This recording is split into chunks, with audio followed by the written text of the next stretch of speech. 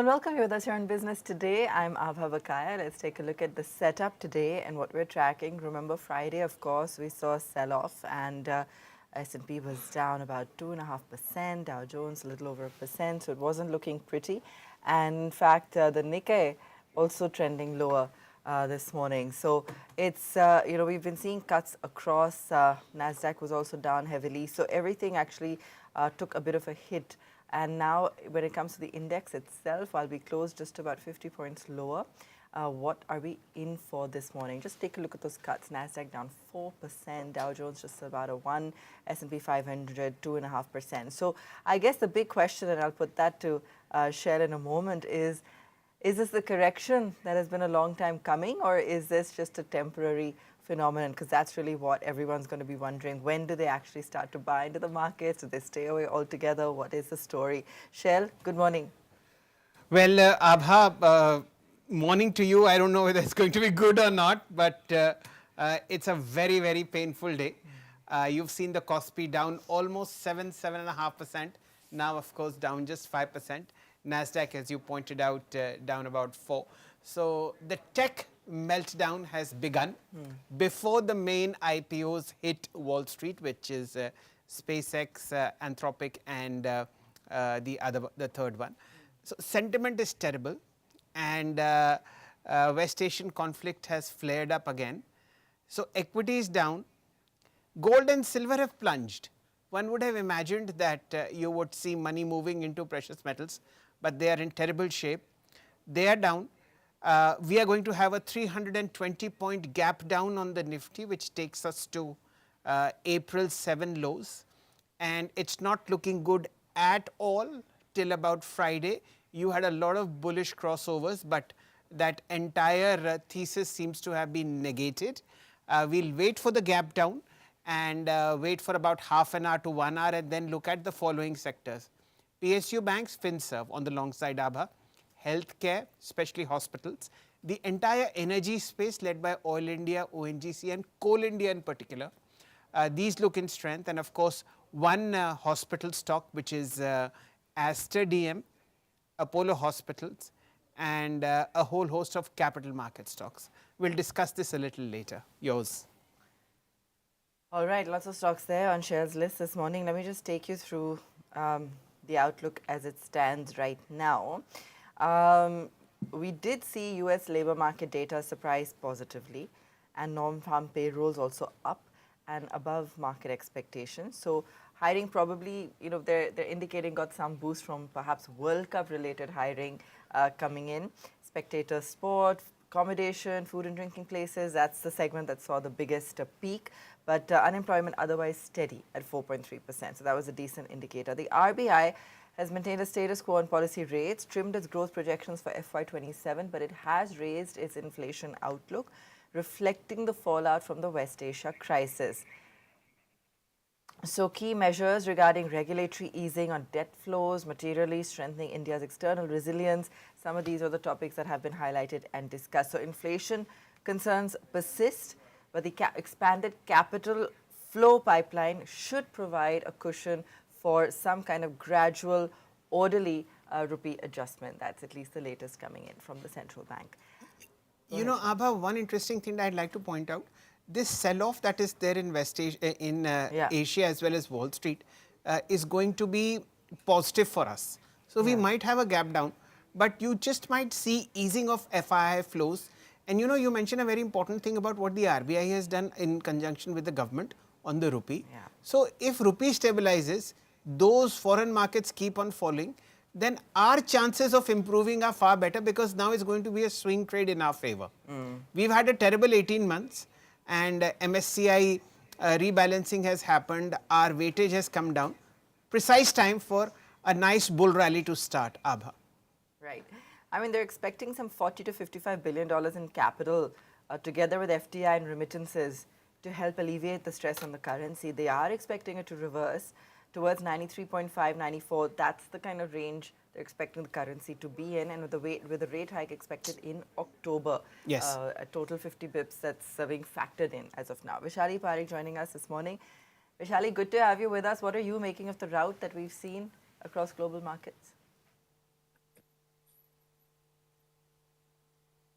Very good morning. I guess each day is a different day, and today, let's see. So, technically, we are looking at, of course, some weak bias 23,200 on near term basis. If we see a close, opening below that, and if we are sustaining below that, 22,800 is the next projected downside target. And Bank Nifty, which comparatively was outperforming last week, I think we still maintain 53,000 should act as a good support. So wait and watch, but well, it's very hard to make a view because each day is so different. We were so bullish on metals. Now metals are showing good corrective move. So I don't know what to really look for.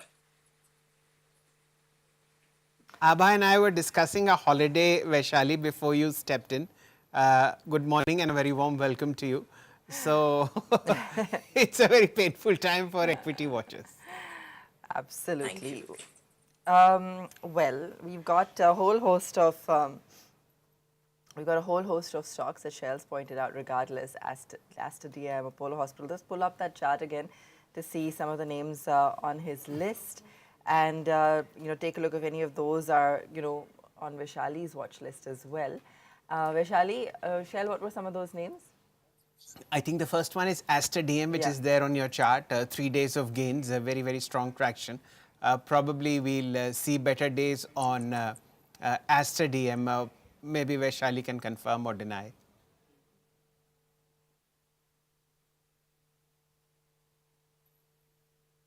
So I'm not Vaish- getting your voice clear. There's a lot of disturbance.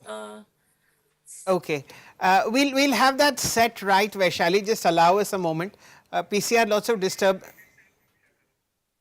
Okay, fine. Okay, I'm just taking a look at the outflow numbers.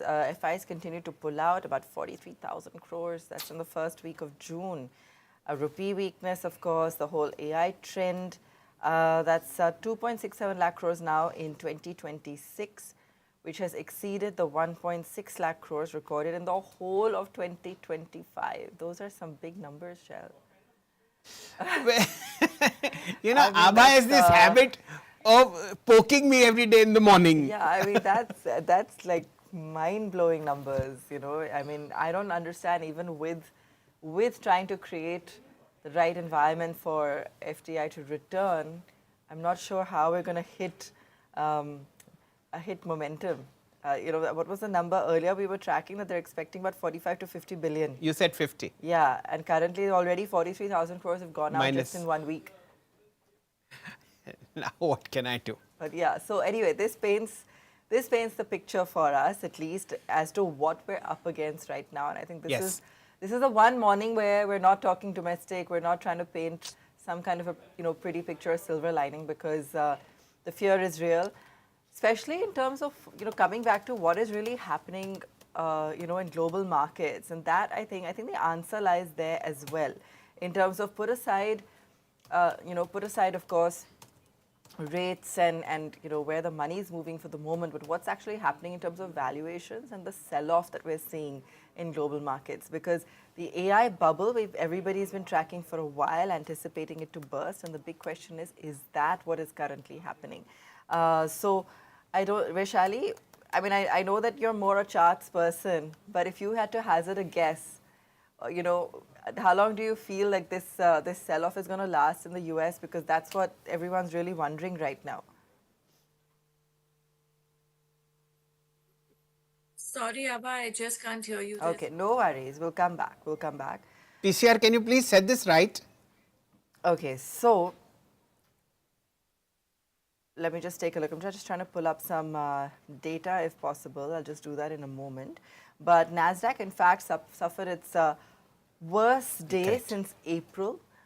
Investors pretty much fled across the board, and lots of different catalysts. There were, of course, some disappointing earnings, AI chip outlook, what's happening in West Asia. Expected perhaps a stronger jobs report. Lots of different factors possibly, or just an excuse to sell off. So this is what really happened. First negative week in 10. So that's what we're tracking in terms of like, why are we focusing on this? It's the depth of the cut as well as the timing after 10 successive weeks. Yes. Right? The NASDAQ composite tumbled 4.7% following Friday's losses.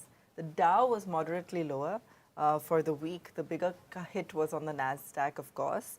And then, of course, if we get into specific stocks, I mean, look at the cuts on some of those tech names. They're like double-digit cuts coming in across the board. In fact, Micron, which is a memory chip maker and the latest star of the bull market, down 13% after dropping 8% on Thursday. But this is the froth that is coming out. Remember, you mentioned in your early conversations about nice payroll data. Yeah. Actually, the threat is a rise in interest rates on Wall Street. Yeah, and that is killing all sentiment. And of course, a 9-week rally. So 9 into 5 is 45. A 45-day rally which now is getting sold into ahead of a major event. Let's get Vaishali in. Vaishali, are we audible to you now? A bit here and there. All right, we'll come back to Vaishali in a moment. Let's just continue with some of those stocks in focus as well. I just want to pull up, Shell, the names that you had, because I just want to talk through it with you in terms of what you're tracking and why some of those names are on your watch list. Apollo, I suppose, has been on a constant buy, of course. Are you continuing to see traction there? Yes, Abha, that's a pure domestic play. You know, oil does not impact hospital stocks, rate cuts don't impact them, and therefore top 3 or 4 of them are doing immensely well. I'll request the PCR to kindly show us the chart of Apollo Hospitals and Aster DM. This is one space within healthcare, Abha, which has given secular returns. This is the 1-week rally. I'll request the PCR to show us a 6-month chart. Ditto for Aster DM. I mean, we've had digit changes here, which essentially means the right digit. And that is what is pointing to strength. 2 other spaces, look at Aditya Birla Sun Life AMC and also look at this one, Anand Rathi. Yeah. So these are 2 spaces that are doing immensely well. Domestic focused, they don't care about what happens in West Asia. What happens to AI trade? Apne ko koi matlab nahi, apne ko badhna hai. Okay, so you're finding these pockets. Okay, but Shell, to play devil's advocate, these stocks have already run up. What can you do? That is where money is going in. And it's backed by very strong earnings. See, it's not as if that people are buying fluff. Yes, valuations have become a bit on the higher side, but each quarter you've had very strong growth backing these numbers. Now, till when it will continue, I don't know, but when you have a conflict raging back again, you need to put in money somewhere. I mean, you know, you and I have to comment on the market. People have to invest every day. Traders, investors, ultra HNIs, what do they do? But maybe sit on the sidelines or not. I mean, even gold doesn't seem to be on anyone's radar. Everyone's just wondering when to enter at lower levels at this point of time. Absolutely. I mean, if you are sensible, if you are practical, you will be on the sidelines. Abba, for the first time, there's a breakdown on gold and silver. Yeah. Just look at the depth of the cut that happened on Friday and over the weekend in international markets. And after a very long sideways trend. So it's a sharp fall. And you know what? Look at this. This is gold daily. And the purple line is 200-day moving average. So it's painful. Silver is equally sharp. Yeah. And crude oil hasn't jumped as much as one would have expected. Yeah. So where is the money going? We don't know. Is Vaishali with us? If yes, Vaishali, could you just share 2 or 3 trades from your end?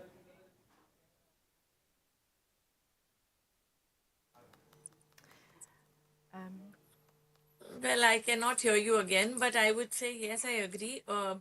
What we are seeing from gold and silver, they both are showing now on a weak bias. So I'm looking at Nippon Gold and Nippon Silver, and I think both are looking quite weak. So let's see. In fact, along with that, we saw Hindustan Zinc, Hindustan Copper, all these showing a corrective bias. So I think metal index is in for a good cut. All right. Vaishali is saying that the one stock in the spot in the market where at least she was seeing some action is also now headed for a cut. 23,200 is the most immediate term that Vishali is tracking. Vishali, in case we do see a further pummeling, how much lower do you think we could go?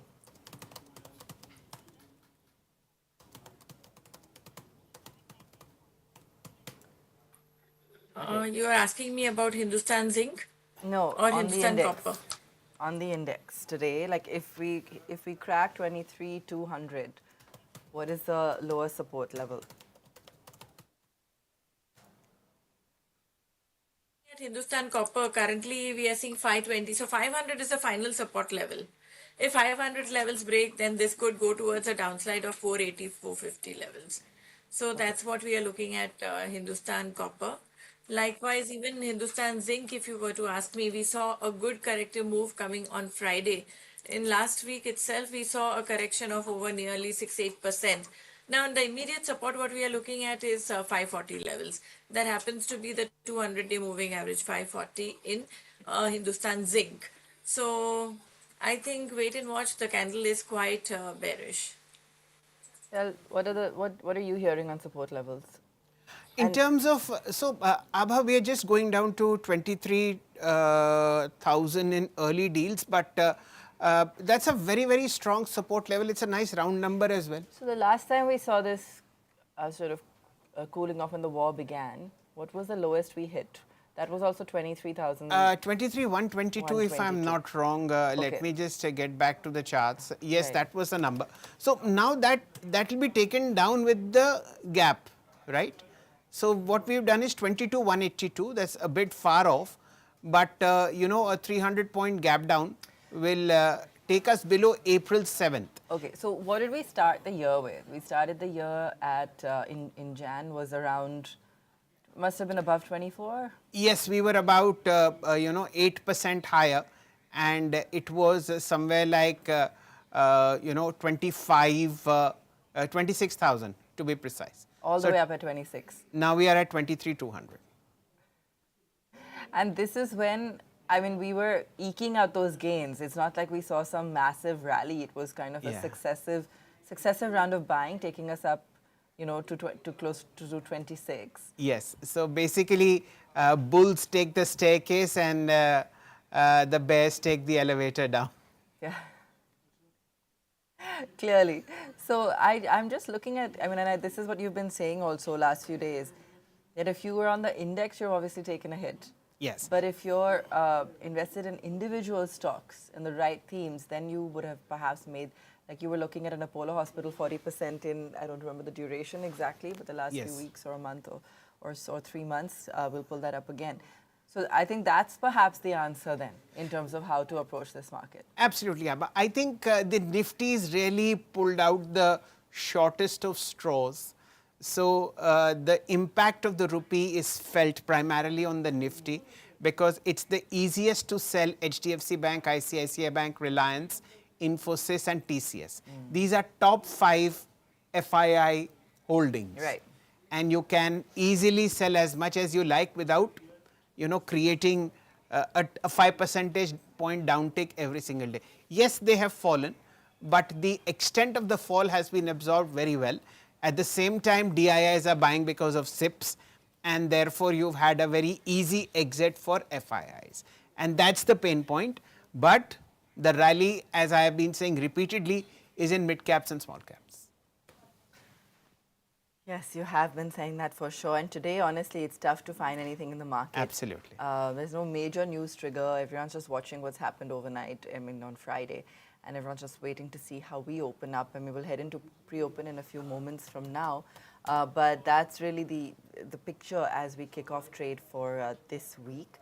And remember, you know, while there's an adage called sell in May and go away for FIs particularly, we did hold out on the back of earnings as well as broader market plays, domestic action when it came to Indian equities.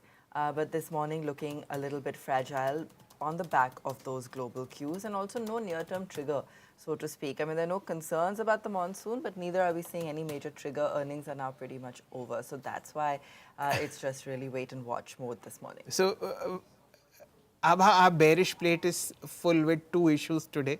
We'll worry about the monsoon a little later. Thankfully, June has been fairly good for Delhi so far.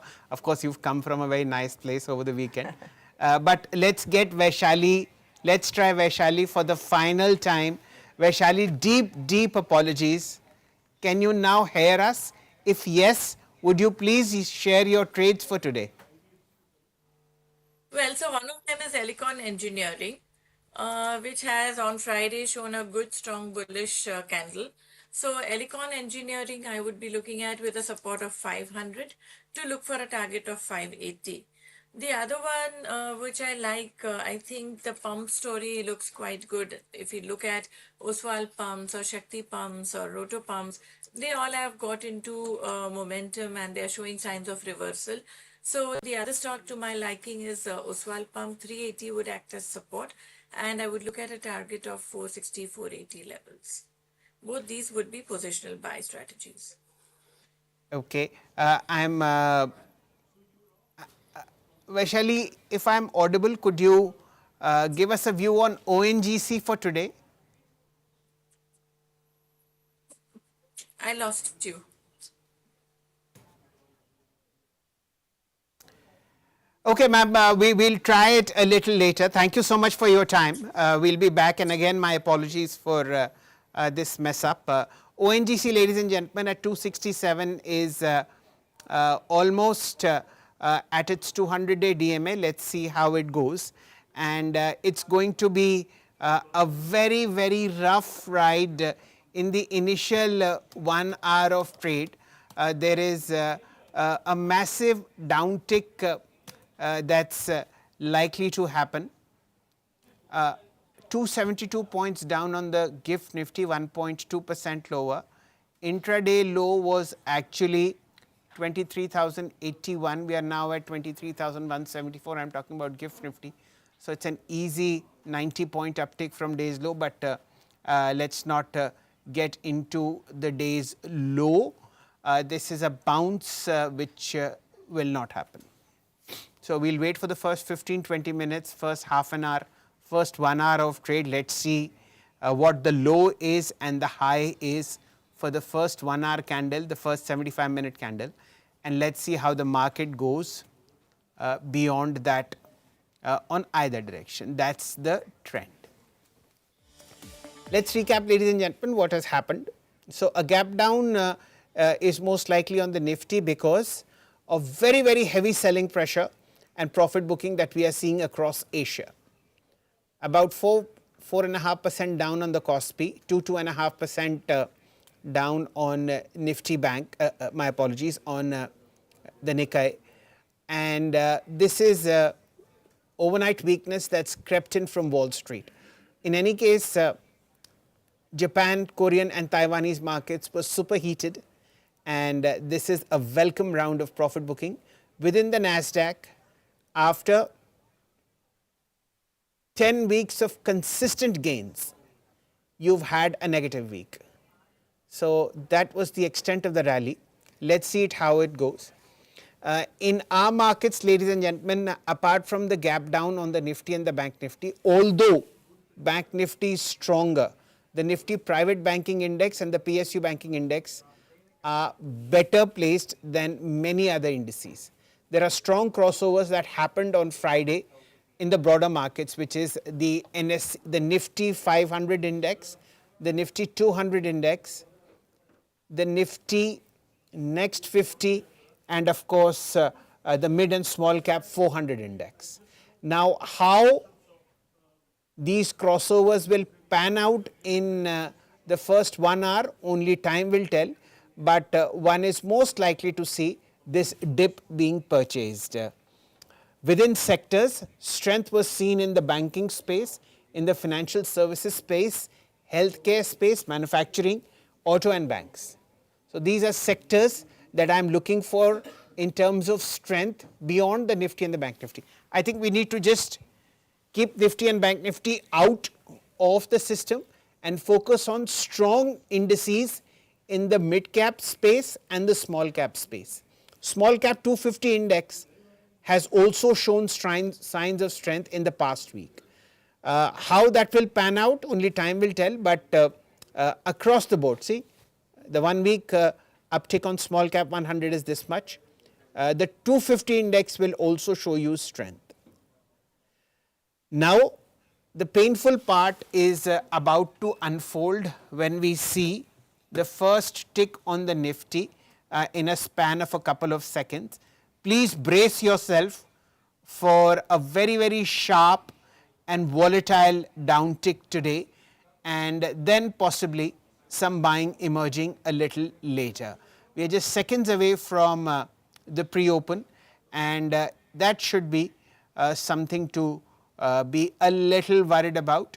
Intense selling is most likely to come in, and FII numbers will also be looked at. Just a couple of seconds away as far as the downtick is concerned. 324 points lower, 23,100, 23,080 is where the initial downtick is. Let's look at the pain points. Reliance 3% lower, 1250. SBI 5% lower at 930. ICICI Bank 4.5% lower at 1201. Bajaj Finance 2.7% lower at 865. That's what is happening in top 4 or 5 F&O plays. Any gainers? Pharma space. Sun Pharma 2.1% higher. Biocon 1% higher. I look at the energy complex. I'll request the PCI to kindly fire Oil India up 1%, and we'll also like to see ONGC. That should also be in the green. That's how it is for the moment. 255 points lower on the Nifty. IndusInd Bank 10% down, 814. You have a downtick on IT space led by Coforge, 4% lower. Bharat Dynamics 2.6% lower. Tata Motors passenger vehicles 2.5% lower. Info Edge 2 percentage points lower. The Nifty 2.5% down as far as prices are concerned. There are out of 214 players in the F&O, only about 10 that are up, led by Premier Energies 10% higher, 1188. Just pharma sort of trying to hold its breath. What we'll do is we'll do a very quick break, ladies and gentlemen. We'll be back shortly.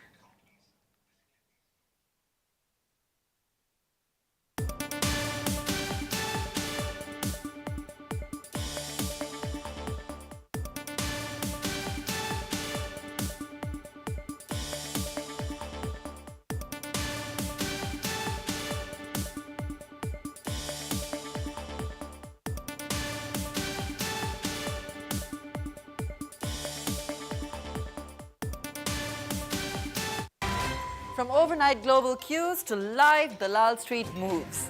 From tariffs to taxes, mutual funds to your daily stock queries. Watch me, Abha Bakaya, as I bring you the opening bell action. Watch me as I bring to you the Business Today show. Monday to Fridays, 9:05 a.m. Every weekday at 3 p.m. Only only on on India Today.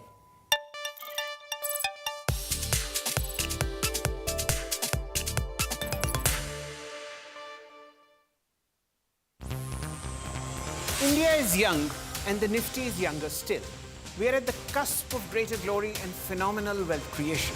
Catch India's magnificent rally and make it a part of your booming portfolio. Look out for the next set of multi-baggers at BTTV.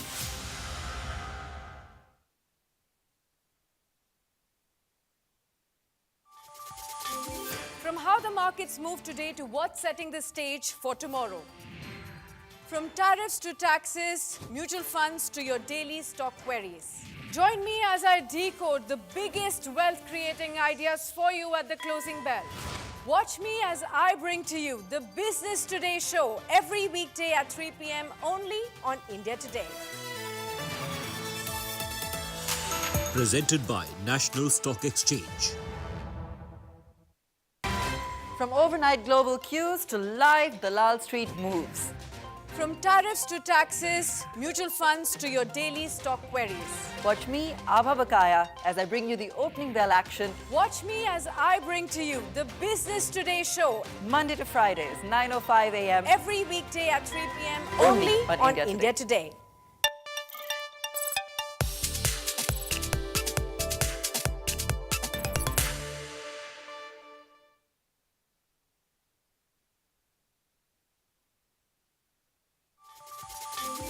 From how the markets move today to what's setting the stage for tomorrow.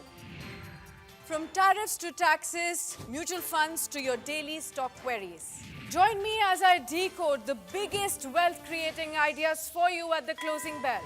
Watch me as I bring to you the Business Today show every weekday at 3 p.m. only on India Today.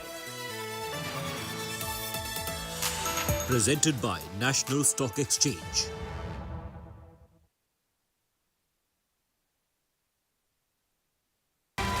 From overnight global cues to live Dalal Street moves. From tariffs to taxes, mutual funds to your daily stock queries. Watch me, Abha Bakaya, as I bring you the opening bell action. Watch me as I bring to you the Business Today show Monday to Fridays, 9:05 a.m. every weekday at 3 p.m. Only only on on India India Today.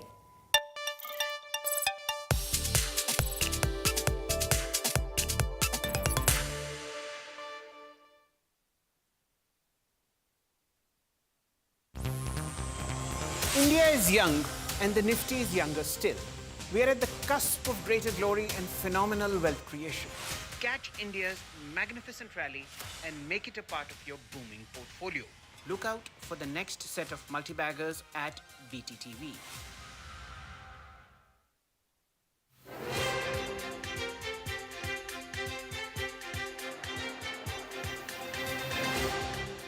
India bloc was an effort by opposition to stop the Modi juggernaut in 2024 general elections. But the multi-party political alliance failed and Narendra Modi became the Prime Minister of the country for the third consecutive term. The opposition bloc is now staring at a major crisis. It seems to be failing to protect its own existence. Ahead of Monday's key meeting, two major allies have already opted out. DMK has refused to participate in the meeting and Sena UBT will not be attending physically. Adding fuel to the fire is a strong-worded letter from CPIM General Secretary M.A. Baby to Congress Chief Mallikarjun Kharge. In the letter, CPIM questioned allegations by Rahul Gandhi that CPIM was in cahoots with the BJP. CPIM has now sought clarity over Congress party's stance over the comments made by Rahul Gandhi. Why has the ED taken no action on the Chief Minister of Kerala and his family? And the reason is that they are working together. In fact, in Kerala, it is not the CPM and the BJP. It is the CJP. Everybody knows that they are partners. It comes a day after DMK announced that it will boycott the India bloc meeting to be held in New Delhi since the Congress party will be participating in it. Congress இயக்கம் துரோக கூட்டம் நம்ம பேரை சொல்லி நம்ம தலைவர் முகத்தை காட்டி வாக்குகளை பெற்று தலைவரை பார்த்து ஒரு நன்றி கூட சொல்லாம ஓடி போச்சு அந்த நன்றி கெட்ட கூட்டம். It was supposed to be a show of opposition unity but seems like a meeting of angry partners. The big question, how many more dents can the India bloc take before it falls apart? Bureau Report, India Today.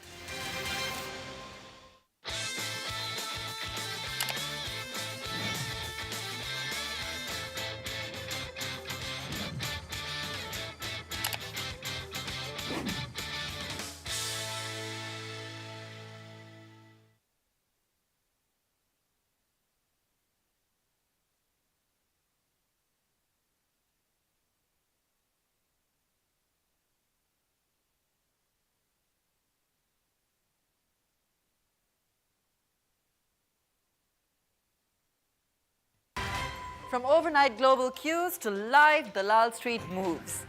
From tariffs to taxes, mutual funds to your daily stock queries. Watch me, Abha Bakaya, as I bring you the opening bell action. Watch me as I bring to you the Business Today show. Monday to Fridays, 9:05 a.m. Every weekday at 3 p.m. only on India Today. Look, this investment Guru's tips will double your money. Just claim the offer. Double your money from any random group. Pay attention. Promising double returns, they'll lure you in tight. Unverified groups will send fake tips overnight, emptying your pockets before you can fight. Well said! Well said! Well said! SEBI and NSE advise consult only SEBI registered advisors and make payments only to verified accounts or UPI IDs. An investor awareness initiative by SEBI and NSE. Presented by National Stock Exchange.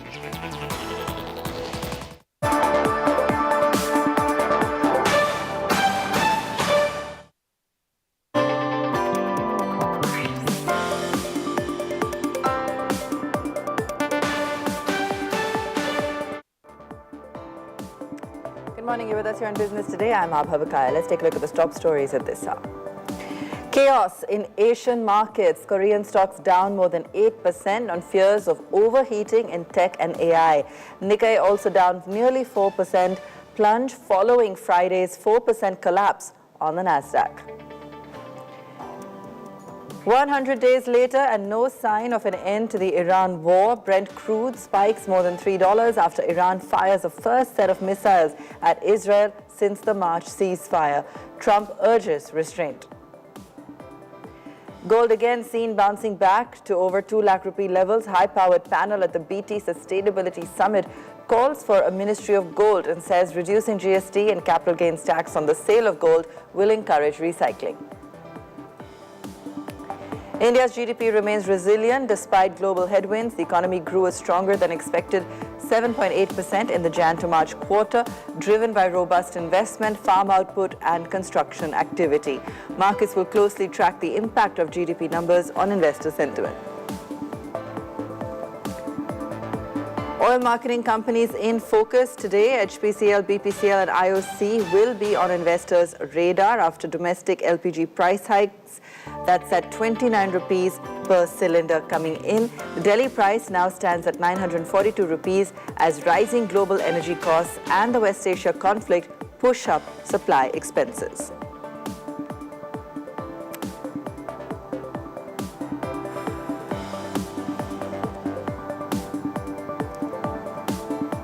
And first up on your screen, the rupee now down 37 paise in opening trade. The rupee opening at 95.32 to the dollar versus 94.95 to the dollar previously. So it's opened at 95.32, which is a marginal appreciation. Remember, there have been steps taken in order to contain the slide in the currency, and it is around that 94 mark that the government does expect it to stabilize. Precious metals, meanwhile, sliding in early trade. MCX gold down 1,900 rupees to 1.54 lakhs per 10 gram, and MCX silver down 5,800 at 2.43 lakhs per kilogram. So that's the latest on precious metals for you as well.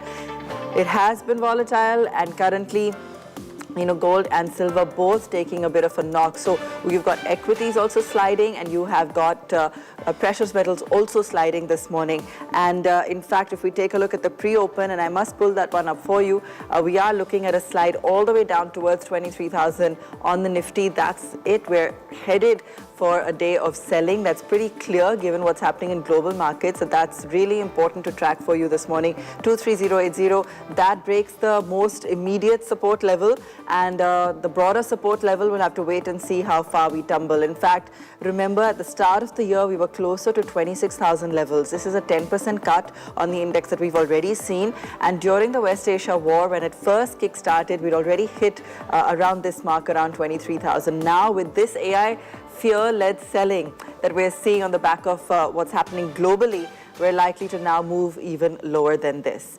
So that's the latest coming in. We're going to track that for you in close detail with our guests also on the show. But before we do that, I do have to touch base on the big corporate story today. The boards of Sir Dorabji Tata Trust, excluding The Sir Ratan Tata Trust, whose meetings remain stalled due to proceedings before the Maharashtra Charity Commissioner, will meet and are expected to discuss some of the most sensitive issues facing the Tata Group. Let's go across to Krishna very quickly on this. Krishna, just before market opening, and if market does open, I will come back to you after reading out the opening ticks. But why is today's meeting so crucial? Just remind our viewers.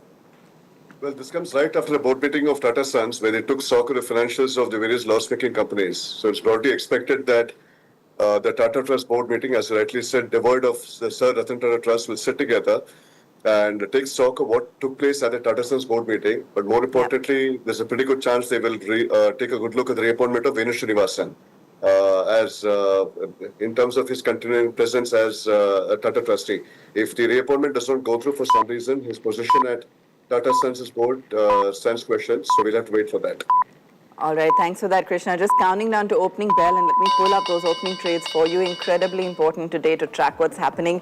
There you go on your screen. We're down about 250, 264 points, over 1%. 23102 is where we've landed at on opening trades. Let's pull up, the major gainers and losers and see where the pressure is hitting us. Nifty Bank opening weak as expected. Let's, IT also down about over 1%, and we did see some momentum coming in on some of those IT stocks in the middle, but today, also, of course, part of the complete nosedive. No real implication of what's the kind of structural move we're seeing in some of those tech counters overseas. No gainers at all on the index. BEL, Bajaj Fin, M&M, all down over 2% right now. We've got Infi, Geofin, Asian Paints also down 1.5%. The cuts are coming in. The bigger question will be, will this deepen as the day progresses? It's Monday morning.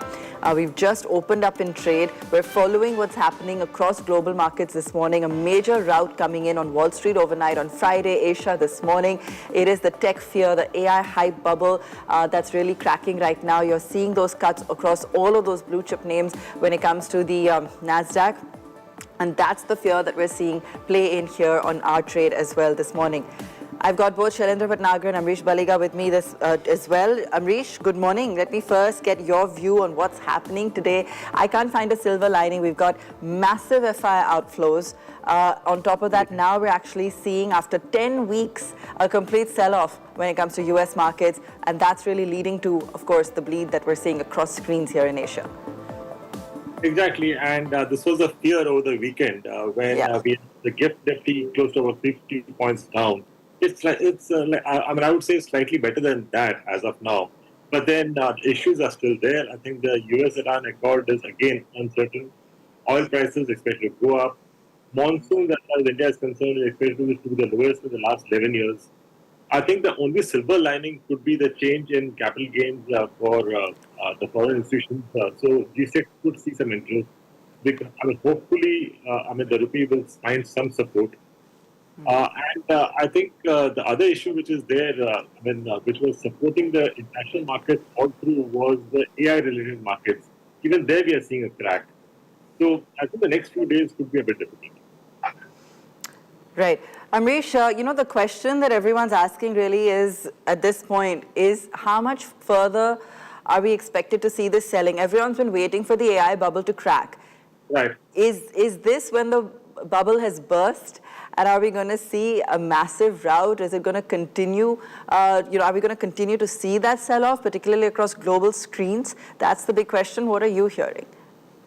No, I think it's a bit too early to say whether this AI-related bubble is breaking right now or not. I think it's a bit too early to say that. But as far as India is concerned, because of the AI rally, India had suffered because the funds had moved out. They were moving out to the AI-related markets.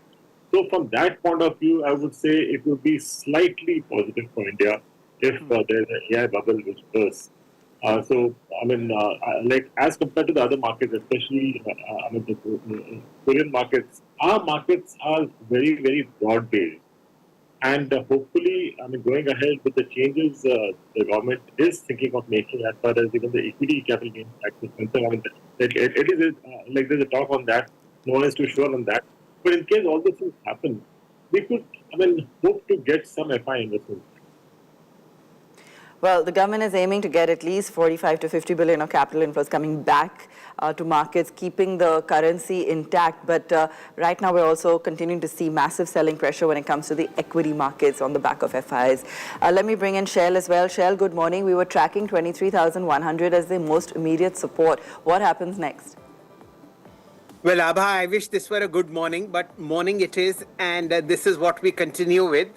There's, not even one single major index that's in the green. Advanced decline is terrible, as you pointed out. There's no gainer on the Nifty. There is no gainer on the Nifty Alpha 50 Metal. All 15 shares are down. In the NSE 500, you have 485 shares in the green, not a single gainer in the Nifty 100 index. So we started right at the base with this gap down.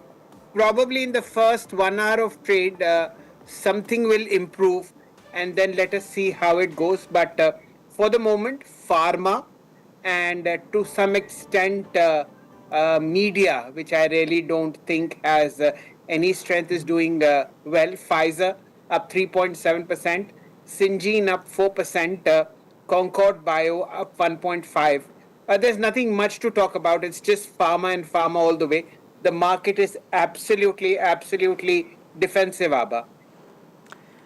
Absolutely. I want to get Amrish's view in on that as well. But first, let me just pull up the May vehicle sales coming in from FADA, up 9.6% to 2.5 million. Passenger vehicle sales up 23% in May. Two-wheeler retail sales up 7.5%. So cautiously optimistic right now. FADA is urging disciplined PV dispatches for the month of June. Numbers for May have come in as expected. But it's the bigger question is really what happens going ahead. So far, Amrish, we've not seen a hit when it comes to domestic consumption. There's some expectation that those price hikes will hit along with perhaps the monsoon pressures in the next quarter.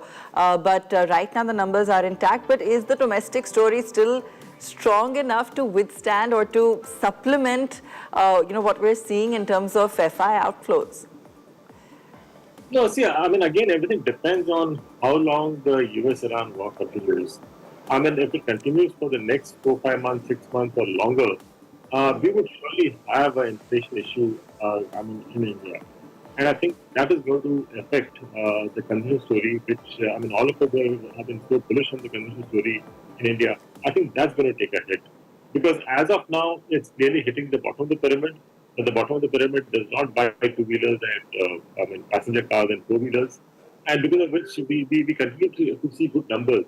But if this issue continues, I think over the next 4, 5 months, we will see that hitting even the consumer durables, white goods, automobile, across. I think the convention. All right, fair enough. Let's take that forward as well in terms of what's happening in the broader markets, Shell. We've been looking at certain defensive plays, let's say healthcare or hospitals, for example, that are very, very much domestic focused. But, how many of those pockets are there that perhaps investors can look at right now? Well, Abha, if there's no need for you to trade on a regular basis, I would just say stay out. There is, no great logic of getting into this kind of a market. Just continue with your monthly sips. Wait for this volatility to end. If you're an intraday trader, wait for the first 1 hour of trade and let us see which side the market goes, whether towards the high of the day or the low of the day. But my understanding is that today's gap down is done. And now we'll have a flat to sideways trend till 3:30. Flat to sideways. All right. Well, let's hope for the best, because then you're at least hovering around that 23,100 mark. And, Amrish, just perhaps let's go a little deeper into what's happening in the US, because the reasons for selling there are very different. And as you mentioned, you're not convinced that the AI story is over, so to say, but valuations have been enormously stretched. So, just coming back to that, because if we do see some kind of sustained rebalancing, across some of the, headline indices in the US, what's the kind of impact that has for traction back home? Because how much have we actually just been running up on sentiment? No, see, I mean, as far as AI is concerned, see, the story is there to stay. AI is there for reality, no doubt. But then, as far as the markets are concerned, yes, I mean, it's been overstretched. I mean, you have a cost which has more or less doubled, so it's quite natural that there would be a correction. So I think, I mean, as far as the markets are concerned, I mean, especially the AI side of it, yes, I think we could see a further correction from here. But like I said, I don't think the story is over. So I think this is just the beginning of AI, and all of us, I think we need to be quite aware as to how AI is going to affect our business. It's not going to be only the software side of the sector which will get affected. I think it will be across all sectors. Amrish, you have seen many market crashes come and go. So let me ask you this in a nutshell, like this kind of sell-off today, and like I said, you've seen many of them. Where would you put it in your sort of range of, red, orange, green? How concerned are you? Do you feel this one is a temporary blip? Is this one here is one that's going to stay longer? See, again, depends on your time frame. If your time frame is just about a couple of days to a month, I think it's quite natural for you to panic. But if your time frame is much longer, you would possibly see this as an opportunity. Good. So Okay. nothing lasts too long. So I think any sort of a correction like this, I mean, again, I would say there's not a huge correction what we are seeing today. Yes, I think it is decent. So in case it corrects further, utilize that to buy if you have a 3, 4, 5 year sort of a time frame. All right. Okay, Amrish, thanks so much for joining us this morning. Now, the country's bullion industry floated the idea for a separate Ministry of Gold. Speaking on the sidelines of the BT Sustainability Summit, Ajay Mehra of Mehra San Jeweler also called for tax ops on gold to encourage recycling. Listen in. We're really a fatherless industry, if you will, and we're such a large contributor. 7% of the GDP comes from here, 15.5%, I think it is, of the merchandise exports. We employ 65 odd lakh people. I think 95% are MSMEs. Yet we don't have any ministry which looks at us holistically. And everybody's sort of looking at us through silos, which is really where many of the problems come. Many solutions can come if we had policy makers that would enable trade. So therefore a ministry. We've always spoken about a steep criticism is the fact that we have higher duty on gold. And this is one of the reasons why, of course, a lot of Indians flock to Dubai to buy gold and come back around marriage, around their investment portfolios, around when they have money. Where do you think should there be regulatory soothing in order to have more and more Indians buy gold in India? As I mentioned there as well, import duty needs to be zero. I can't for the life of me understand why they have an import duty at all. 60% of gold jewelry that is handmade gold jewelry that's exported from Dubai is classified as Indian jewelry. So you're going to Dubai to buy Indian jewelry. That's bizarre. Why have we not seen, despite the push by the Prime Minister and his team, why is there no large investment in jewelry? As FDI investment in jewelry? Why is there no large company coming over here to manufacture jewelry? Why is that not happening? Why are we not playing a larger role? In India, if we're such large consumers, don't forget that there is also a large contingent of Indians that live overseas. So before I can sell to the Caucasian, to the Sarah, to the Jain, if I was to sell to the Sheila that lives overseas, right, the Indian person that buys Indian jewelry, I can't even do that. So why is my policy not enabling that for me? That's what my larger issue always is that policy needs to enable trade, not disable trade. All right, that's where we leave it on the show today. Shail, thanks so much for joining us. We'll continue to track all the action. We'll be with you back at market closing. Right now, steady at about 23,146, and let's hope we continue sideways from here. That's all from us.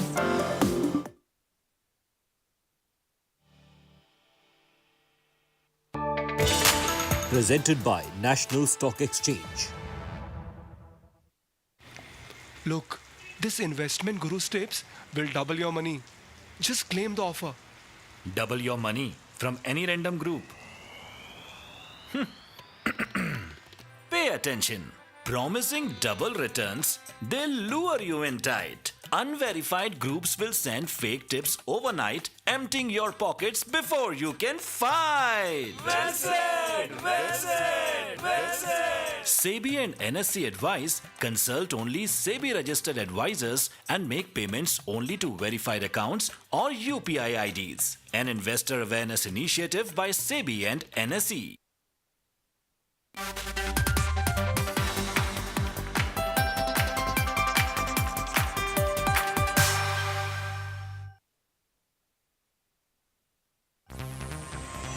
India is young and the Nifty is younger still. We are at the cusp of greater glory and phenomenal wealth creation. Catch India's magnificent rally and make it a part of your booming portfolio. Look out for the next set of multi-baggers at BTTV.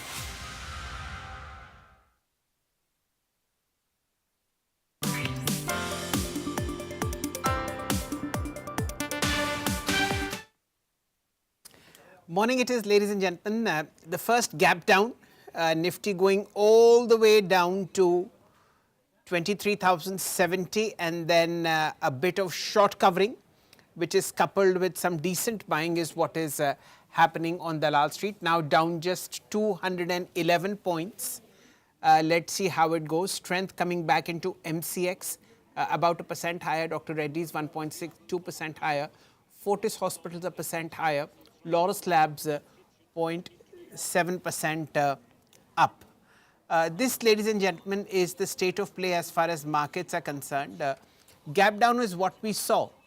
And at this point of time, you have indices such as the Nifty PSU Bank, Pharma and Media Index doing pretty well.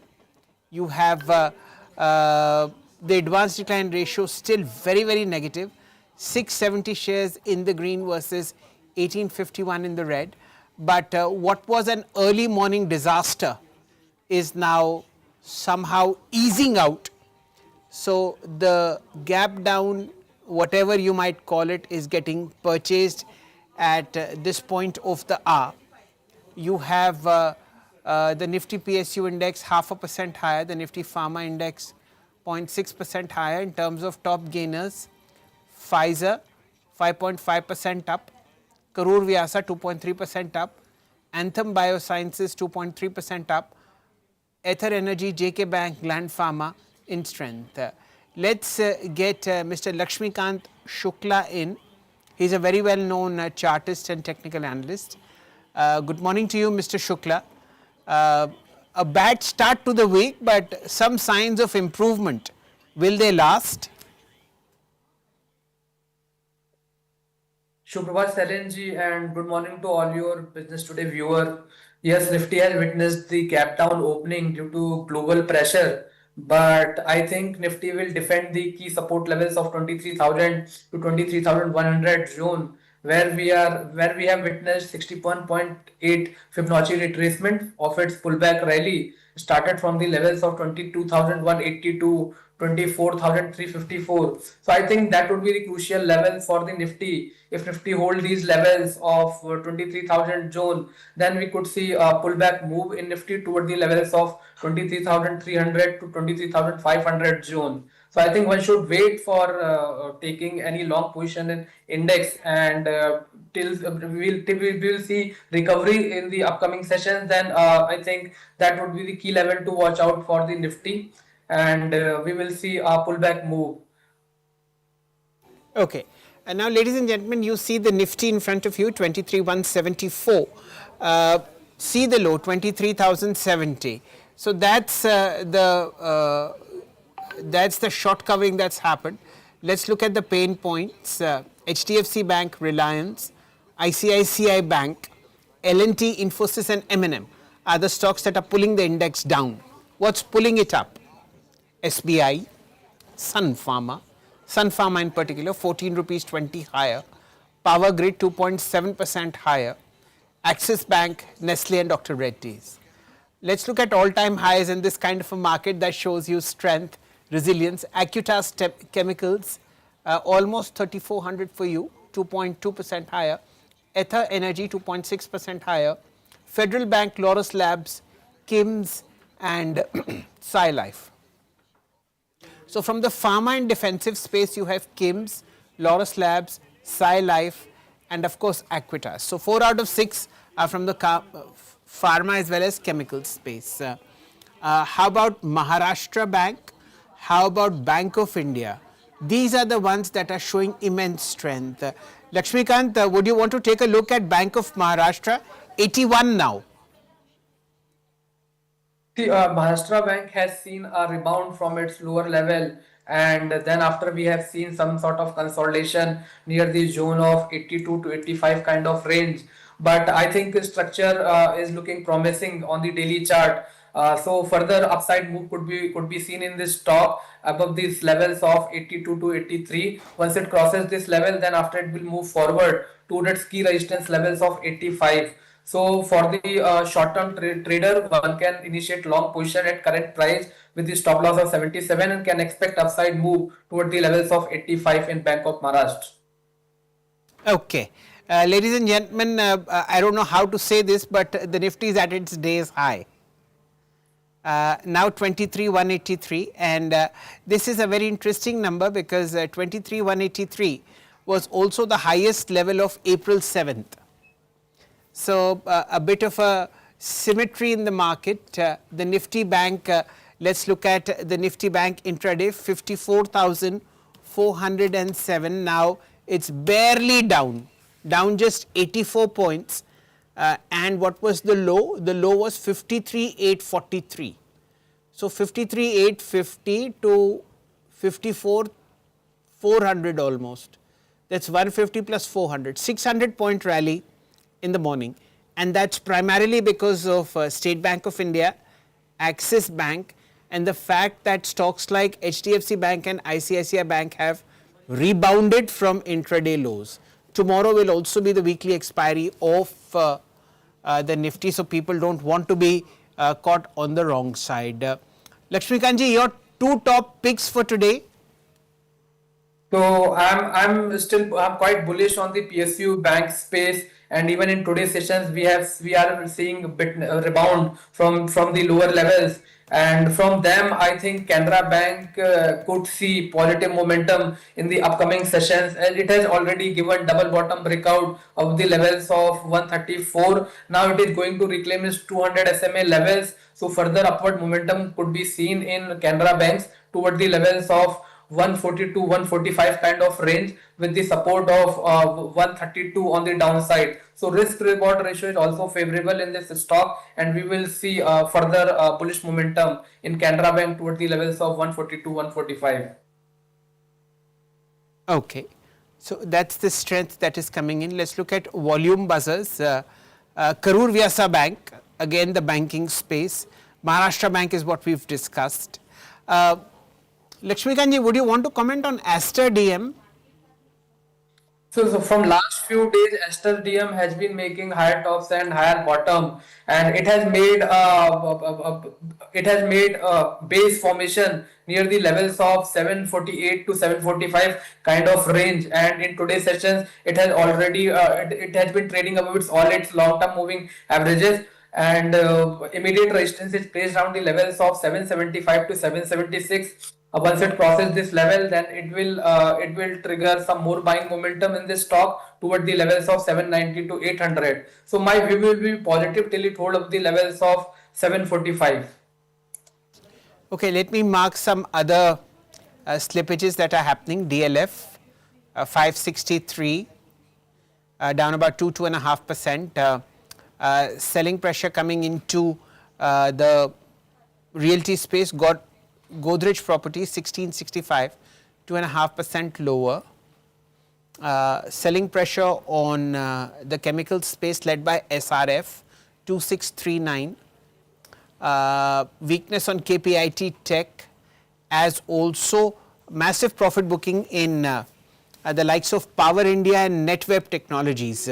These were stocks that were traded at very, very lofty valuations and very sharp upticks over the last 1 year or so. In the last 6 months, Power India has gone up by 100%.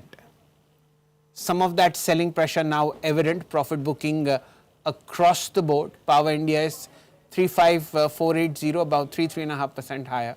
Let's see how it pauses. Hyundai 2637, 2.5% lower. That's how it is. Let's look at the advanced decline. Is it worsening? Just a moment. Yeah, last time I checked, 650 stocks were in the green. Now 585 are the only ones left in the green. The number of stocks in the red is 1960. Lakshmikanji, what are you observing? Can you come up again? I'm just saying, what are you observing in the market? So I'm not hearing you properly. Okay, let me just get back to you. I'll request the PCR in the meantime to kindly fire the long-term chart of Federal Bank. This is a stock that is in immense strength. Would you want to comment on Federal Bank, Lakshmikanji? So it has shown resilient in this falling market, and we have seen a positive momentum from last few sessions. Few days back, it has given falling trend line breakout on the daily chart. So which is showing strength in this stock. So I am expecting positive momentum, and it has already surpassed its previous swing high of 301. So overall structure is on the bullish side. I think from here on it could move higher toward the levels of 312 to 315 till it hold above the levels of 299 followed by 295. So overall sentiment is on the bullish side. So I think we will see a further upside move in Federal Bank. Okay, a look at Adani Enterprises and Adani Ports. These stocks have been in immense strength in the past 1 week, and Adani Ports of course was at a record high in strength today. It's struck a 10-year marine services agreement with Argentina's first LNG exports to India. So that's where the news flow is coming in. And another Adani Energy Solutions is also in strength, 1.2% higher, 1599. Lakshmikanji, anything that you prefer within the Adani group for a medium term outlook? So I think Adani Enterprises recently given pole and flag breakout on the daily chart, surpassing the levels of 3020. And on Friday sessions, it has seen rebound also from the same levels. So we could expect bullish momentum in Adani Enterprise, even risk and reward ratio also looking favorable. So one can initiate long position in Adani Enterprises even at the current prices by keeping the stop loss of 2,860 on the downside, and can expect the upside move toward the levels of 3,125 to 3,150 levels. Okay. Okay, we'll pause it here. Lakshmikanji, thank you so much for your time and your thoughts. We'll get back again tomorrow. So this, ladies and gentlemen, is the state of play as far as markets are concerned. Massive gap down in early morning trade.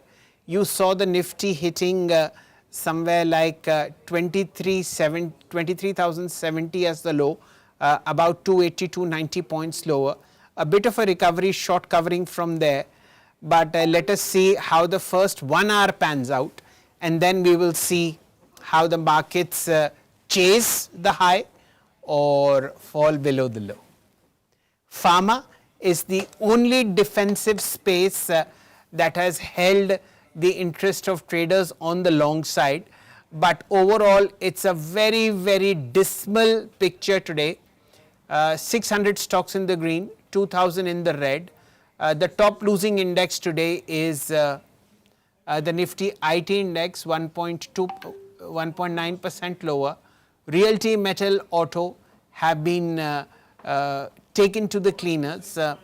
Small pockets of gains, primarily pharma, Gland Pharma, Natco Pharma, Biocon, Syngene, Pfizer, those kind of stocks. But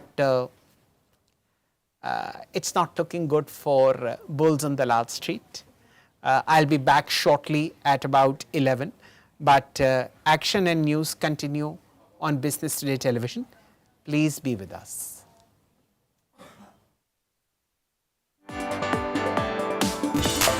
Presented by National Stock Exchange. Look, this investment guru tips will double your money. Just claim the offer. Double your money from any random group. Pay attention.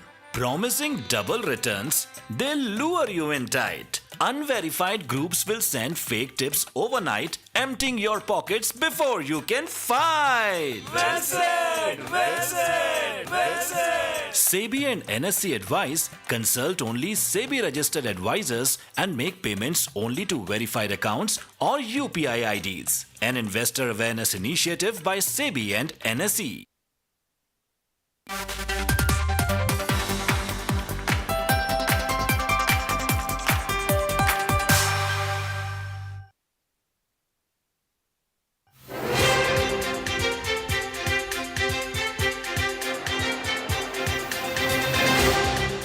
India bloc was an effort by opposition to stop the Modi juggernaut in 2024 general elections. But the multi-party political alliance failed and Narendra Modi became the Prime Minister of the country for the third consecutive term. The opposition bloc is now staring at a major crisis. It seems to be failing to protect its own existence. Ahead of Monday's key meeting, two major allies have already opted out. DMK has refused to participate in the meeting and Sena UBT will not be attending physically. Adding fuel to the fire is a strong worded letter from CPIM General Secretary M.A. Baby to Congress Chief Mallikarjun Kharge. In the letter, CPIM questioned allegations by Rahul Gandhi that CPIM was in cahoots with the BJP. CPIM has now sought clarity over Congress party's stance over the comments made by Rahul Gandhi. Why has the ED taken no action on the Chief Minister of Kerala and his family? And the reason is that they are working together. In fact, in Kerala, it is not the CPM and the BJP. It is the CJP. Everybody knows that they are partners. It comes a day after DMK announced that it will boycott the India bloc meeting to be held in New Delhi since the Congress party will be participating in it. Congress இயக்கம் துரோக கூட்டம் நம்ம பேரை சொல்லி நம்ம தலைவர் முகத்தை காட்டி வாக்குகளை பெற்று தலைவரை பார்த்து ஒரு நன்றி கூட சொல்லாம ஓடி போச்சு அந்த நன்றி கெட்ட கூட்டம். It was supposed to be a show of opposition unity, but seems like a meeting of angry partners. The big question, how many more dents can the India bloc take before it falls apart? Bureau Report, India Today. From overnight global cues to live Dalal Street moves. From tariffs to taxes, mutual funds to your daily stock queries. Watch me, Abha Bakaya, as I bring you the opening bell action. Watch me as I bring to you the Business Today show. Monday to Fridays, 9:05 a.m. Every weekday at 3 p.m. only on India Today.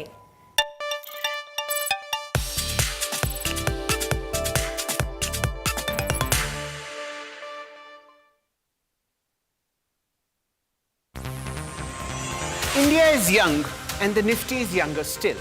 We are at the cusp of greater glory and phenomenal wealth creation. Catch India's magnificent rally and make it a part of your booming portfolio. Look out for the next set of multi-baggers at BTTV.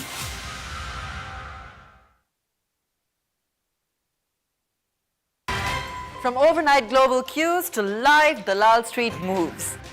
From tariffs to taxes, mutual funds to your daily stock queries.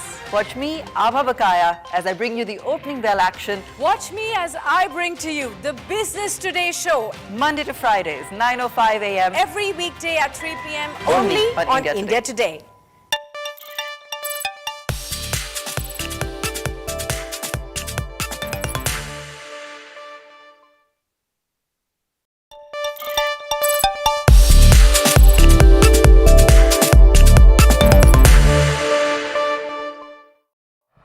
Good evening, ladies and gentlemen. Crisis all around. Too much of heat in June. I remember June used to be pleasant maybe 25 years ago. Now you have burning heat flowing down from us. And as ma'am was pointing out, come November, everybody will be crying parale, parale. This is not only true for Delhi. We sadly have 49 out of the world's top 50 polluting cities in India. How to solve all this, how much of money is needed, what are the goals, and how will this be achieved is what this August panel will be talking about. I'll start with the part as far as the funding is concerned. Ma'am, let's take this up front. What do you think are the major climate goals that India has at this point of time? And how do you expect India to achieve them? Thank you for that very wide-ranging question. India's climate goals have been articulated time and again through our NDCs as they are updated. But the larger goal is of sustainable development.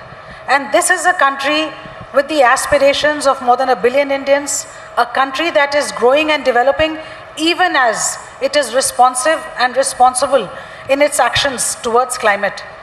And therefore, how do we balance the needs and the growth aspirations of our country while at the same time fulfilling our development trajectory and climate ambitions? That has been a question that in fact has shown that there is no answer in terms of fund flow from the developed countries. We've talked about global finance needs, and it has been a mirage. Right from Copenhagen to Baku, the amount that was required, the amount that has been promised, there's no point doing number crunching, but as the developing countries put it very clearly and concisely in Baku, it is too little, too late. Having said that, what is it that India needs to do in terms of managing climate finance? Because while on the one hand, we need to meet our mitigation requirements, we also are faced with the conundrum of the adaptation, where lives and livelihoods of millions of our citizens are at stake because of the impact of climate change. So to mobilize these funds, India has shown the resilience and the will and the ability to actually forge a path that is determined by policy imperatives and that is balanced by the competing needs of different sectors. And here we need to look at how on the one hand, today our strategy is at once defensive and offensive. Defensive in terms of the mandatory obligations cast upon sectors that are actually in their actions and their processes not good for the climate. So here I refer to the carbon trading that has been made mandatory for so many sectors already, and that is going to encompass so many industries going forward. On the offensive side, how are we mobilizing climate finance? So we have entered into agreements with Japan and then with South Korea under Article 6.2 so that finance for technology like green hydrogen, for carbon capture, all that can be forthcoming for India. And at the same time, the innovative climate financing that we're looking for is continuously being developed even as we speak. Right. Mr. Sharma, I'll come to you. From a corporate perspective, we have seen green bonds have been a huge catalyst for climate finance in India, but there is still a huge gap within India as well in terms of the kind of climate finance we need. From a perspective of a corporate entity who wants to raise green finance to an investor who wants to invest in such instruments, what can be done to, for greater participation? Yeah, thank you so much for having me on this panel. I mean, just to answer your question, I'll take a lead from what Leena ma'am said, that there is a huge gap of funding which was promised by the developed countries. I mean, almost $100 billion a year, it was committed. But it took them, I think, 11 years, not 11 years, I think 13 years to actually give us $300 billion. But if you shred that money, you will see that a lot of that money is of the concessional loans, basically commercial loans, I would say. And much is of the grant in aid. So that is one very, very big problem which we have. But if really we want to unlock this and we want to raise the finance, I think according to me, there are 4 or 5 considerations which we can take into account. The first one is that there is a lot of money, trillions of dollars, which is lying in the domestic savings like LIC, like you can say the pension funds, EPF. So if there is a slight nudge to the rules, we can have, and there are proper guidelines to it, a lot of money can be mobilized from that sector as well. The second point here is that whenever we see a climate related project, it is always seen from a risk point of view, because the risks are front-ended and the returns are backloaded. So people afraid, to fund those projects because it takes time. The gestation period is huge. So that perception needs to be changed, first of all. So that is one area which I think risk is where the appetite has to be increased more. Then the third is that we have to stop making bad deals. Bad deals, I mean, when somebody tells us that, okay, we will give you this much of money, like what we have done in the past, most of this was coming out of as commercial loans. We need grants to actually build that forward. And the last is, like ma'am said, carbon markets. If we can institutionalize the carbon markets in India, with clear-cut policy guidelines, there will be a lot of private investment which will flow into this. Okay, carbon markets it is. Yeah. Let's broaden the panel and get a view in from Sriram. Sriramji, how do you see this world of adaptation finance, and will only public financing work there? For instance, in cities like Bangalore and Delhi, what was the situation 35 years ago? They were very, very livable. Now, the least that I can say is that both of them have a lot of pain points. How do we solve them? Yeah, this is a good follow-up question to what Mr. Samir had to say. It is very easy if we get $100 billion a year from the developed countries into India, what would happen to the money? You and I know much of it will go into thin air. Okay, so the fact is that Indian corporates, even the previous panelists, they were all from corporates. Indian corporate sector, the listed companies account for only 15 to 20% of India's GDP. Okay, the fact is that we focus a lot of energy, a lot of time and effort in the listed companies. We focus on accountability, we focus on their disclosures, we focus on BRSR, etc. But the remaining 80%, which is the public funding. It is easy to fund a project in a renewable sector. It is easy to fund a project, a solar project or a wind project or whatever project, because there is a revenue element to it. But how do you target, which is called adaptation financing, how do you target the air pollution in Delhi? How do you target the traffic problem in Bangalore? Because there is no return. The returns are unseen. The returns are distributed amongst us. If possibly if we are able to solve the AQI problem in Delhi, all of us would probably be much healthier. Though I am from Bangalore, but you guys would be more healthier here. Okay, so I would say that the returns are not measurable, as he said, or back-ended. Two is it's unseen. So there is a challenge to that adaptation financing. Okay, where do we get the money? Two is, even when we are spending, see, every year we spend thousands of crores in road development, stormwater to prevent flooding, on AQI management, etc. But it is not productive use of capital. It is a fallacy to say that India lacks capital. It is right to say that India has capital, but we don't use it productively. We don't have accountability for the 80% of capital that we spend. We don't have measures. We don't have disclosures. Do you know how much money is spent in Delhi for the AQM management by the government? You don't know. We don't have disclosures. We don't have accountability. And that is the, unless we solve that, we cannot ask only the developed countries to give us $100 billion a year, which will go into thin air. A very valid point that you raised about, disclosures and putting the money to use productively. Nikunj, I'll come to you, in this whole scheme of things, how important then is having green taxonomy in place, a clear classification on what constitutes as sustainable and what's not? See, the taxonomy definition is extremely important from the just basic angle that the lending institutions will get a clear direction where the money needs to be allocated when you're talking about green capital. The issue is that currently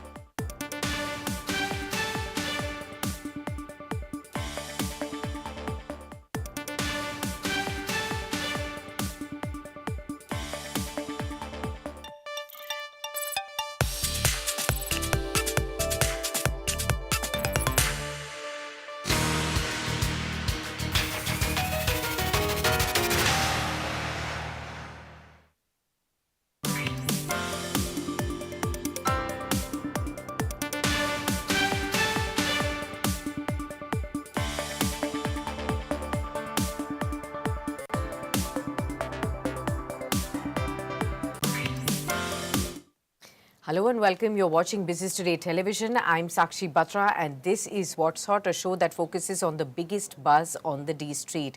Well, we've yet again started another week on a very cautious note as far as the markets are concerned. You can see a sharp fall onto the Nifty, 176 points down. We have slipped below the 23,200 odd mark in the session today, and there is some sort of a cautiousness across the board, even though we have recovered from the morning opening lows and we are trading near the high point of the day.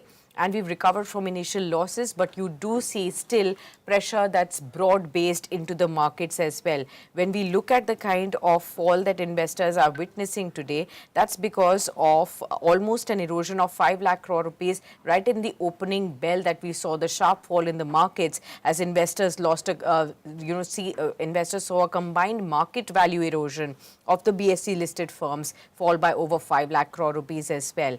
Now, why are the markets under pressure? Remember, there are 3 to 4 key reasons why the markets have been under pressure. We've been seeing global market sell-off, of course, weakness across global equities, a risk of sentiment that's again being seen. South Korea's Kospi down by 9%. Somehow trading halt was also imposed there. Japan's Nikkei fall by 4%. Hong Kong and China declined by over 1%. We've also seen this is all as an aftermath of Friday's sharp fall on the Wall Street indices like the Nasdaq that plunged by 4%. Biggest fall since last year is what we've seen on the Wall Street indices. There are further hopes of the Fed rate cut hopes that are fading, and that is really leading to this kind of a sell-off that is being seen.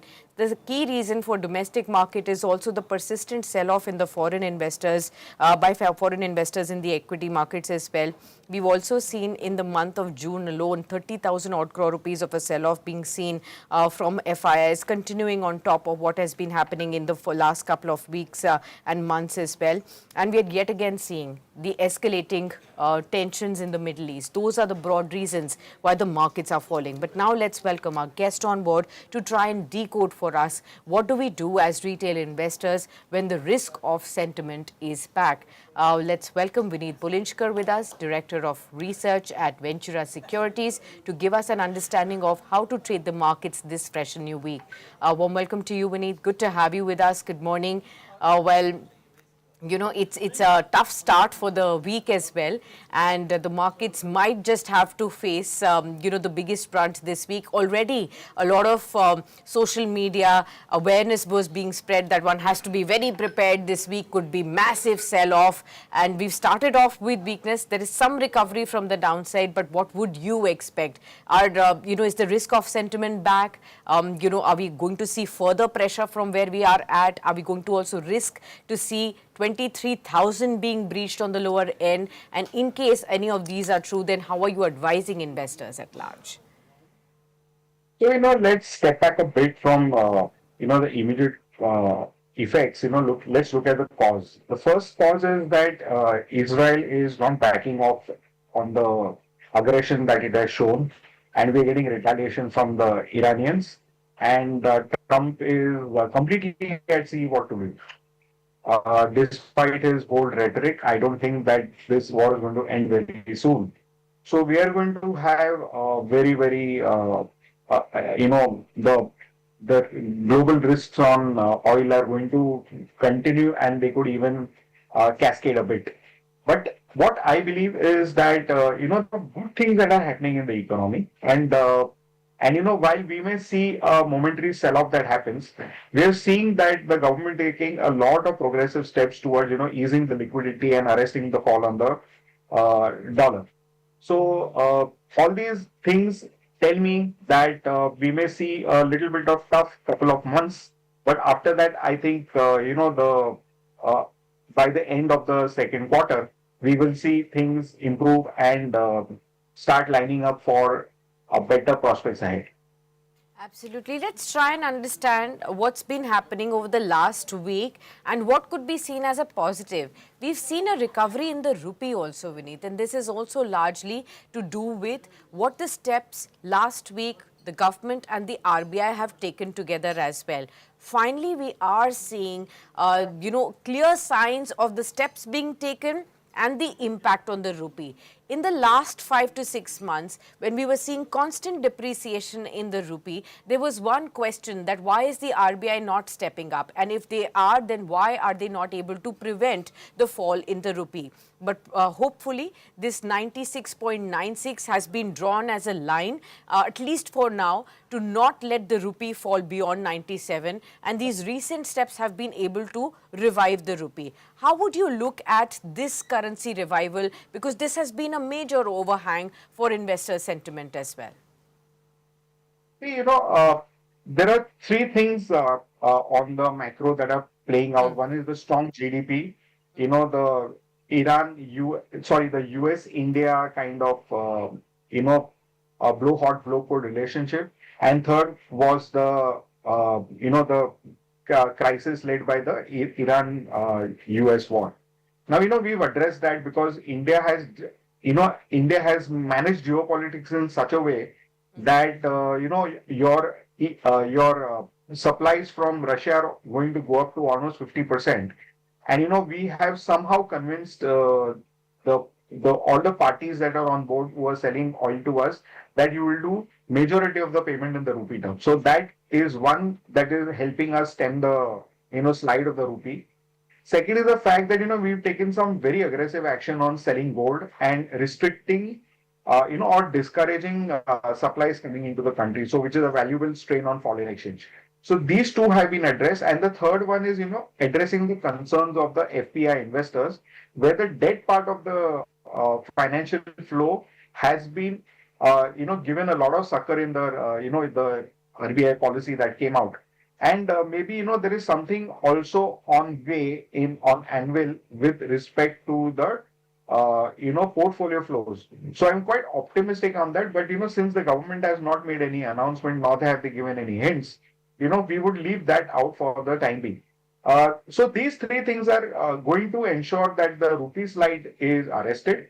And, we will slowly see the rupee, move back to the 92, 93 levels, with most of the things remaining constant. Apart from that, what is happening is that the dollar is under severe stress, and we could see the dollar also appreciate quite a bit. So it's going to be a twin effect of weakening of the dollar and steps taken by the rupee to arrest the flow.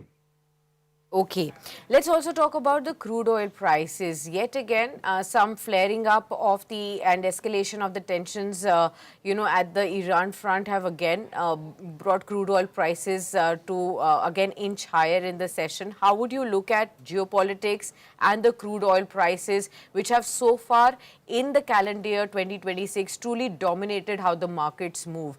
It is these two factors that have led to a lot of underperformance of Indian equity markets vis-a-vis what we have seen in either other emerging markets or in developed markets as well. How are you seeing these two factors, and where are they headed going forward, and what would you see in the markets on the basis of these? See, we have to understand one thing, that the Khomeini regime had created a generation of fanatics. And, couple this with the Pakistani terrorism situation, a country like Israel, which is such a tiny country, can ill afford these pack of wild dogs, you know, uh, running amok. So they have one simple policy is that they have to stop this existential threat, and that is of the nuclear uh, uh, overhead that they see coming on them, especially from the Iranians. So until this is not addressed and these fanatics are not, kind of, neutralized, I do not think that the Israelis will buckle even under whatever the US wants to do. And the US, because of its dealings with the long-term relationships that they have, will ensure that this blow cold relationship or the skirmish that is happening in Iran will continue. So oil prices will remain elevated, and one thing that we have to be really concerned about is the fact that even the SPIs of the Europeans are also now reaching critical lows. So the oil could kind of boomerang and do 120, 130 in the short run. Okay. Now, when we look at the current oil prices and the impact on inflation, that is a key risk across global economies and for India as well. On top of that, we are also looking at, lower monsoon season, El Nino effect. All of that combined is putting the biggest risk on higher inflation prices in the second half, which will also be the festive season at large as well. Already, because of what has happened so far, we are looking at various industries, FMCG, retail car companies, paint companies, they're all raising the prices to mitigate the impact of the kind of cost inflation that they have had to incur so far. And all of this will also reflect in the coming up quarterly earnings as well. So how are you looking at the inflationary aspect? What the resultant global banks, central banks position will be? Looking at that, we are already looking at the fading hopes of rate cuts, higher for longer kind of rate scenario, hikes coming in across the board. This time around, the RBI kept it on a status quo space, but he's also talked, the governor has also talked about the inflation risks that we are staring at this point in time. So how are you looking at those factors evolve for the markets?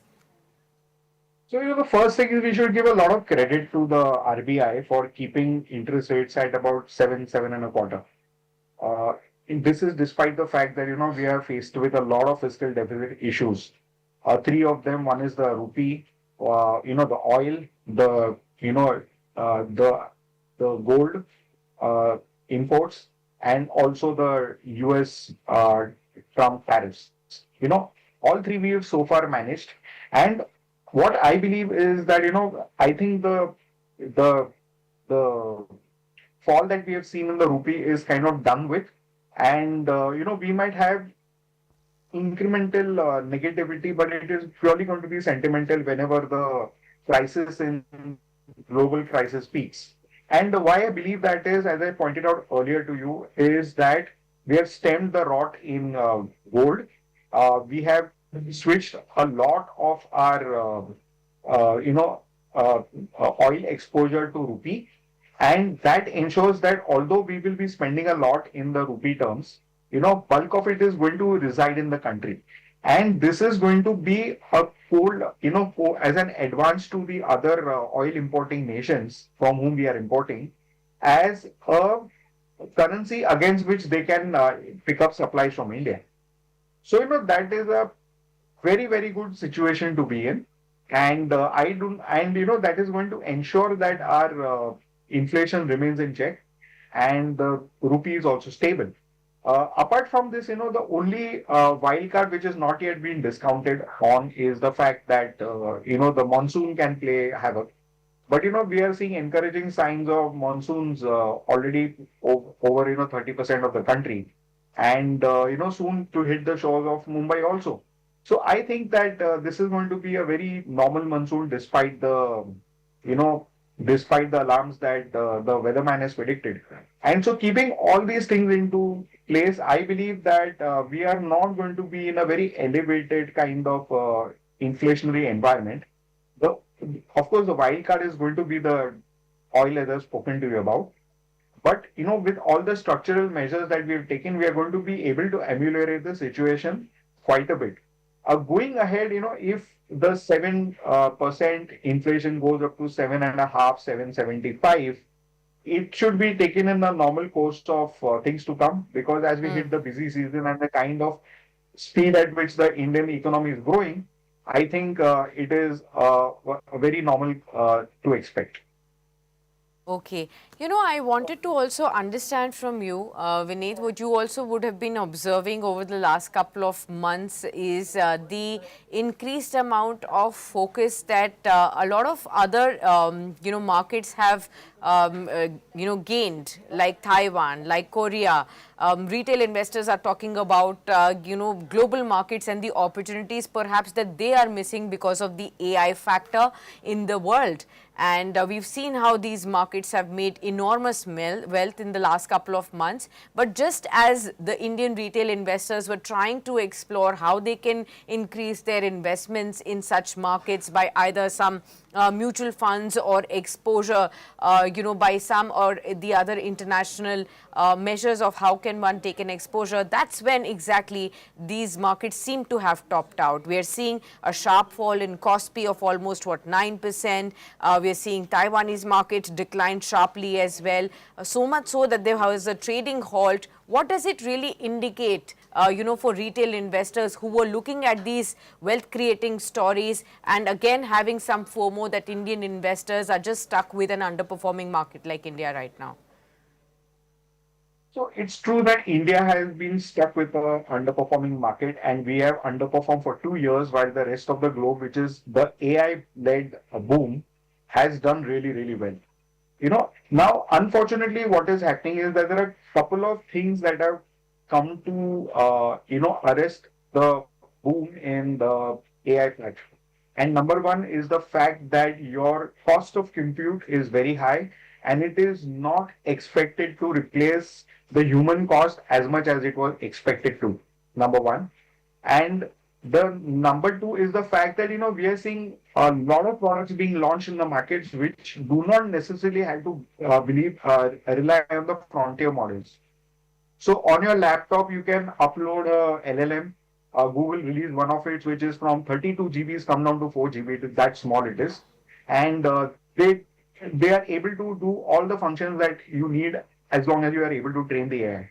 So, from a large language model, we are now moving to applications which will sit on your desktop, and this is going to be a revolutionary change that is going to happen. So, because of this, what is happening is that the AI-led compute could take a breather for some time, and where we have kind of lagged on this market, we will see India kind of start outperforming while the other, and start to catch up as the other AI-led markets take rest.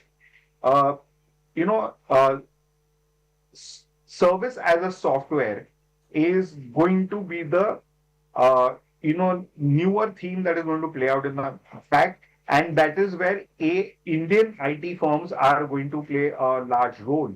So to that extent, depending upon how well we play this growth story going out, is going to be the kind of a factor where Indians will start seeing that they have not been left out, but it was a late catch up for them.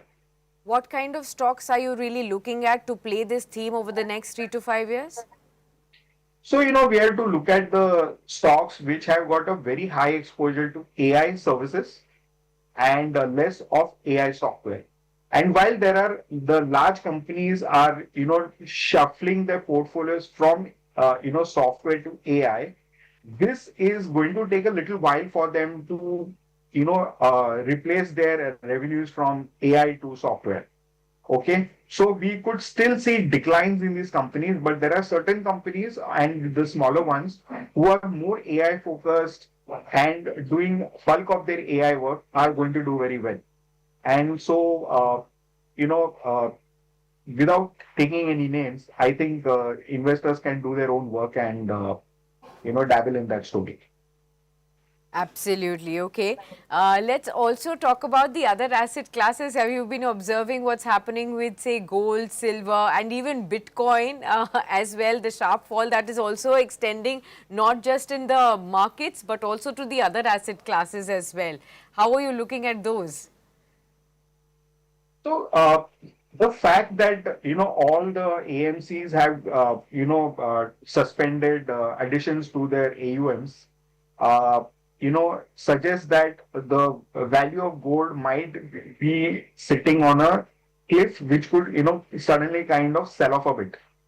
We've also seen a few countries, book their central bank reserves, like Russia did some. Earlier to this, Turkey had done some. And, there are some one or two names which I might be missing out, are also taking a little bit of a kind of a breather. And, keeping this and this overheated gold market, I think,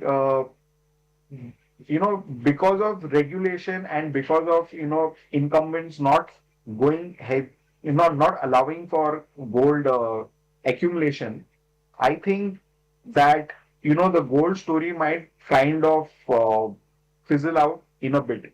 That is not to say that the gold story is done with. There is a super gold market that is going to boom, and the trigger for that is going to be mayhem that is unleashed by the US, their fiscal deficit improve. So remain invested. There could be some sell-offs, okay, but as and when this sell-off cools, I'm sure that the government will allow relax measures on the duties, as well as domestic AMCs will go long again on this trade. Absolutely. Let's also try and understand then where to look for opportunities if one still has an over 2-year time of a horizon for the markets as well. As you are also pointing out that the long-term story remains intact. So how should investors be really looking to form their portfolios at this point in time? Those that have been seeing portfolios bleed for some time now and have been holding on since patience, but those that have fresh cash available, what should they do with the money? Where should they smartly strategize so that over the next 2 years, when the markets rebound, they're in the right side? The biggest eye-opener to the mega trend of AI that is playing out is obviously the $30 billion deal that was struck for, data centers. So obviously data centers are going to be big, and you're going to see this theme pick up very significantly. Second is, our chip manufacturing one by one is now going to start, monetizing. We have nearly a dozen odd, incumbents who are going to roll out their first revenues. Second is the fact that, to support these two endeavors, you need a lot of compute power. And with compute power, the electricity theme is going to continue to play out. And amongst these, the biggest theme is going to be the transmission theme, because we are really short on supply of transmission. So all stocks related to this theme are going to play out. Third is, if you take another theme, which is the energy, which is going to remain elevated, we are going to have a host of companies from the fossil fuel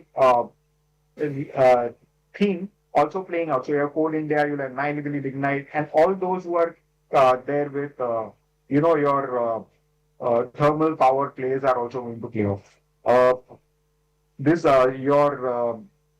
Pharma story is also looking very, very brilliant. So, just to give you an example, which is not pointed out significantly, is that Russia is buying huge pharma products from India, given the fact that, they're in a crisis environment, given their continuous war with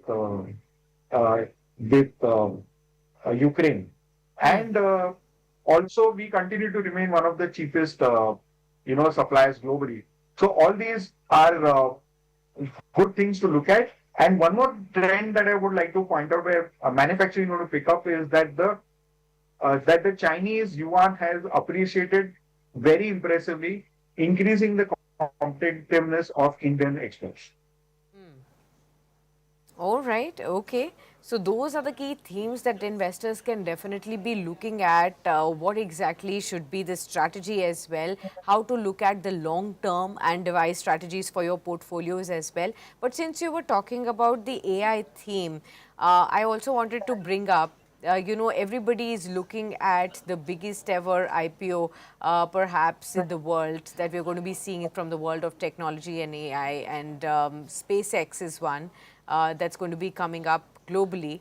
And retail investors in India are finding out whether they are going to be missing out this opportunity completely. SpaceX, then Anthropic, OpenAI, they're all lining up for some of the biggest IPOs that we have seen for decades on Wall Street as well. So these are the biggest ever private valued companies. These are the companies that everybody has come to know of, the kind of business that they are doing and the kind of hopes that they have ignited in terms of what the AI world can offer going forward from here. So when everybody is aware about it, everybody wants to know whether they can participate in the biggest AI story. Is it a story to track? Are the valuations too steep? Is it a trap? Is it going to be something that investors are going to be missing out completely? What's your thought from an Indian investor perspective? How do you look at these big tech AI companies coming up with IPOs? So, whenever you look at their valuations that they are offering, they're absolutely stratospheric. And, I fail to, at my shortcomings, and I'm not able to analyze the bull market in these stocks. Valuations are definitely uncomfortable, and I am not going to be a buyer in any of these stocks. But I think one trade that can play out very well is going to be Anthropic. Surely, from the fact that Anthropic is an anthem for AI developers, and I think that Anthropic should do very well. And amongst all the news IPOs that are lined up in the US markets, I think, in my opinion, Anthropic is the one that will outshine everyone. Okay, got that. But on the immediate term, if I have to ask you, Vineet, like over the next 6 months, for people who have short-term horizon, where do you see the rebound first in the markets? What should investors be looking at? Of course, we will be looking at the festive season start in about 2 to 3 months from now. But we are also going to be looking at a lot of challenges, on the economy front as well. So where exactly do you find the opportunity for the short term? By the end of the year, where should investors be invested so that they are at least in the positive, better off than the Nifty underperformance for sure? I think it's going to be the electrical theme that I spoke to you about. And I think the infrastructure theme is also going to play out very strong. Okay. Infrastructure is going to be the theme. So, electrification, electrical AI infrastructure, and the AI infrastructure. I think these are three themes that both in the short, in the long term, and not to forget that the drones manufacturing story. I think we've got $2 billion of drone orders that are being rolled out in the short run. Some of the top drone manufacturing companies barely do 1,000 crores of revenue. And, many of these drone companies trade anywhere between 10 to 15 times multiples. So there is a lot of steam left in these companies. And be sure that over the next few years, I think some further $1 billion orders will be announced in manufacturing, because, countries like Bangladesh are also building factories for drones, which are, each doing annual revenue of about 500 crores. That is the potential of these businesses. So drone is going to be a very strong story. And it has been proven in the last 3 wars that have played out. You talk Ukraine, you talk about the Azerbaijan-Armenia war, or you talk about the Gulf War, that drones are going to be the go-to strategy for self-defense.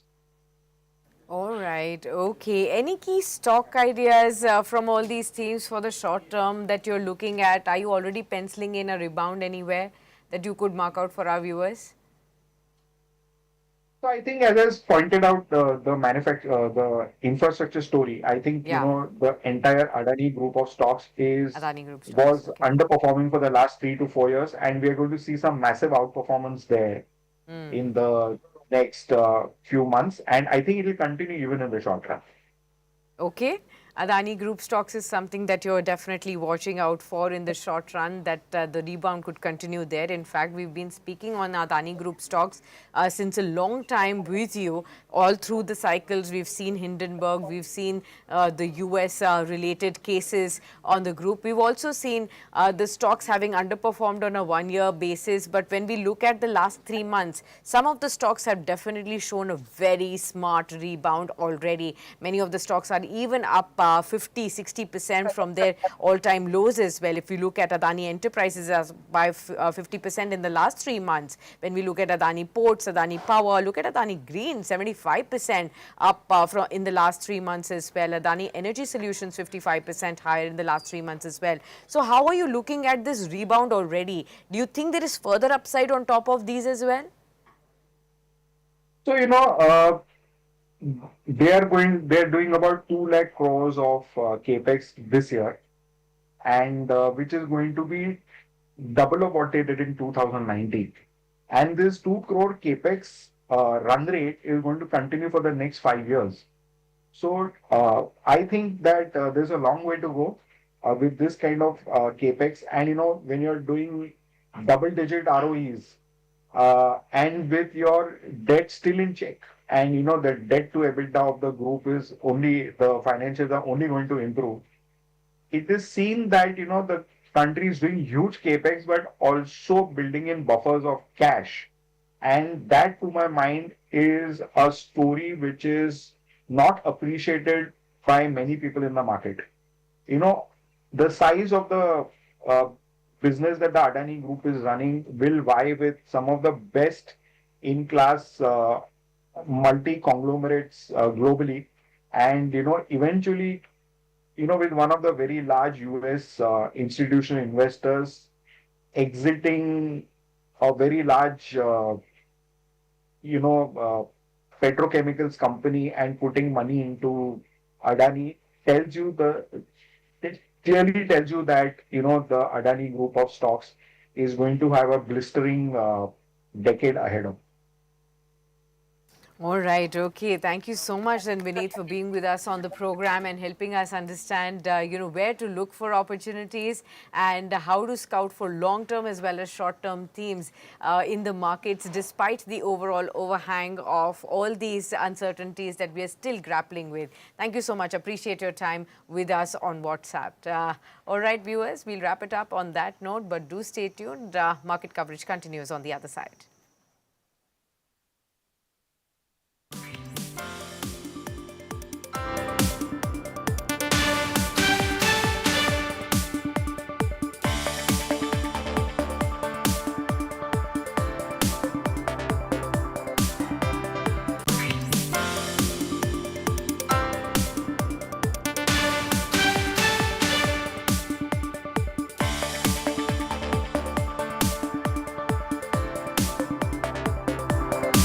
It's a pleasure to address this distinguished gathering of market participants, issuers, investors, and leaders of our financial ecosystem. Let me begin with a simple question. When we say India rising, what does it really mean for each one of us in this room? Is it about higher GDP numbers, better infrastructure, or is it something deeper, a shift in how India saves, invests, and creates wealth? Because at its core, India's growth story today is not just about economic expansion, it's about formalization. It's about the financialization of savings, and importantly, it's about trust in institutions. We are living in uncertain times.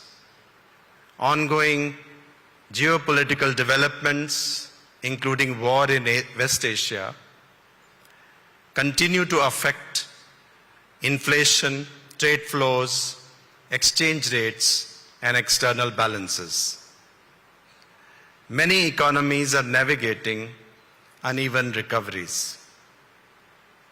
And yet, amidst this uncertainty, India stands out for its resilience.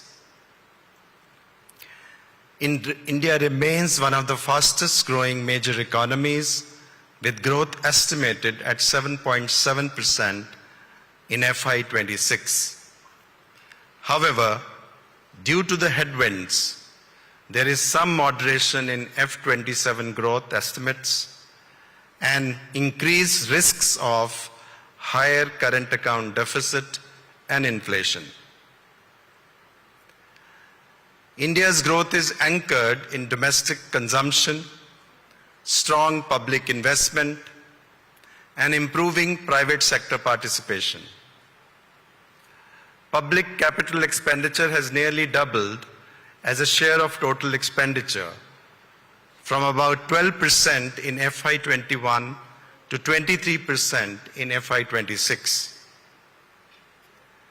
Rapid improvements in physical connectivity such as roads, railways, ports, airports, and rural and urban mobility act as important growth enablers.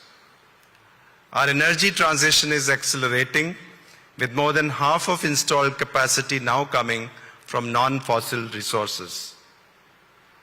And our digital public infrastructure has become a global benchmark, enabling inclusion, reducing costs, and strengthening governance. Investments in telecom connectivity, data centers, supply chains for electronics and semiconductor manufacturing, and battery storage have become building blocks for a digital AI economy. So yes, India is rising. But growth alone doesn't create prosperity. Growth must translate into opportunity, opportunity into investment, and investment into wealth creation. This is where capital markets play a defining role. They are not merely reflecting India's growth, they are enabling it. They connect household savings with enterprise. They bring global capital into domestic opportunity. They convert economic momentum into investable assets. And the scale of this transformation is significant. In FY26, our equity issuance crossed 4.5 trillion rupees. IPO activity remained strong with 366 issuances, raising about 1.9 trillion rupees. Corporate bond issuances exceeded 9 trillion rupees.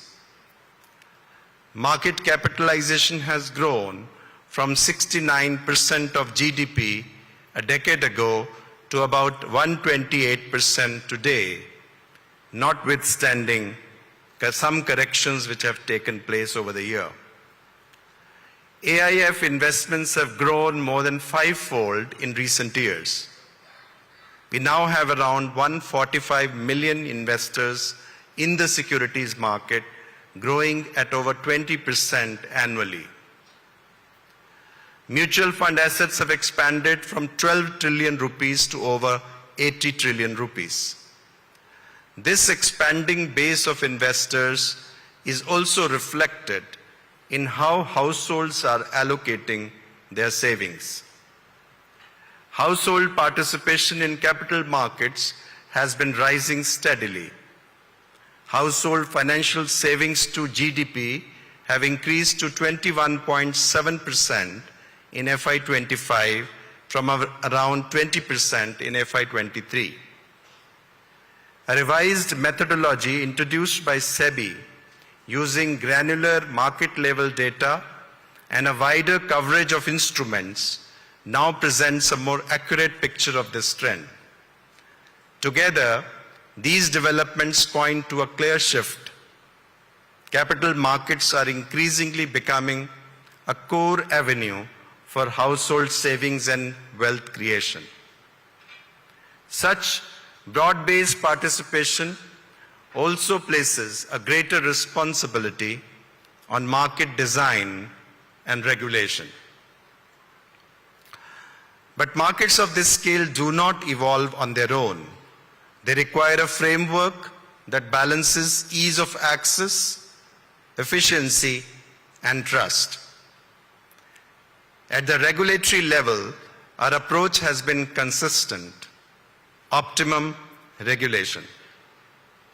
Regulation that protects investors, preserves market integrity, and enables growth. Because growth becomes investable only when access is simple, processes are predictable, and markets function smoothly. Let me briefly touch upon this approach, how this approach has translated into action. Let me first come to capital formation. We have significantly improved the efficiency of capital raising. IPO timelines have been reduced, rights issues have been made faster. Listing norms have been rationalized to enable large issuers to list without immediate dilution pressures. We have also enabled companies undertaking reverse flipping to access markets more seamlessly, including allowing founders to retain ESOPs granted prior to IPO filings. Anchor investor norms have been broadened to allow participation from large FPIs operating multiple funds, helping deepen institutional participation. On the debt side, the corporate bond market architecture has been strengthened. The electronic book provider platform has been expanded to include issuances by REITs and InvITs, improving transparency and efficiency. In pursuance of budget announcement, a working group is sorting out operational details to introduce market-making framework to improve liquidity in corporate bond market. Additionally, SEBI and RBI are working together to introduce derivatives on corporate bond indices. Easier access for global capital. We have taken several steps to facilitate foreign investor participation. The Swagat framework provides a single window, streamlined onboarding experience for trusted investors. Regulatory requirements for FPIs investing in government securities have been eased. Processes have been simplified through standardized forms, digital signature-based document submission, and tracking mechanisms. We are working with custodian banks and RBI for further substantial reduction in the timelines for FPI registration and onboarding. Operational efficiency will also improve through measures like net settlement of funds, reducing costs and operational friction.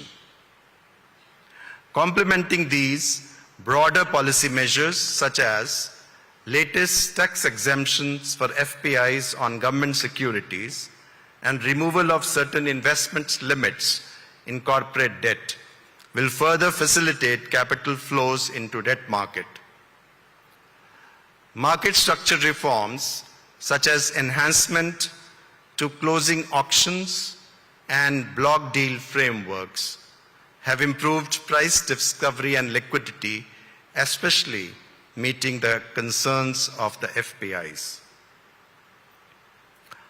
Let me come to alternative investment ecosystem. In the AIF space, we have introduced a calibrated facilitative framework. We have enabled regulatory flexibility for accredited investor-only schemes and permitted encumbrance structures in infrastructure investments to support long-term financing. A fast-track mechanism has been introduced to reduce time to market for fund launch. We've introduced lighter compliance for inoperative funds, flexibility in retaining liquidation proceeds in specific scenarios, and dematerialization of AIF units and investments. Equally important has been our focus on ease of doing business for intermediaries. We have comprehensively reviewed the stockbroker regulations, making it simpler, clearer, and more aligned with evolving market practices. Operational flexibility has been enhanced, including allowing diversifications into activities regulated by other financial sector regulators. Compliance has been streamlined through initiatives such as common reporting platform called Samuhik Prativedan Manch, eliminating duplication across exchanges.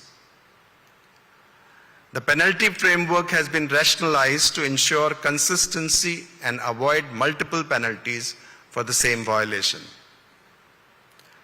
We have also introduced a calibrated framework for addressing technical glitches, focusing on material risks while easing the burden on smaller brokers. The objective across all these reforms is simple: reduce friction, improve clarity, and enable growth without diluting safeguards. But even the best frameworks cannot substitute for trust. And this is where intermediaries play a defining role.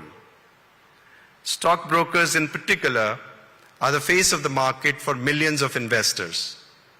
They're the first point of contact. They interpret complexity. They shape investor experience. And with that comes responsibility. Responsibility to ensure robust onboarding through proper KYC, responsibility to prevent misuse and fraud, responsibility to provide fair, transparent, and prompt service, and above all, responsibility to act with integrity, avoiding conflicts of interest and mis-selling. Because ultimately, investors experience the market through intermediaries. As markets evolve, regulation must evolve with them. We are currently reviewing the framework for variable net worth requirements for stockbrokers so that capital requirements better reflect operational scale and risk.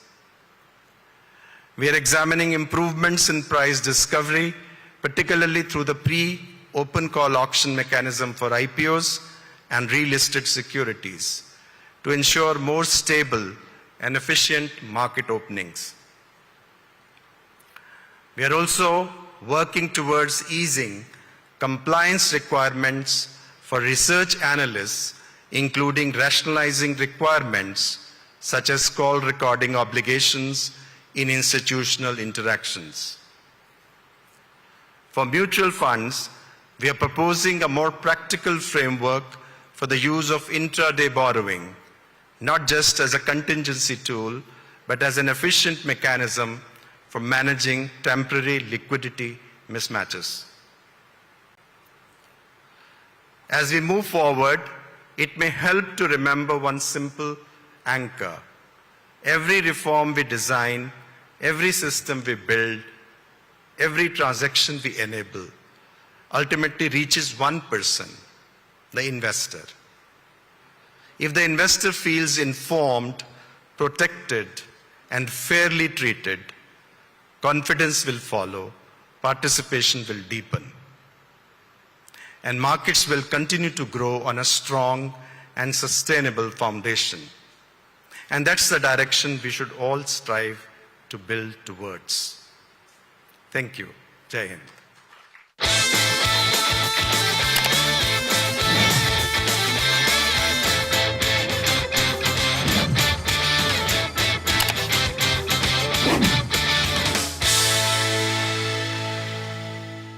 It's a pleasure to address this distinguished. From overnight global cues to live Dalal Street moves.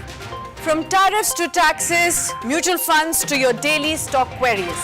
Watch me, Abha Bakaya, as I bring you the opening bell action. Watch me as I bring to you the Business Today show. Monday to Fridays, 9:05 a.m. Every weekday at 3 p.m. only on India Today.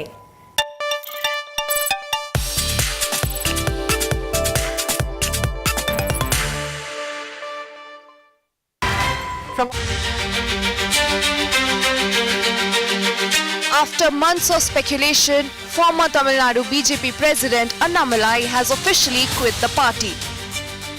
The Singam of the Tamil Nadu politics shared a video on Friday to explain his differences with the BJP, which he claimed had been growing for over 18 months. After what he described as extensive consultations with BJP leadership, he decided to part ways with the party. He has also launched a new political movement, which he says will prepare for the next round of the state elections. ஆனந்தமாக அன்போடு தமிழ்நாட்டில் ஒரு அரசியல் இயக்கத்தை நாம் துவங்க இருக்கின்றோம். இது அரசியல் இயக்கமா கட்சி இல்லையா அப்படின்னு நீங்க யாரும் கேட்கவே வேண்டாம். கண்டிப்பாக தமிழகத்தில் அடுத்து நடக்கக்கூடிய தமிழகத்தினுடைய பொது தேர்தலில் நம்முடைய கட்சி போட்டியிடும், அதில் எந்த மாற்று கருத்தும் இல்லை. அதற்கு நாம தயார் பண்ணணும். Annamalai claimed his views on Tamil Nadu politics no longer aligned with those of the BJP. However, he added that he remains grateful to the party and Prime Minister Narendra Modi for the opportunities and support he received during his tenure. இன்றிலிருந்து நம்முடைய ஒரு புதிய பாதை, ஒரு புதிய இயக்கம், ஒரு புதிய பொலிட்டிக்கல் மூவ்மெண்ட் அடிப்படையிலிருந்து ஒரு புதிய பரிமாணத்தோடு பார்வையோடு பார்க்கக்கூடிய ஒரு விதத்தில் தான் நம்முடைய மூவ்மெண்ட்டை நம்ம ஆரம்பிக்கணும். நீங்கள் எல்லோரும் சேர்ந்து இணைஞ்சு அதை ஆரம்பிக்கணும் அப்படிங்கிறது என்னுடைய பெரிய ஆசை.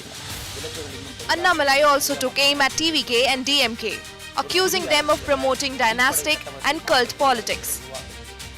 He said politics should provide opportunities for everyone and called for an end to personality-driven political culture. தமிழ்நாட்டில் இன்னைக்கு ஒரு அரசியல் கட்சி வேணுமான்னு கேட்டீங்கன்னா கண்டிப்பா வேணும். அதில் எந்த மாற்று கருத்தும் இல்லை. தலைவர்கள் எப்படிப்பட்டவர்கள்? நாம எல்லாருமே காமன் மேன் பொலிட்டீஷியன்ஸ். பக்கத்து வீட்டுக்காரங்க மாதிரி தான் மக்கள் நம்மளை பார்க்க போறாங்க. தூரத்துல இருந்து நம்ம கை காட்ட போவது கிடையாது. இந்த கல்ட் பாலிடிக்ஸ்ல இருந்து வெளியே வரணும், ஒரு காமன் மேன் பாலிடிக்ஸை முன்னிறுத்தணும். Soon after Annamalai launched his We the Leaders movement, several leaders announced their departure from the BJP and expressed support for his new initiative. The state BJP hit out at Annamalai. You think Annamalai is leaving BJP is a loss for the party? There is no loss. Meanwhile, Vijay's TVK said Annamalai is free to contest the next elections and test his political strength. Anyone can create their own party and form their own party. So they have their own freedom and space. With the launch of this new movement, the big question now is whether Annamalai can emerge as a genuine alternative in Tamil Nadu politics or become another political experiment that struggles to translate popularity into votes.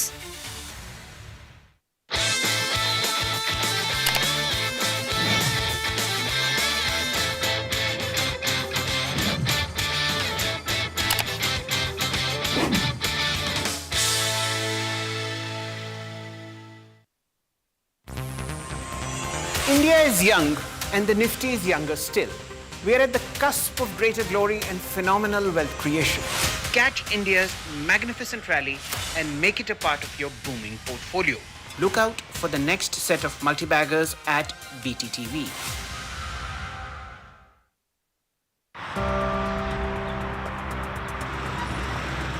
Life appears normal in Tehran.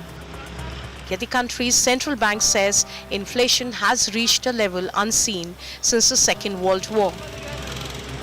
The shaky ceasefire with the United States and Israel is tipping Iran over slowly.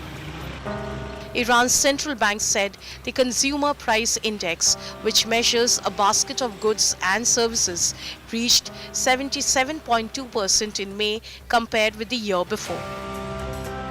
The rate is 8.5% higher than in April. Miles and oceans away, Wall Street stocks pulled back from record highs on 3rd June as flaring tensions in the Middle East and rising crude prices stoked inflation jitters and convinced investors to take some profits. All three major US stock indexes closed in negative territory. Coming into this year, energy prices mid-60s per barrel for West Texas crude. Energy companies could make profits there, but not huge profits. It probably wasn't a significant part of anyone's portfolio. Now we see days like today where energy is the strongest, and it keeps moving as all of us try to predict what the resolution is in the Mideast and how long it goes on.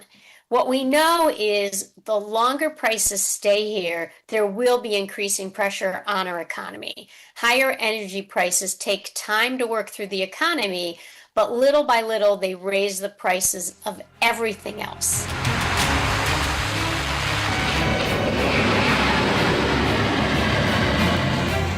The escalating military conflict involving Iran, Israel and the United States has plunged the Middle East into unprecedented turmoil, triggering severe economic shockwaves worldwide following Iran's total blockade of the Strait of Hormuz.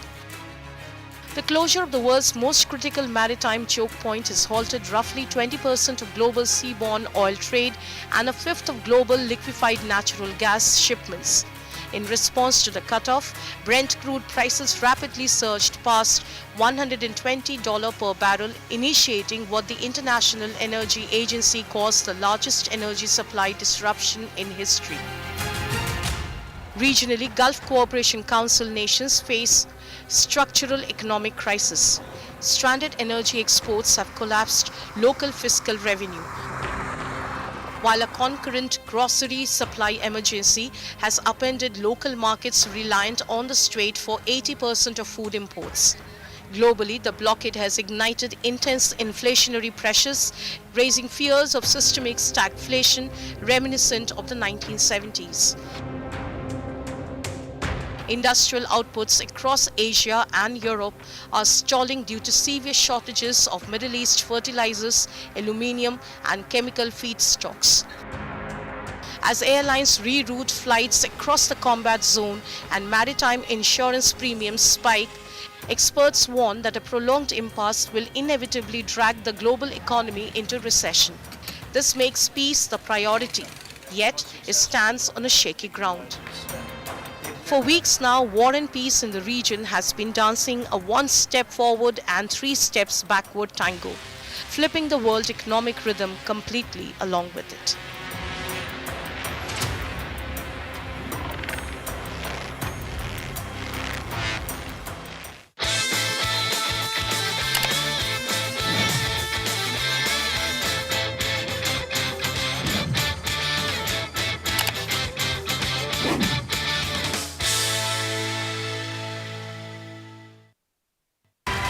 From overnight global cues to live Dalal Street moves. From tariffs to taxes, mutual funds to your daily stock queries. Watch me, Abha Bakaya, as I bring you the opening bell action. Watch me as I bring to you the Business Today show. Monday to Fridays, 9:05 a.m. Every weekday at 3 p.m. only on India Today.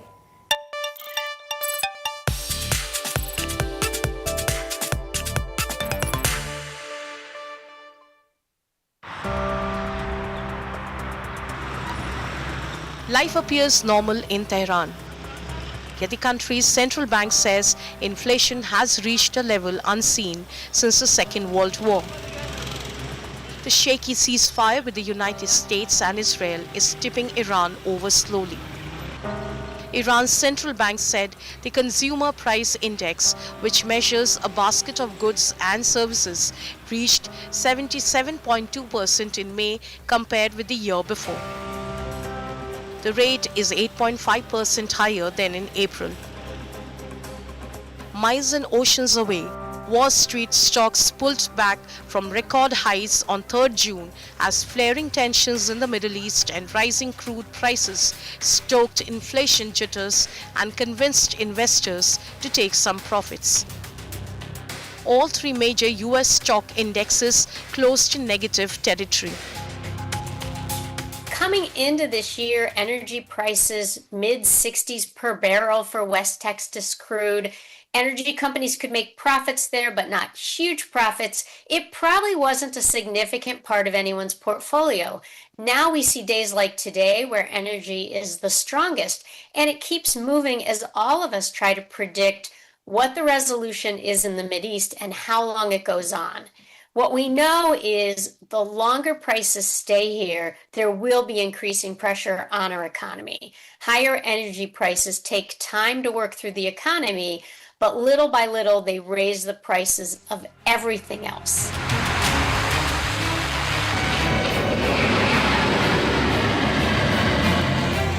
The escalating military conflict involving Iran, Israel and the United States has plunged the Middle East into unprecedented turmoil, triggering severe economic shockwaves worldwide following Iran's total blockade of the Strait of Hormuz.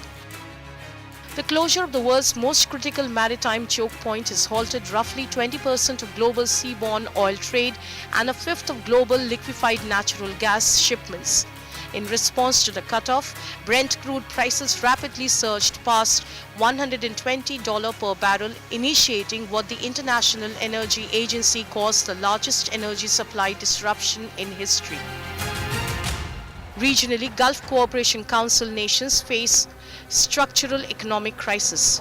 Stranded energy exports have collapsed local fiscal revenue, while a concurrent grocery supply emergency has upended local markets reliant on the strait for 80% of food imports. Globally, the blockade has ignited intense inflationary pressures, raising fears of systemic stagflation reminiscent of the 1970s. Industrial outputs across Asia and Europe are stalling due to severe shortages of Middle East fertilizers, aluminium and chemical feedstocks. As airlines reroute flights across the combat zone and maritime insurance premiums spike, experts warn that a prolonged impasse will inevitably drag the global economy into recession. This makes peace the priority, yet it stands on a shaky ground. For weeks now, war and peace in the region has been dancing a one step forward and three steps backward tango, flipping the world economic rhythm completely along with it.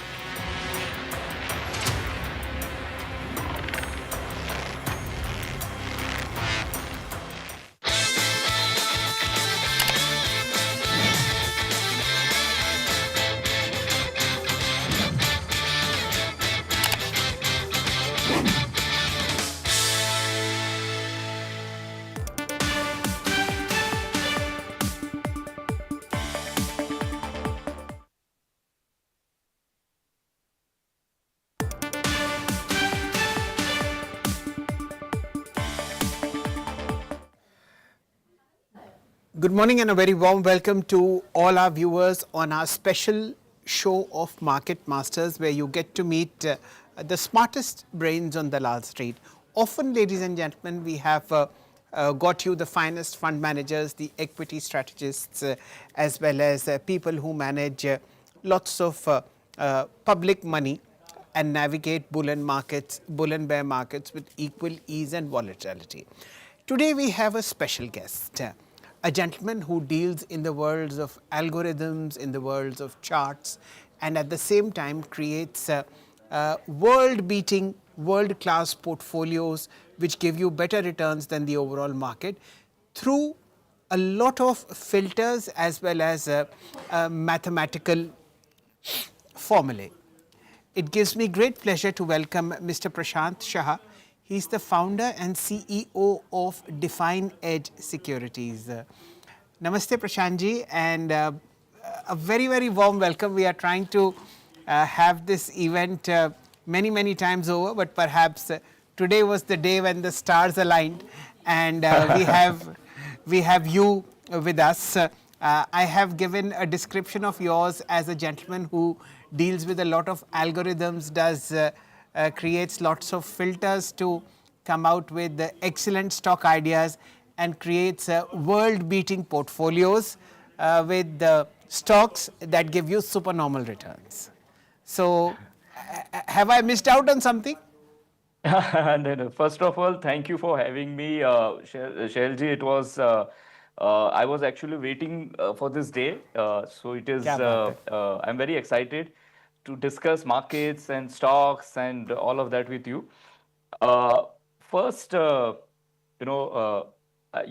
introduction was very kind. Thank you very much for that. It's more of, empowering. Hello, am I audible? Yes, Prashantji, you are audible perfectly. Okay, thanks. So yeah, I mean, thank you very much for your kind introduction. This is like my work is I'm more of a data-driven person. I work on algorithms for creating portfolio strategies, trading strategies, etc., and kind of try to empower retail traders and investors also to do that. Yeah. Okay, so we will be focusing on the investing part of creating portfolios where you get very strong returns based on mathematical formulae. Let us, Prashantji, first understand your worldview. I just want to find out how are you looking at the markets. Today we had a 300-point gap down. We are at a multi-month low, and all sorts of all sorts of supports are now breaking down. People are very, very, apprehensive about what the overall markets may have in store for them. What is your view? So, Shailji, if we look at data, what is happening in market right now, I'll talk in terms of, very simple chart indicators. Like Nifty is trading well below, it's all moving averages, right? Short-term moving averages like 20-day, 50-day, 100-day, 200-day moving averages. So that clearly shows that downtrend. On noiseless charts, point and figure chart that I practice a lot, there is an open count of 22,600 to 22,500. And I see that as a possibility. But overall structure is kind of different. On relative strength chart also right now, gold bonds are outperforming. But again, see, if you look at data from April till today, Nifty has given somewhere around, somewhere around 5% down. In the same period, micro cap stocks, the micro cap index or small cap index, they are up by about 25%, 20%. Mid cap is up by around 15%. In fact, even Nifty next 50, that has also given a returns of around 15%. In last 1 month, when Nifty is somewhere around 5% down, micro cap is more or less positive 1% somewhere here, and the other indices are also kind of flat. And very interestingly, 42 sectors from the 46 have outperformed Nifty in last 1 month, and most of them are positive. So that clearly shows that right now it is a very stock specific approach that will work. Maybe index will correct more from here, but and right now we have some negative news around us, but stock specific approach will work. And if you have sector specific approach, that if you have some kind of top down approach that you select, you look at what is happening right now on a sectoral basis, and then you look at the stocks. So that kind of approach should do well in the current scenario. Prashantji, what could be the reason where indices such as micro cap 250, Nifty next 50, mid cap 100 index, all of them are beating the Nifty, yet we have strong rallies in many dozens of stocks, but overall market is bearish. Why is this happening? So if you break the Nifty, I mean, see, most of us look at Nifty 50 stocks, which is like large cap stocks. But if you see the overall structure of market, even if I say top 750 companies, we can divide it in, let's say, large cap, mid cap, small cap, micro cap. And over the years, I've seen that, this segment wise performance makes a lot of sense. It is not always that there is a broad based rally, all the stocks will perform. There are periods when large caps will outperform. There are periods when these stocks will outperform small cap, mid cap. From 2021 to 2025, kind of mid 2025, all this, the mid cap, small cap, they have outperformed very significantly. And on the large, higher time frame charts, on the monthly time frame charts, there's a significant breakout. It's an all-time high breakout on relative strength chart. Relative strength is when we compare these indices with Nifty. So we can see that these stocks are outperforming large caps. And there could be multiple reasons even for the mutual fund houses. These indices are like benchmark. When Nifty mid cap is outperforming, they'll focus on the mid cap fund and so on. So right now on relative strength chart, there's a significant outperformance, and in periods like this, I mean, we should know as an investor, as a trader, on which segment we should focus on. And this study like relative strength can help us identify those spaces. Okay. Now let us, you've mentioned that 42 out of 46 sectors have beaten the Nifty in the month of May. What are the sectors and spaces where you see relative strength is stronger than the rest of the market? Where would you advise investors to put in medium to long term money? Yeah, so right now it is, when I say there are multiple sectors outperforming, there are some stocks contributing in multiple sectors. Right now I'm very bullish, and the market also shows healthcare sector is doing really well. Healthcare and mid-small healthcare or pharma sector. So for example, in healthcare you have Laurus Lab, Zydus Life, Fortis, these are doing well. And in mid-small, you have Walk Pharma and Gland Pharma, things like that. And these are the stocks in the pharma sector as well. So that sector is doing well and expected to do well in the near future, because there's a strong breakout in relative strength charts and price charts. The second sector that I'm looking at is metal sector. Here there are, of course, led by Adani and Velcorp, but there is a significant breakout in the stocks of this sector as well. Then there's a defense sector, which is expected to do well, and in the medium term, capital market and PSU bank. Okay. So these are the 5 indices, ladies and gentlemen, which you need to keep in mind. So Prashantji, how do you narrow down these 5 indices? What were the filters that you used to find out that these sectors are in strength versus what?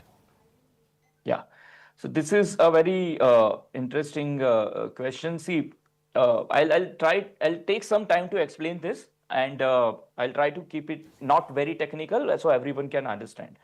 There's a concept called momentum investing. It's a very well proven method and a scientific way to identify stocks. So I'll tell you the filters that I'm using to identify these sectors and the stocks of these sectors. First is the stock. Let's say our universe is top 750 stocks. This whole universe includes large cap, mid cap, small cap, micro cap stocks. Then we identify, or we shortlist. We'll apply some filters. Our first filter is stocks should be maximum 50% away from its 52-week high. It shouldn't be more than that, right? So overall stock is in momentum. Second, stock should be about 200-day moving average. So long-term trend is up, even though there is some kind of correction in the stock. Overall trend is very bullish. We will not invest in stocks trading below 200-day moving average. These are very basic but very effective filters. Then third is we have done a lot of work in noiseless charts. So we apply some filters of noiseless chart. You can call it proprietary filters. And on that basis, we apply some short-term trend filters. That stock should be bullish in short term and medium term compared to its volatility. So those filters we apply. Then there is a ratio chart or relative strength chart. The stock should be bullish. Stock should be above 200-day moving average on ratio chart as well. So these are the basic filters to identify stocks from the whole universe. Then there is one filter on a market level. So Nifty itself, if it is we can have different portfolios, of course. There can be a portfolio for small cap and mid cap. So our benchmark index, for example, Nifty here, should be about 20-day moving average. So it should be bullish. Then only we will, filter our stocks and invest in it. So once we get the list of stocks, we will rank them. We will rank them based on their performance of last 1 year. So that 1 year, there are roughly around 252 trading sessions in 1 year. So we will calculate the 252 return period day return of each stock and rank them. And let's say we are creating a portfolio of 20 stocks. Our first 20 stocks, it will be our portfolio stocks. So it is like, we are making them run in a race. It's like that analogy. And the first 20 stocks of that race, that's part of our portfolio. And then we'll rebalance this portfolio every month. Once in a month, on a fixed date, we'll rebalance this portfolio. On the rebalance date, we will see the current top 20 stocks. The stocks which are already in our portfolio, we'll keep them as it is. The stocks which are not in our portfolio but not in top 20 now, we'll remove them and we'll enter in the stocks in momentum now. So with this method, our portfolio will always have stocks which are in momentum, and those are that way our portfolio can outperform the overall benchmark significantly over a time.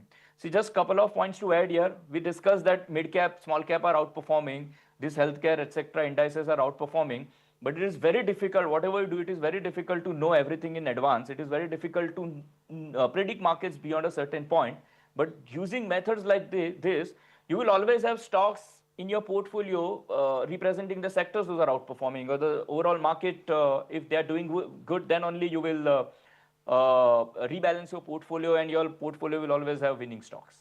Okay. I hope I have been able to explain. Yes, it's very clear. We were able to put this down in graphics also. Prashantji, a couple of questions. Meantime, PCR, I'm requesting you to please show the 10 stocks that we have filtered out based on this 7-8 step process which Prashantji has highlighted. Those stocks will now keep on appearing on your screens. You may note down, or I will just put them on Twitter in a short while.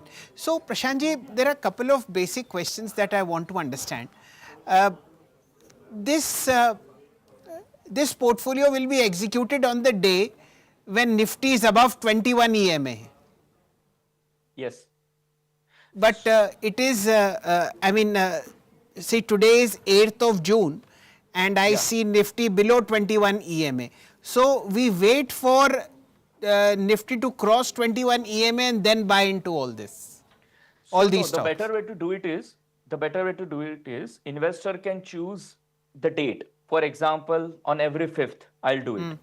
Okay. On the 5th, if market is about 20 period moving average, then only you create this portfolio. Then you look at it only on the next 5th. Even if market goes below 20-day moving average, whatever happens between the month, we'll not look at it. Then on next 5th only, then if market is about 20-day moving average, then you create portfolio, otherwise you don't.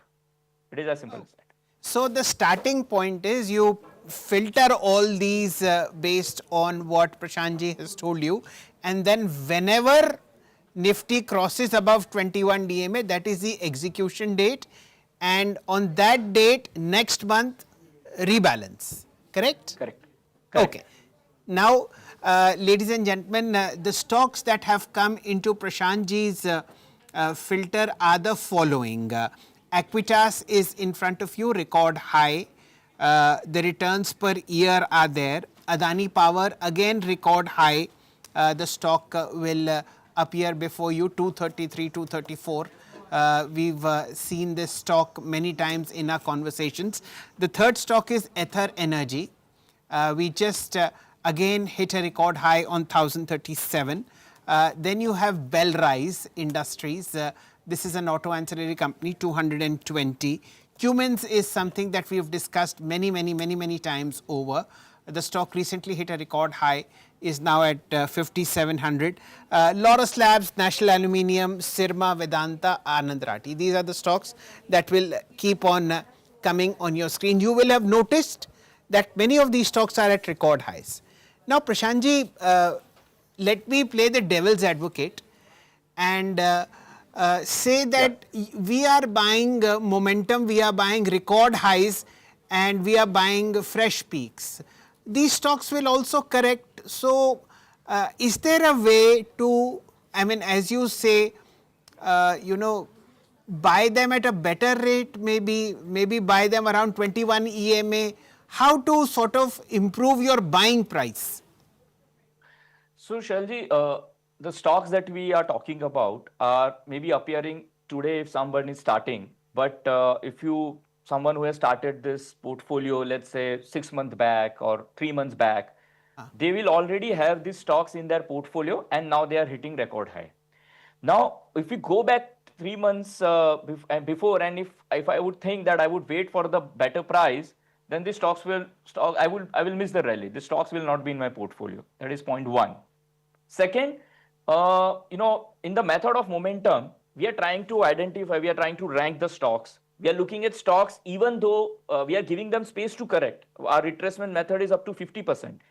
So this basket, our portfolio basket, will also have stocks which have corrected from the recent high, so we get better entry level. We have applied those filters. But this price discovery depends on the market. At times, like situation like this, lot of stocks from the portfolio have gone out. They were not performing. They are out from the portfolio, right? And now we are left with the ones which are performing. So we'll just stick to them. We'll follow the method and we'll not think about, you know, better price as such. Okay. So you let the market do its logic, not interfere in whether the stock is at a all-time high or you know, corrected substantially. Just let mathematics, filters and logic work on this portfolio. Use this check it just about once a month and hope for the best. Yeah, absolutely. Because if you see any multi-bagger stock, and if you see the chart today and you go back and just see, they were at 52-week highs and now you'll see that it was a better price. So we don't know, right? All these stocks can even do much better from here. In this market also, they're outperforming. Yeah, so that's the logic. Prashantji, pardon my questioning, but I am playing the devil's advocate. Please. I am trying to find out, you know, chinks in the armor. Now now we have isolated 10 stocks. Let us say the investable corpus is 5 lakh rupees. So equally 50,000 rupees has to be put in each one of them? Yes. That is how it should be. Okay. And how will a stock come out of this portfolio? Say, what will happen next month on 8th of July when we rebalance this? So the method of rebalancing is we'll again apply our filters. We'll identify, let's say, top 20 stocks in the market. All right. So now we have a fresh list. Then we will compare the stocks in our portfolio if they are in top 20 or not. Right. Now here we apply little, we call it buffer. So what happens, the stock in my portfolio can have, let's say, rank 22 next month on 8th July. If I exit it, and then it is possible that after a month it again comes in top 20, so I'll have to enter it again. So portfolio churn increases. To control that, we apply a buffer. So buffer is like 100%. So my stock in my portfolio should be below rank 40 on 8th July. Then I exit the stock. Otherwise, I will keep it in my portfolio. I'll give it a room to, you know, there can be some volatility. And then if stock is below rank 40, then I'll have to exit. And then I'll enter the stock in top 20. That will be my fresh investment. This is how we rebalance. So basically you are trying to give a breather to the stock, not necessarily be very, you know, mathematically focused, because we, you know how markets work. It's not always that 2 plus 2 is always 4. It could be 3.5 as well. Okay, fine. So we know how to exit a particular stock. Prashantji, the other thing that catches my attention is that because we have seen the world of passive investing grow so dramatically in India over the last 4 or 5 years, where lots of new investors have taken fancy to ETFs. While this itself is a different topic and a separate time when you will come again, but can you also explain how medium to long term wealth can be created by having a basket of 4 or 5 ETFs, whoever is in momentum? So, Shailji, first of all, I have more than I've been in markets for more than 22 years, and with all my work, my practice, my all the experience, with a lot of conviction, I would like to recommend to all investors to have a portfolio of ETFs. It is very, very important to have that kind of portfolio. You cannot miss this instrument in your basket. See, ETFs are very popular. If you if you look at the Western markets, it's a very popular instrument. In India, it is picking up now. If in 2022 there were about 70 ETFs, now we have around 340 ETFs, and this space is growing.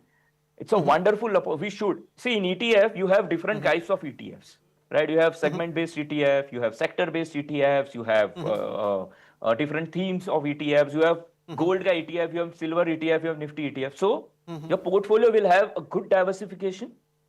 Let's say I'm bullish on mid and small cap for next 3 to 4 years, which I'm actually bullish in this space. But there's one more way to participate in this. I can buy ETF of mid and small stocks or multi-cap ETF, right? Now this is one way of doing it. Now a brilliant way of doing this, having an ETF portfolio is just the method that we talked about, the momentum method of ETF. Now instead of ranking stocks, I can rank ETFs. Let's say my portfolio can have top 5 ETFs which are doing good. If gold is doing well, gold will be in my portfolio. See, today, if I have a gold, my usual question of an investor, should I keep it? Should I exit it? What is happening in the global, what is the global scenario? All these are our questions. We don't know how to exit properly. Momentum investing helps you exiting your stocks so that you can, invest in outperforming stocks and ETFs. So basically the emotion of the decision is taken out, whether you buy or sell. Yes. Yeah. Correct. Okay. And you don't have to worry whether the 10 stocks that you buy or the 5 ETFs that you buy are at record highs. Let the market be the judge of whether a record high will follow another record high or not. Absolutely. So this mid-small healthcare I'm talking about was at record high 3 months back. And today also it is at record high, right? Correct. So let market decide. Will not see, the whole problem is we intervene. That's the whole problem. Otherwise, all the methods are good on paper, but still people are. So everything is good when you backtest, but then overall real ledger struggle.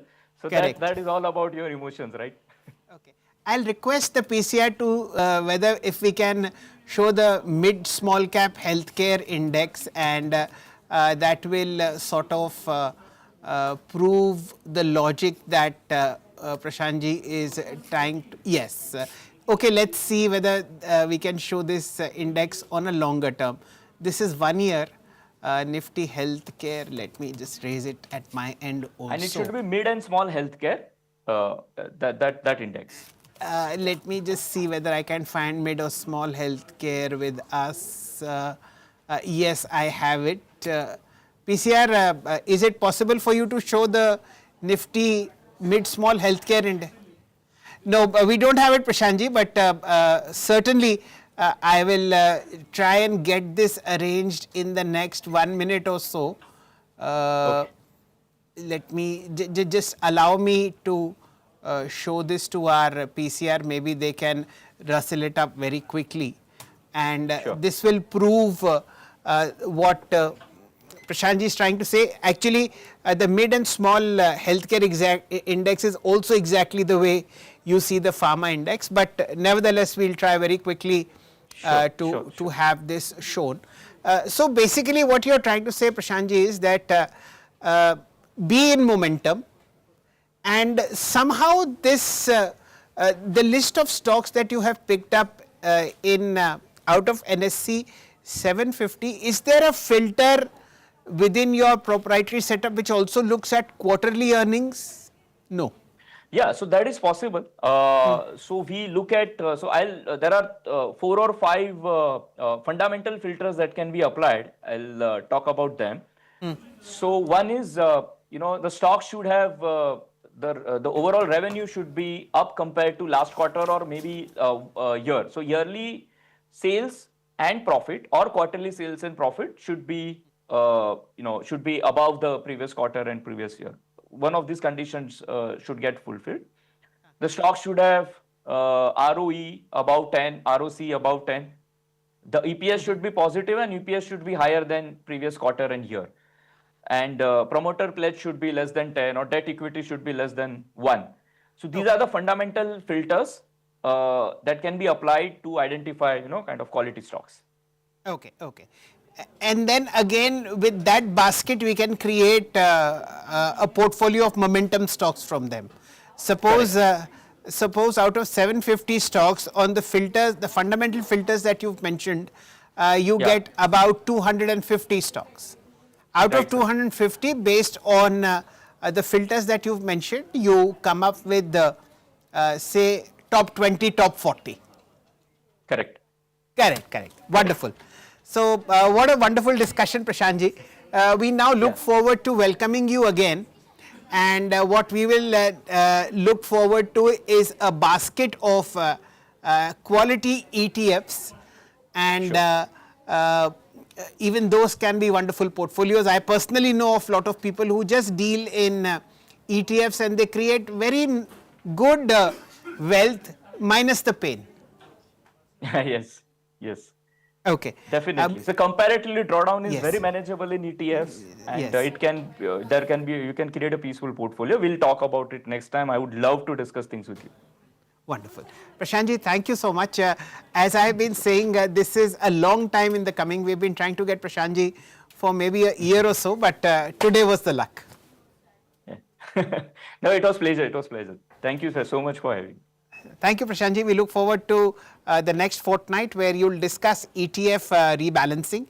And of course, on the 8th of July, we'll again try to have Prashantji to look at this portfolio of 10 stocks that we have created, how much return you've made, and what is the next process. Thank you. Please continue watching BTTV, and lots happening on the other side of the break. The Nifty is recovering very smartly, down 300 points in the morning, now down just 150. Have a nice day.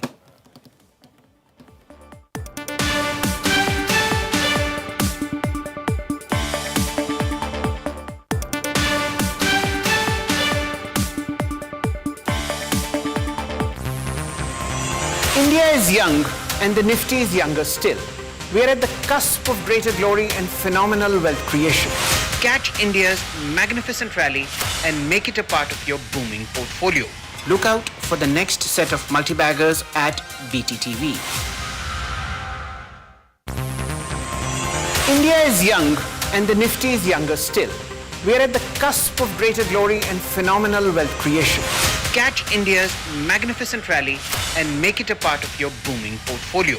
Look out for the next set of multi-baggers at BTTV.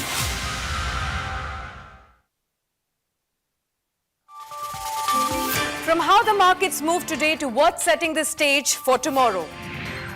From tariffs to taxes, mutual funds to your daily stock queries. Join me as I decode the biggest wealth-creating ideas for you at the closing bell. Watch me as I bring to you the Business Today show every weekday at 3 p.m. only on India Today. Presented by National Stock Exchange. From overnight global cues to live Dalal Street moves, we decode what matters for your money today. From stocks to sectors to the top business news. We've got your morning game plan covered. Watch me, Abha Bakaya, as I bring you the opening bell action Monday to Fridays, 9:05 a.m. only on India Today. Presented by National Stock Exchange.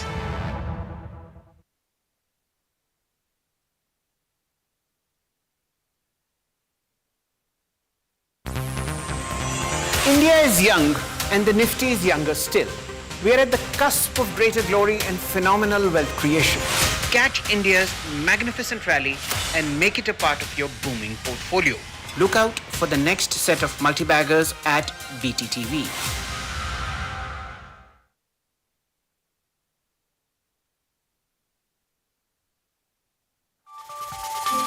From how the markets move today to what's setting the stage for tomorrow. From tariffs to taxes, mutual funds to your daily stock queries. Join me as I decode the biggest wealth creating ideas for you at the closing bell. Watch me as I bring to you the Business Today show every weekday at 3 p.m. only on India Today. Presented by National Stock Exchange.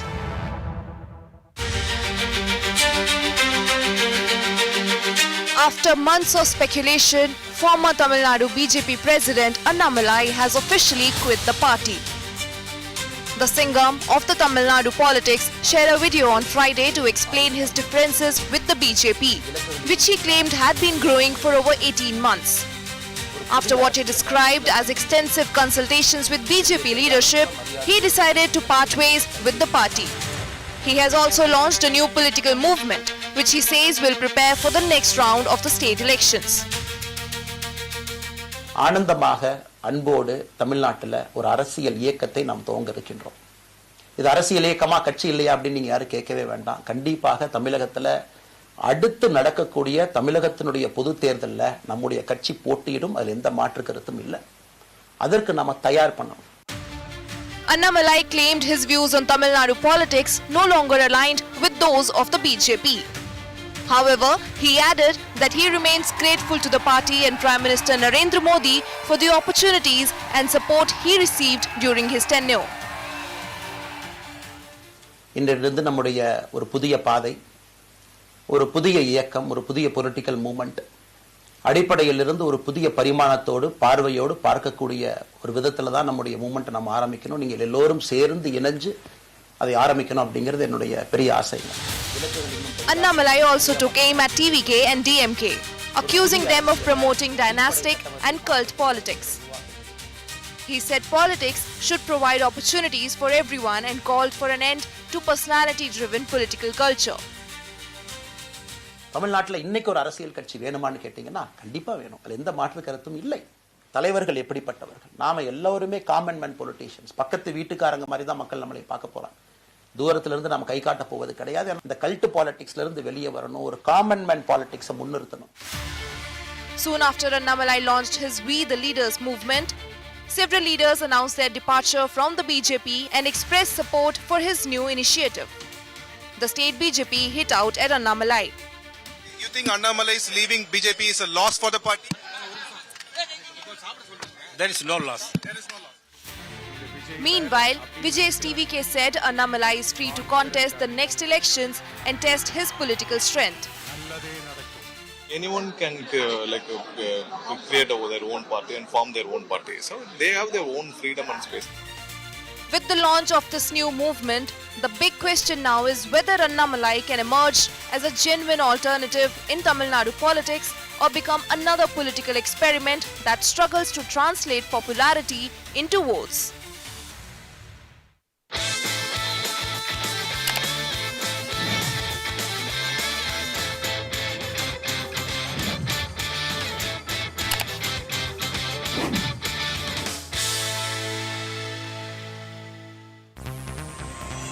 India is young and the Nifty is younger still.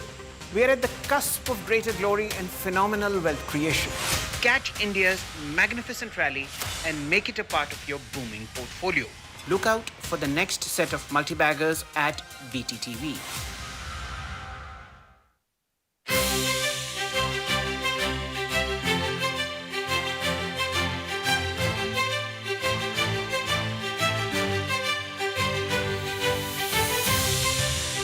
India's infrastructure has undergone a massive transformation.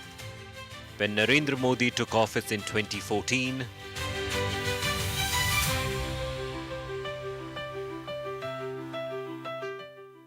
India had just 93 kilometers of expressways. Today that number has surged to 5,110 kilometers, with 2,636 kilometers already operational. The national highway network expanded from 91,287 kilometers to 1,46,342 kilometers. The government has announced a 11 lakh crore initiative to build 17,000 kilometers of access-controlled expressways by 2033. India's airport network grew from 74 airports in 2014 to 160 airports today under the UDAN scheme. Dedicated freight corridor, देश भर में waterways का विस्तार, high speed rail corridor, tier 2 और tier 3 शहरों के विकास पर विशेष ध्यान और शहरों को मजबूत आर्थिक आधार देने के लिए म्युनिसिपल बॉन्ड्स को बढ़ावा, ये सारे कदम विकसित भारत की यात्रा की गति को और तेज करेंगे. Over 12 years of Narendra Modi's governance, the national capital, Delhi's infrastructure has undergone a massive evolution. The capital's mobility was redefined through extensive Metro Phase 3 and Phase 4 expansions. Alongside new peripheral expressways and the rapid transit Namo Bharat trains.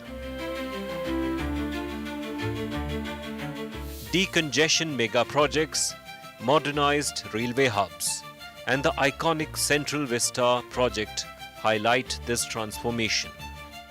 There were several schemes that were being launched, and one of the flagship schemes of the government was the ambitious Central Vista project. And under this project, the new Parliament building was constructed.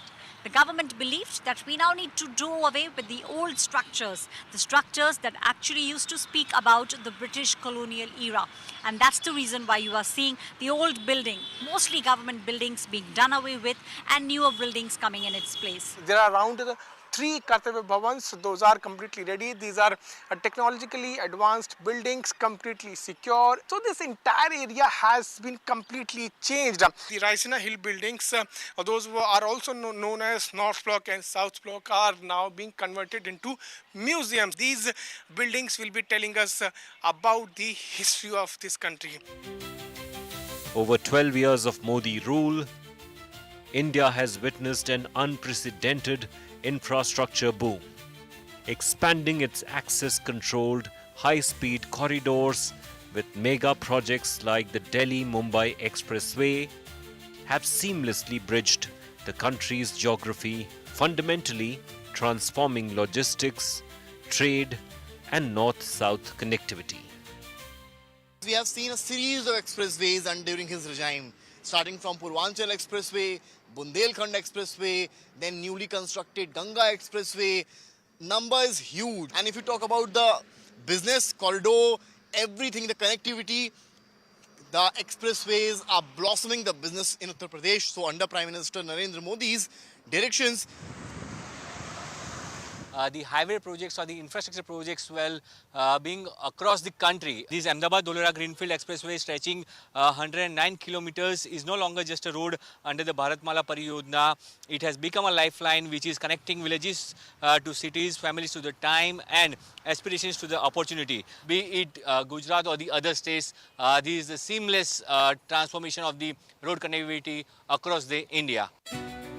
This work is not over here. There are projects that are going on with state funding as well. One of the biggest achievements for the NDA government at centre in Kerala would be the undertaking of the National Highway project, which has been a long-standing demand of the state. We're in Thiruvananthapuram, where the construction is still underway.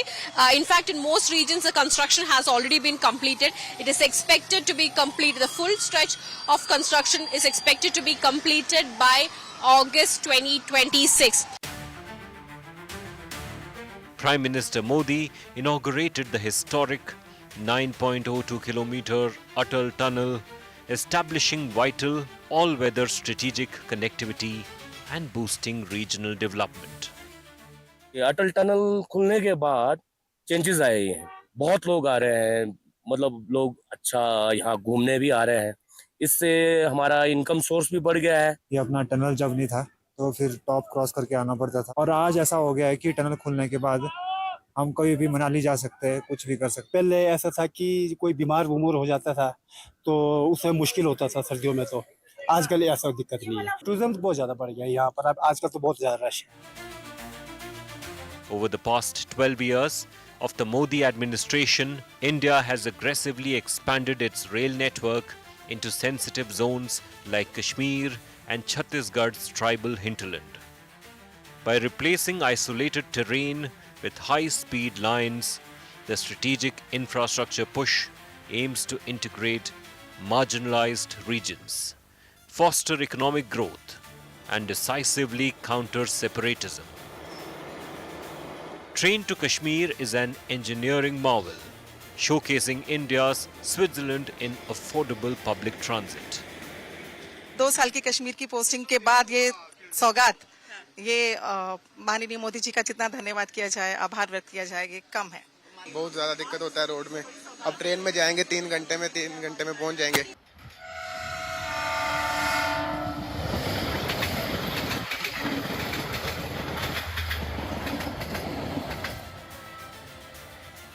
This train has also met the real-life need of the valley.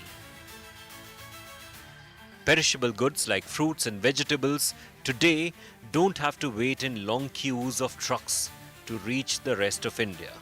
Like this cherry farmer. From the farm, they reach the table via train. बहुत इसमें हम बहुत मशकूर है मरकजी government और railway हुकाम के कि उन्होंने ट्रेन के हम फैसिलिटी हमें मुहैया की है और हमारी चेरी इस साल भी जा रही है बाई ट्रेन चूँकि श्रीनगर से अभी डायरेक्ट बम्बई नहीं जाए कोई ट्रेन हम यहाँ से कटरा भेज रहे हैं कटरा से बाई ट्रेन नहीं जाता है हमारा बम्बई माल और सेफ भी पहुँच जाता है जल्द भी पहुँच जाता है और सस्ते रेट में भी पहुँच जाता है। डेकेड से ये यहाँ के लोगों का ख्वाब था चाहे पैसेंजर एस्पेक्ट हो लेकिन कमर्शियल क्योंकि यहाँ की ज्यादातर चीजें सेब चेरी एप्रिकॉट ये ऐसे फल हैं जो ज्यादा सड़क में फंस गए तो पूरे साल की मेहनत एक ग्रोवर की बर्बाद हो जाती है। तो सबसे बड़ी जो उपलब्धि है सरकार की कश्मीर को लेके वो है ट्रेन सर्विस जो कि कनेक्ट किया है अब कश्मीर को पूरे देश से। The Dalli Rajhara Ravghat Jagdalpur rail project is one of Chhattisgarh's most important and long-awaited railway projects. Sanctioned in 1995, the 235-kilometer rail corridor was envisioned to connect the remote Bastar region with the rest of the state and the national railway network. 3 decades later, while work is going on, it has become partially operational. Project 85% complete हो गया है खाली एक last section है 17 kilometre का केवटी से रावघाट ये इस पे काम चल रहा है और वो भी इस साल कंप्लीट हो जाएगा। इसके अलावा रावघाट से जगदलपुर के लिए एक नया प्रोजेक्ट सैंक्शन हुआ है जिसमें अभी लैंड एक्विजिशन प्रोग्रेस में है। The project is crucial not only for transporting iron ore from the Rawghat mines but also for improving passenger connectivity. For the first time, districts like Kanker, Narayanpur and Bastar are being linked through a modern rail network, bringing better access to trade, education, healthcare and tourism. Rawghat Railway Project. This entire project is 235 kilometers of railway line. Instead of waiting for the entire project to be completed, the operations are extended after every stretch of 15 kilometers is completed and cleared for use for passengers. This phased approach allows communities, industries and logistics to benefit from its connectivity much earlier than the anticipated time. Udan has served over 1 crore passengers, inaugurating 425 new routes and 58 airports in its first 5 years. 8 अक्टूबर 2025 को Navi Mumbai airport का उद्घाटन किया गया और 25 दिसंबर से इस airport से फ्लाइटों की उड़ान शुरू कर दी गई। लगभग 20,000 करोड़ की लागत से पहले चरण में इस एयरपोर्ट का निर्माण किया गया और अब ये आंकड़ा लगातार बढ़ता ही जा रहा है। इस एयरपोर्ट के बन जाने से कोंकण, मुंबई और पुणे के लोगों को बहुत ज्यादा सुविधाएं हो गई हैं। The operational Navi Mumbai airport has significantly eased Mumbai's air traffic congestion, generated local employment and boosted regional real estate growth. Kishangarh Airport has boosted Ajmer's tourism. simplified pilgrimage to Pushkar and the Dargah, and accelerated the region's massive marble trade. Kishangarh खुद एक विश्व प्रसिद्ध marble मंडी है जहाँ पे व्यापार और रोजगार दोनों ही बहुत अच्छे स्तर पे कार्य कर रहे हैं। और पूर्व में उनके पास साधन इतने नहीं हुआ करते थे, लेकिन एयरपोर्ट बनने के बाद अब जो साधन है और व्यापार और रोजगार वो उसकी जो वृद्धि वो काफी हद तक बढ़ चुकी है। किशनगढ़ के एयरपोर्ट बनने से आम नागरिकों को जो टूरिस्ट आता था अजमेर के अंदर, चाहे पुष्कर हो, चाहे मार्बल इंडस्ट्रियल एरिया हो, चाहे दरगाह हो, सबके जायरीन, सब यात्री आगे से आगे बढ़ने के लिए तैयार हैं। जो एयरपोर्ट की सौगात है वो अपने आप में एक ऐतिहासिक इसलिए हो जाती है, न सिर्फ इससे एक यातायात सुगम हुआ है, जबकि पूरे पर्यटन के अंदर इसको बढ़ावा मिला है, टूरिज्म को बढ़ावा मिला है, अजमेर आर्थिक रूप से इससे और अधिक सशक्त हुआ है। Mopa Airport has drastically boosted Goa's tourism, enhanced international cargo logistics, and catalyzed major commercial real estate growth in North Goa. This airport is pretty nice, way better than the WA one right now. The earlier airport was very far away, and this is the best location we have in Goa. Noida International Airport, coming up in Jewar of Uttar Pradesh, will dramatically decongest Delhi's airspace, create massive employment, drive global logistics, and transform western Uttar Pradesh's real estate. This Udan, with 90 airports in 12 years, prepares to grow into a network of 220 airports mapping the country.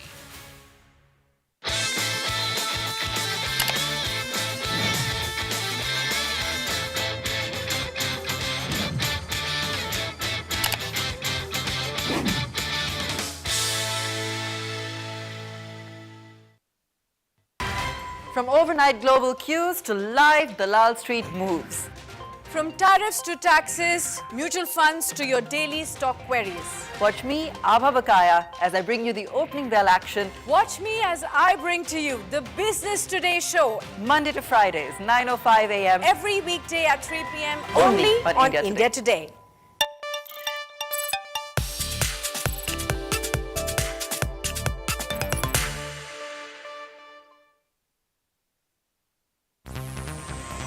India is young and the Nifty is younger still. We are at the cusp of greater glory and phenomenal wealth creation. Catch India's magnificent rally and make it a part of your booming portfolio. Look out for the next set of multi-baggers at BTTV. From how the markets move today to what's setting the stage for tomorrow. From tariffs to taxes, mutual funds to your daily stock queries. Join me as I decode the biggest wealth-creating ideas for you at the closing bell. Watch me as I bring to you the Business Today show every weekday at 3 p.m. only on India Today. Presented by National Stock Exchange.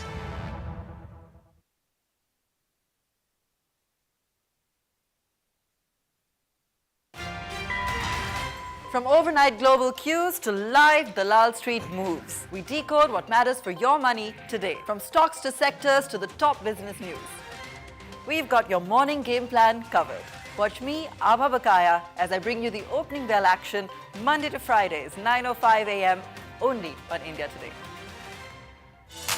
Presented by National Stock Exchange.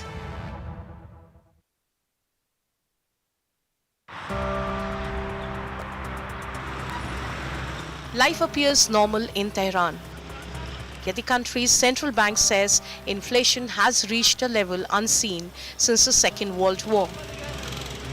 The shaky ceasefire with the United States and Israel is tipping Iran over slowly. Iran's central bank said the consumer price index, which measures a basket of goods and services, reached 77.2% in May compared with the year before. The rate is 8.5% higher than in April. Miles and oceans away, Wall Street stocks pulled back from record highs on 3rd June as flaring tensions in the Middle East and rising crude prices stoked inflation jitters and convinced investors to take some profits. All three major US stock indexes closed in negative territory. Coming into this year, energy prices mid-60s per barrel for West Texas crude. Energy companies could make profits there, but not huge profits. It probably wasn't a significant part of anyone's portfolio. Now we see days like today where energy is the strongest, and it keeps moving as all of us try to predict what the resolution is in the Mideast and how long it goes on. What we know is the longer prices stay here, there will be increasing pressure on our economy. Higher energy prices take time to work through the economy, but little by little they raise the prices of everything else.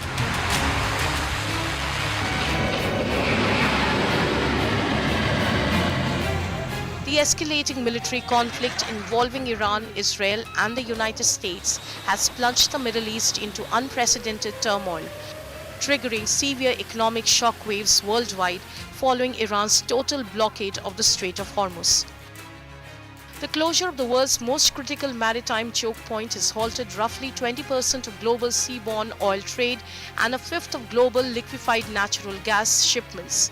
In response to the cutoff, Brent crude prices rapidly surged past $120 per barrel, initiating what the International Energy Agency calls the largest energy supply disruption in history. Regionally, Gulf Cooperation Council nations face structural economic crisis. Stranded energy exports have collapsed local fiscal revenue, while a concurrent grocery supply emergency has upended local markets reliant on the strait for 80% of food imports. Globally, the blockade has ignited intense inflationary pressures, raising fears of systemic stagflation reminiscent of the 1970s. Industrial outputs across Asia and Europe are stalling due to severe shortages of Middle East fertilizers, aluminium and chemical feedstocks. As airlines reroute flights across the combat zone and maritime insurance premiums spike, experts warn that a prolonged impasse will inevitably drag the global economy into recession. This makes peace the priority, yet it stands on a shaky ground. For weeks now, war and peace in the region has been dancing a one step forward and three steps backward tango, flipping the world economic rhythm completely along with it.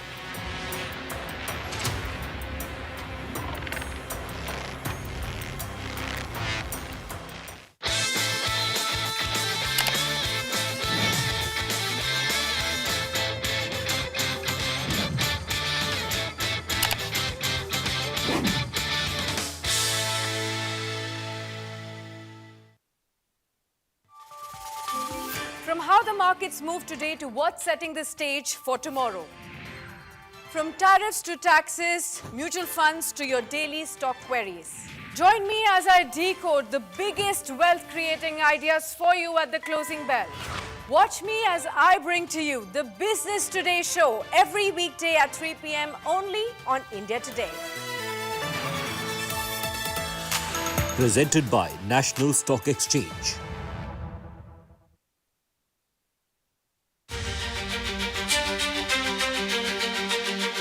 After months of speculation, former Tamil Nadu BJP President Annamalai has officially quit the party. The Singam of the Tamil Nadu politics shared a video on Friday to explain his differences with the BJP, which he claimed had been growing for over 18 months. After what he described as extensive consultations with BJP leadership, he decided to part ways with the party. He has also launched a new political movement, which he says will prepare for the next round of the state elections. ஆனந்தமாக அன்போடு தமிழ்நாட்டில் ஒரு அரசியல் இயக்கத்தை நாம் துவங்க இருக்கின்றோம். இது அரசியல் இயக்கமா கட்சி இல்லையா அப்படின்னு நீங்க யாரும் கேட்கவே வேண்டாம். கண்டிப்பாக தமிழகத்தில் அடுத்து நடக்கக்கூடிய தமிழகத்தினுடைய பொது தேர்தலில் நம்முடைய கட்சி போட்டியிடும், அதில் எந்த மாற்று கருத்தும் இல்லை. அதற்கு நாம தயார் பண்ணணும். Annamalai claimed his views on Tamil Nadu politics no longer aligned with those of the BJP. However, he added that he remains grateful to the party and Prime Minister Narendra Modi for the opportunities and support he received during his tenure. இன்றிலிருந்து நம்முடைய ஒரு புதிய பாதை ஒரு புதிய இயக்கம், ஒரு புதிய பொலிட்டிக்கல் மூமெண்ட் அடிப்படையிலிருந்து ஒரு புதிய பரிமாணத்தோடு பார்வையோடு பார்க்கக்கூடிய ஒரு விதத்தில் தான் நம்முடைய மூமெண்ட்டை நம்ம ஆரம்பிக்கணும். நீங்கள் எல்லோரும் சேர்ந்து இணைஞ்சு அதை ஆரம்பிக்கணும் அப்படிங்கிறது என்னுடைய பெரிய ஆசை. Annamalai also took aim at TVK and DMK, accusing them of promoting dynastic and cult politics. He said politics should provide opportunities for everyone and called for an end to personality-driven political culture. தமிழ்நாட்டில் இன்னைக்கு ஒரு அரசியல் கட்சி வேணுமான்னு கேட்டீங்கன்னா கண்டிப்பா வேணும். அதுல எந்த மாற்று கருத்தும் இல்லை. தலைவர்கள் எப்படிப்பட்டவர்கள்? நாம எல்லாருமே காமன் மேன் பொலிட்டீஷியன்ஸ். பக்கத்து வீட்டுக்காரங்க மாதிரி தான் மக்கள் நம்மளை பார்க்க போறாங்க. தூரத்துல இருந்து நம்ம கை காட்ட போவது கிடையாது. இந்த கல்ட் பாலிடிக்ஸ்ல இருந்து வெளியே வரணும். ஒரு காமன் மேன் பாலிடிக்ஸை முன்னிறுத்தணும். Soon after Annamalai launched his We the Leaders movement, several leaders announced their departure from the BJP and expressed support for his new initiative. The state BJP hit out at Annamalai.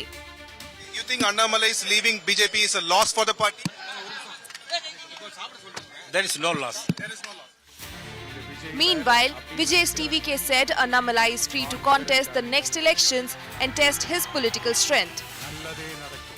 Anyone can create their own party and form their own party. So they have their own freedom and space.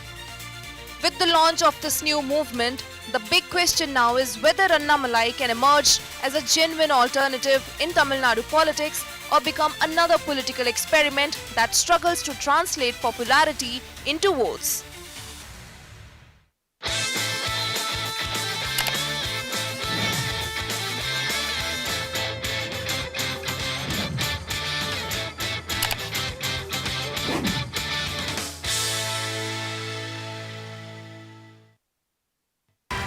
From overnight global cues to live Dalal Street moves. From tariffs to taxes, mutual funds to your daily stock queries.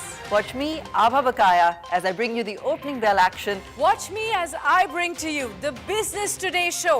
Monday to Fridays, 9:05 a.m. Every weekday at 3 p.m. Only on India Today.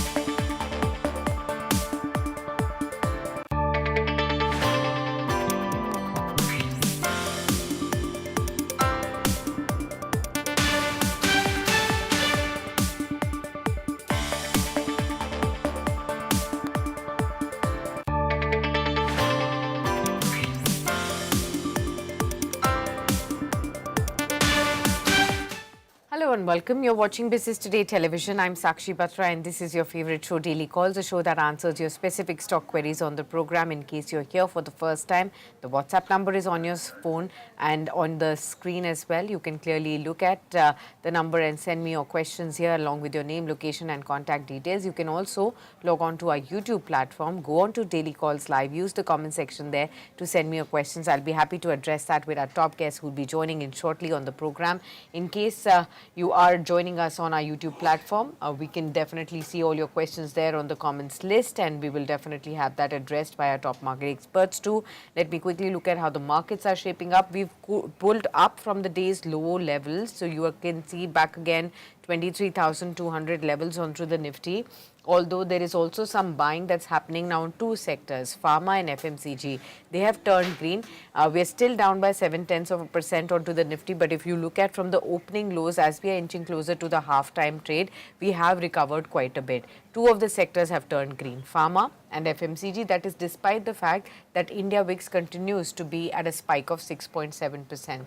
Metals are losing sheen today.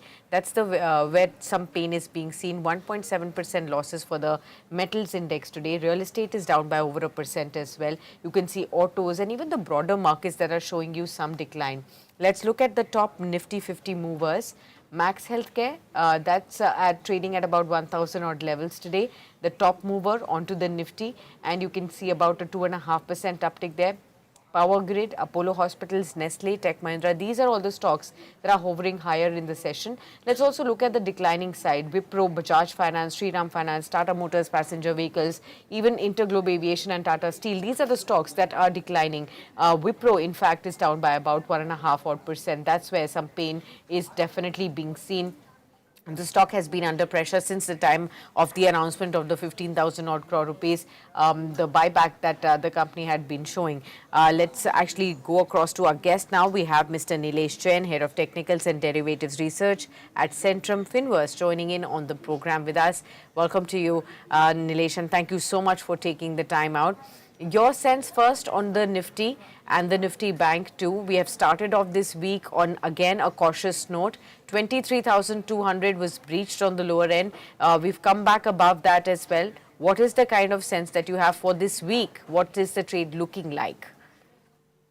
Very good afternoon to you, Sakshi. Absolutely. In fact, today we did see a big gap down opening, but good part is that Nifty has found a very strong support at 23,070 odd levels. But overall, if you look at the broader structure for the Nifty, that continues to remain slightly on a weaker side. Reason being, we have seen a continuation of a lower top and lower bottom formation. And right now, Nifty is trading well below its all key short-term and long-term moving averages. So there could be possibility that we may see a small pullback move on the back of that. There could be possibility that Nifty may fill the gap that we saw today. But going forward, we may see Nifty drifting gradually towards 22,800, 22,700 in the near term. Now, you spoke about the volatility index that has already given a spurt over 6.5% at 16.82 right now.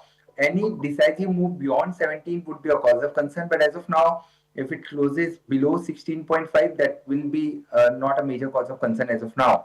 Now, coming to the Bank Nifty, where we have seen a similar kind of a weakness in the Bank Nifty as well. But overall, good part is that it is manages to defend 54,000 level in today's trading session. So just in case, if we see Bank Nifty closing above 54,200, that will be considered as a positive close. But overall, we expect market to remain volatile. The focus should be on sectors and stocks. Okay, let's take the next query. This one is from one of our viewers who are joining in on our program, and this is Sumedh Lakkar. He says, Sakshi ma'am, my question is about fresh investment in the banking sector.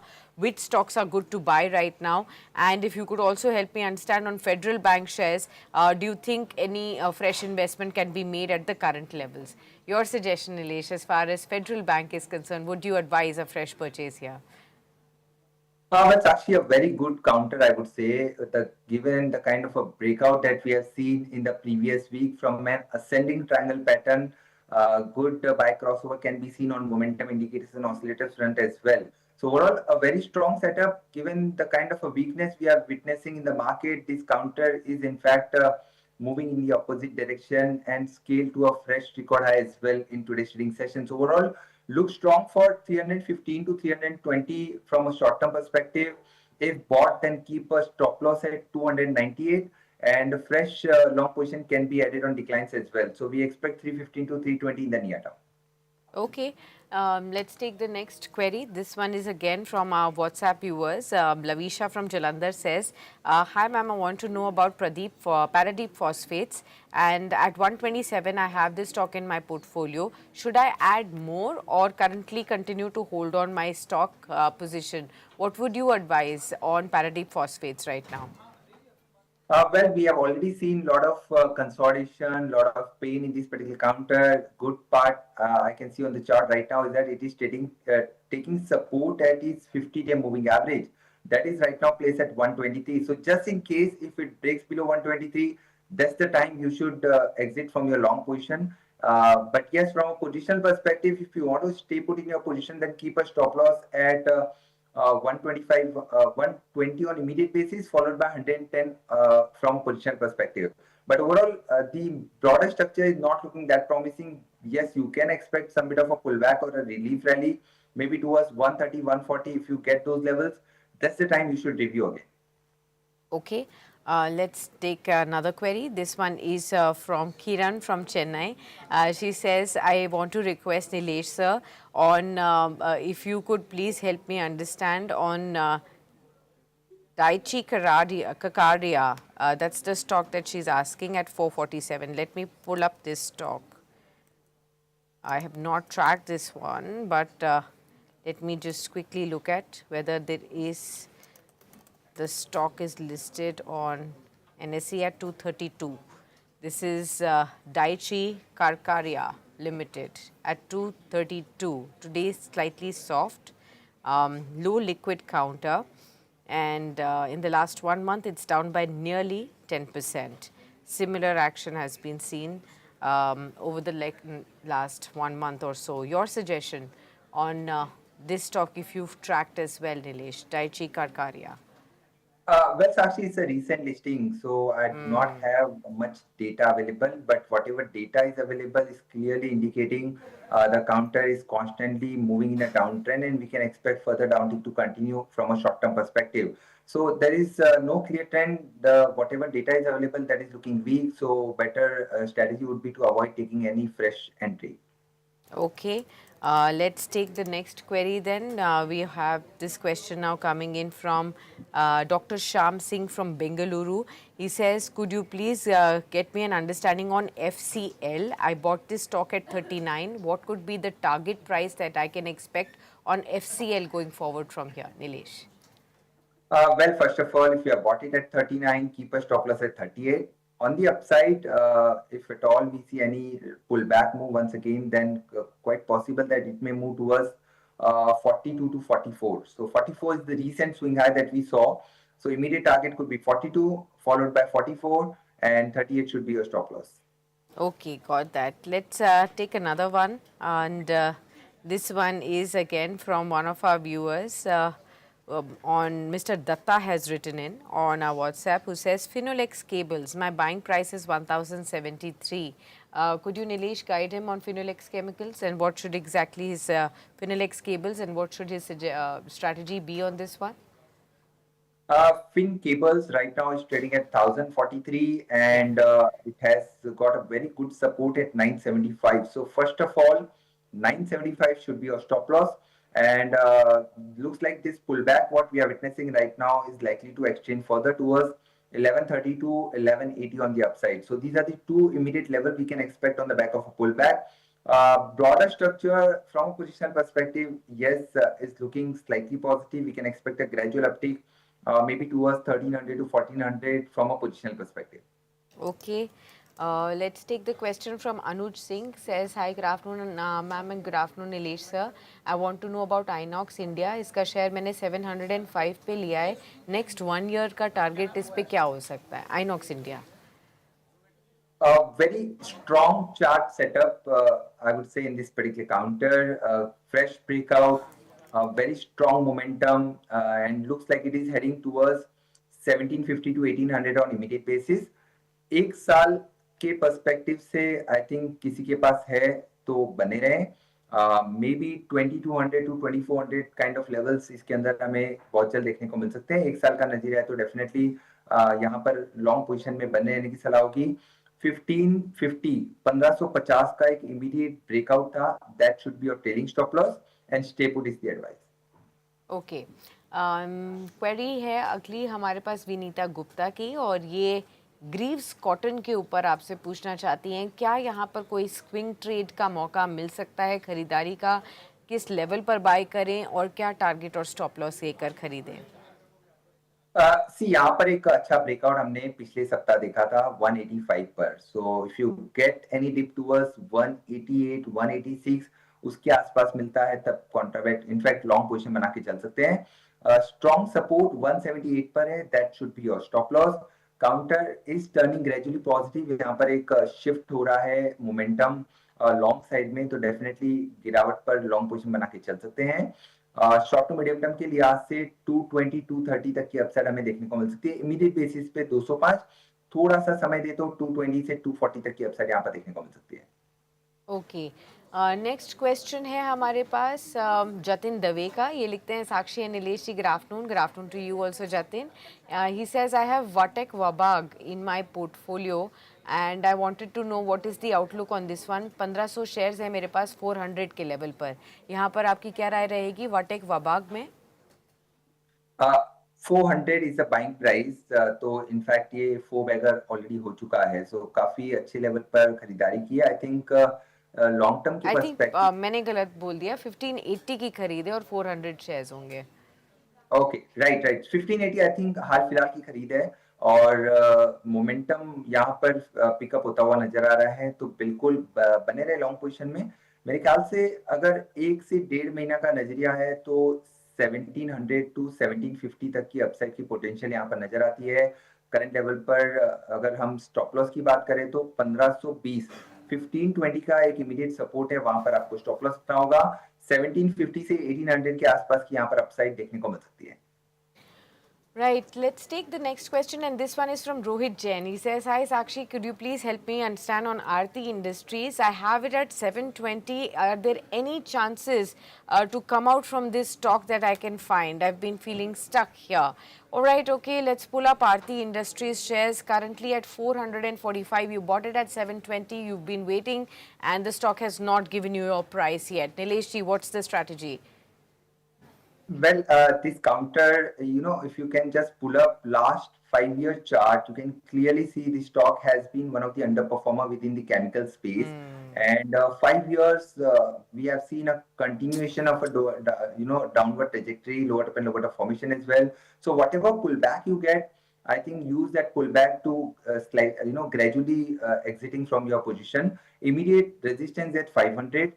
So if you get any pullback towards 480, 500, that's the level where you should think about exiting from the long position. And if it breaks below 400, that's the level where if you see the counter going below that, that's kind of a breakdown. Then possibly it may move towards 350 to 300 as well. So sell on rise, as well as if you want to stay put, then keep a tight stop loss at 400. All I can say is, shift your position to better chemical counters. This particular stock is looking weak. Okay got that. ये stock तो आपको week लग रहा है। पिछले 5 साल में इस शेयर ने केमिकल स्पेस से अंडर परफॉर्म किया है और लगातार आप देखें तो 44% तक का डिक्लाइन आ चुका है। इसीलिए आपको बताया जा रहा है कि आप उछाल में निकलने की कोशिश करें, क्योंकि इस स्टॉक में अभी भी कोई बहुत ज़्यादा तेज़ी का माहौल नहीं बनता हुआ नज़र आ रहा है, ना टेक्निकल चार्ट्स में कोई भी पैटर्न इस तरीके का नज़र आ रहा है। तो नीलेश जी, ये बताइए कि केमिकल स्पेस तो काफ़ी ज़्यादा इंपॉर्टेंट माना जाता है, उसी सेक्टर का ये शेयर है, इसमें तो अपने आप ऐसा लग रहा है इंडिविजुअल परफॉर्मेंस की प्रॉब्लम है, लेकिन सेक्टर में क्या कोई और ऐसा शेयर है जहां पर आपको एक बढ़िया टेक्निकल चार्ट्स बनते हुए नजर आए हैं, जहां पर अभी भी खरीदारी की जा सकती है? क्योंकि केमिकल्स एक ऐसा क्षेत्र है जहां पर इंपोर्ट्स और एक्सपोर्ट्स दोनों के लिहाज से काफी ज्यादा मौके आगे भी बनते हुए नजर आएंगे।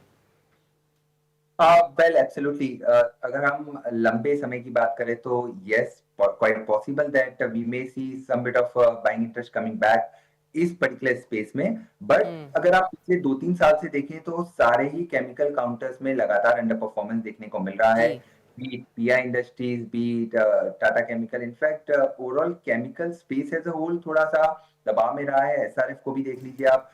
बट यस, नवीन फ्लोरिन एक पर्टिकुलर काउंटर है जहां पर एक विपरीत ट्रेंड देखने को मिली है। लगातार यहाँ पर एक high top and high bottom formation बना है। तो नवीन फ्लोरिन, अगर किसी को एक स्टॉक पिक करना है within chemical, that will be Navin Fluorine. यहाँ पर हम 7500 तक की upside short to medium term में एक्सपेक्ट करके चल सकते हैं 6500 के सपोर्ट से। तो चलिए, एक ओवरऑल एनालिसिस भी यहाँ पर आपको पता चल गया है केमिकल सेक्टर का। व्यूअर्स, यहाँ पर नीलेश जी की गाइडेंस की तरफ से कि सेक्टर ने कुछ अंडर परफॉर्मेंस दिखाई है पिछले कुछ सालों में। हालांकि अगर आप देखेंगे इसका ज़्यादातर इम्पैक्ट हमें ग्लोबल तौर पर देखने को मिला है, क्योंकि चाइनीज़ कैपेसिटी एक्सपेंशंस बढ़ती हुई चली जा रही हैं, रॉ मटीरियल कॉस्ट काफ़ी फ्लक्चुएट हो रही हैं और इसीलिए इस सेक्टर में काफ़ी ज़्यादा दिक्कतों का सामना करना पड़ा है। लेकिन कुछ ऐसे शेयर्स हैं जैसे नवीन फ्लोरिन, जहाँ पर अभी भी आपको बढ़िया मौका मिल सकता है निवेश के बाद अपने रिटर्न्स कमाने का। आगे के सवालों को लेते हैं। अब हमारे पास नेक्स्ट क्वेश्चन आया है, देखिए, साइका हैदराबाद से, HFCL, that's the question that is coming in. 500 shares of HFCL at 185। यहाँ पर स्टॉप लॉस एंड टारगेट दोनों आपसे पूछना चाह रहे हैं। What would you advice here? 185 is the purchase price, Nilesh, for HFCL। See, one advice for all the traders who try to, chase this kind of stock where you see a strong uptick. So यहाँ पर अगर आप देखो तो एक vertical run up we have seen in the recent time, and back to back in last 2 months the counter has surged all the way from 65, 70 to almost 200. and today it has hit a lower circuit. So lower circuit पे आप exit नहीं कर पाओगे. You need to wait for circuit to open. But yes, you can keep your prices maybe at 177.87. You can keep your selling order. But yes, having said that, whatever price you get, maybe tomorrow, that's the price you should try to exit. I'm not expecting any major upset from here. There was a euphoric move. Now we are witnessing a corrective phase. So this corrective phase may extend further, maybe towards 160 to 155, maybe on the lower side. These kind of levels can be retested again. After vertical run up, this kind of fall you tentatively follow. So my advice would be to exit on pullback or exit on whatever price you get as of now. Okay. Let's take the next query, and this one is from one of our viewers. This is Mirza Yamin. He watches our show from Riyadh. For long term, he wants to know about whether he should be keeping the green technology IPO that he has got allotted in the HNI category or not. First of all, congratulations that you got this IPO of green tech, and we were already going through some grey market reports, and it was indicating about a 33%, 35% kind of a listing gain. And if you've got this allotment, it's truly good in the HNI category. Let's try and understand. Of course, no charts available. I don't know, Nilesh, if you would be able to advise on green tech IPO. Well, Sakshi, I have not tracked this particular IPO, and I need to study that, so I won't be able to comment. Alright, so we'll wait. Mirza जी, अब आपको मिल गया है IPO, तो wait करते हैं listing का, और उसके बाद देखते हैं कि कैसे ये IPO आगे बढ़ता है, और उसके बाद फंडामेंटल एक्सपर्ट से आपके लिए राय लेंगे.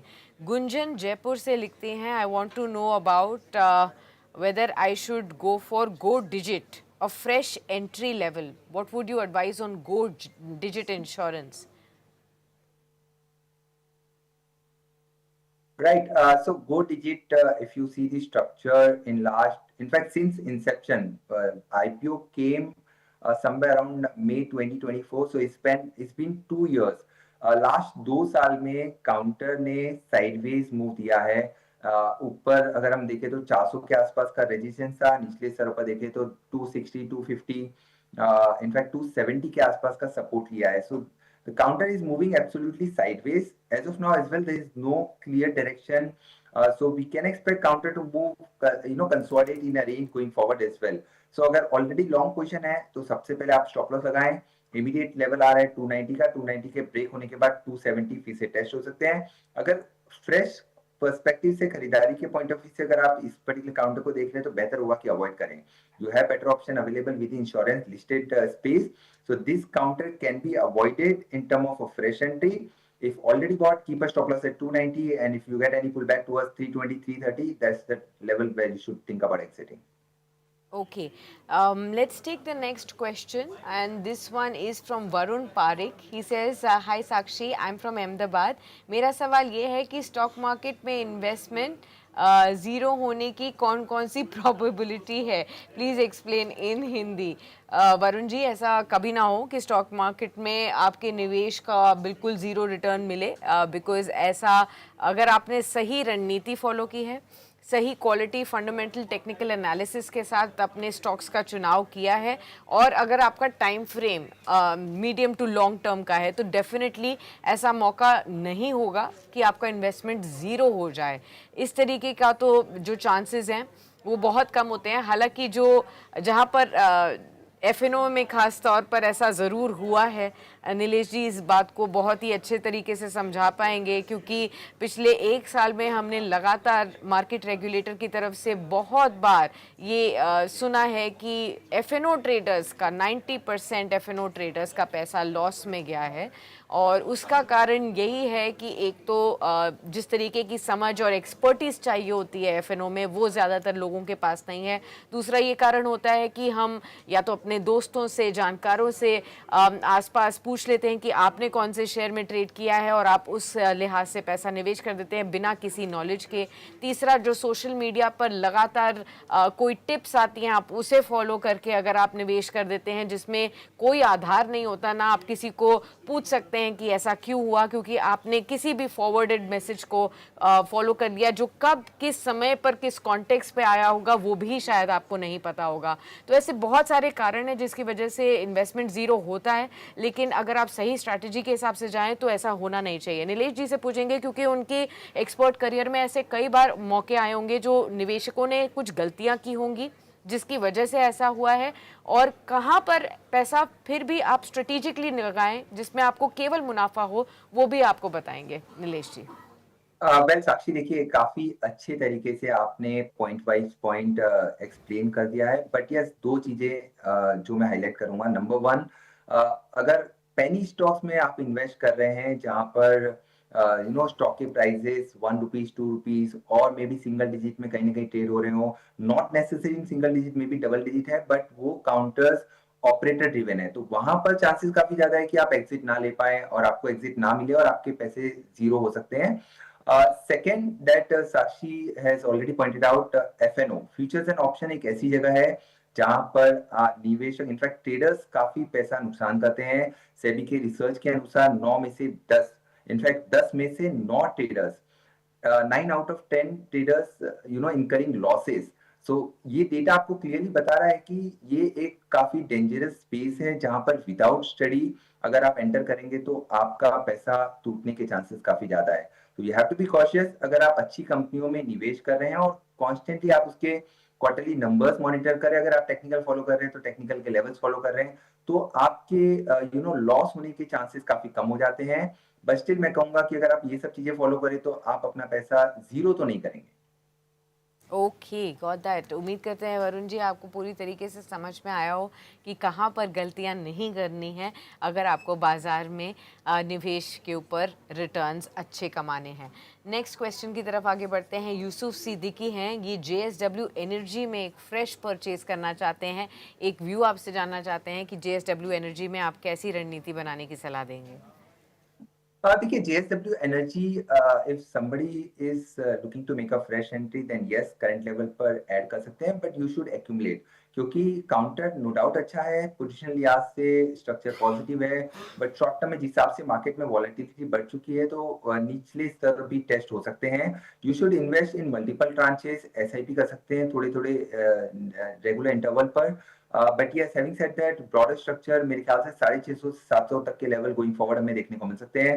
500 का काफी स्ट्रॉन्ग सपोर्ट है। अगर आपको 550 से 570 की रेंज में मिलता है, वहां पर आप एक पहला ट्रेंच इस पर्टिकुलर काउंटर में इन्वेस्ट कर सकते हैं। बट यस, काउंटर काफी अच्छा है from a positional perspective.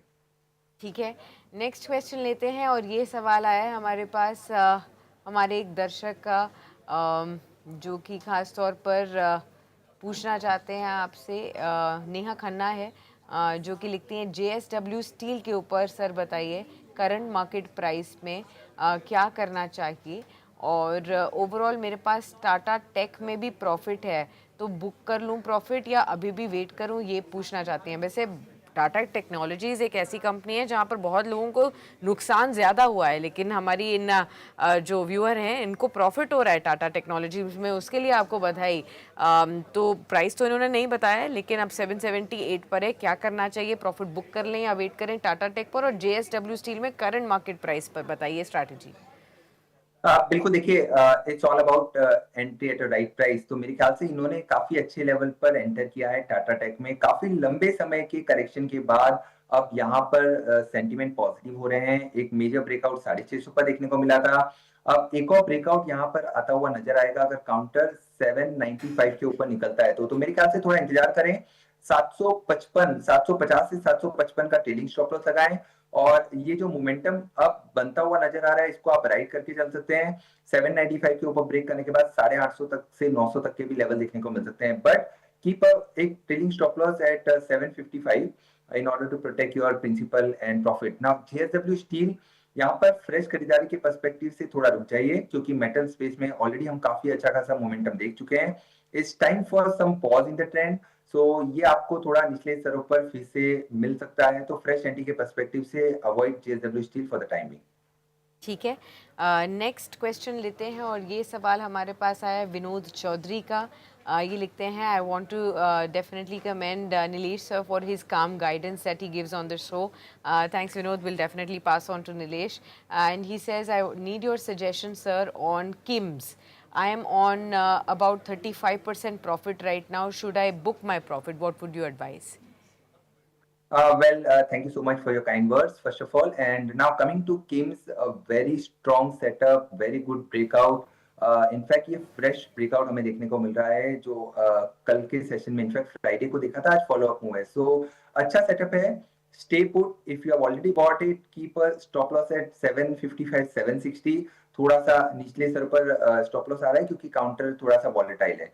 Positional लिहाज से मेरे ख्याल से ये मोमेंटम प्ले ज्यादा बेहतर होगा, जहां पर 830 850 के लेवल देखने को मिल सकते हैं। थोड़ा समय दे तो 900 प्लस तक की अपसाइड भी देखने को मिल सकती है, but keep a tight stop loss that's at 21 DMA, that is currently placed at somewhere around 755 to 760, and write this really a very good stock for a trading perspective. Okay, any top stock ideas from your own end, Nilesh, in the end? What would you advise our viewers today? Well, that would be Kim's. In fact, a very good coincidence. In fact, that was on my radar as well on Friday. Fantastic. Yes, Kim's is something that one can consider on the back of a breakout. We are expecting immediate move towards 820 to 830 with a stop loss below 770. That's a trading bet from a 770 stop loss perspective. Yes, one can go long in Kim's. Another stock would be Voltas. One can go long in Voltas, keeping a stop loss below 1270, and upside potential would be somewhere around 1360 to 1380.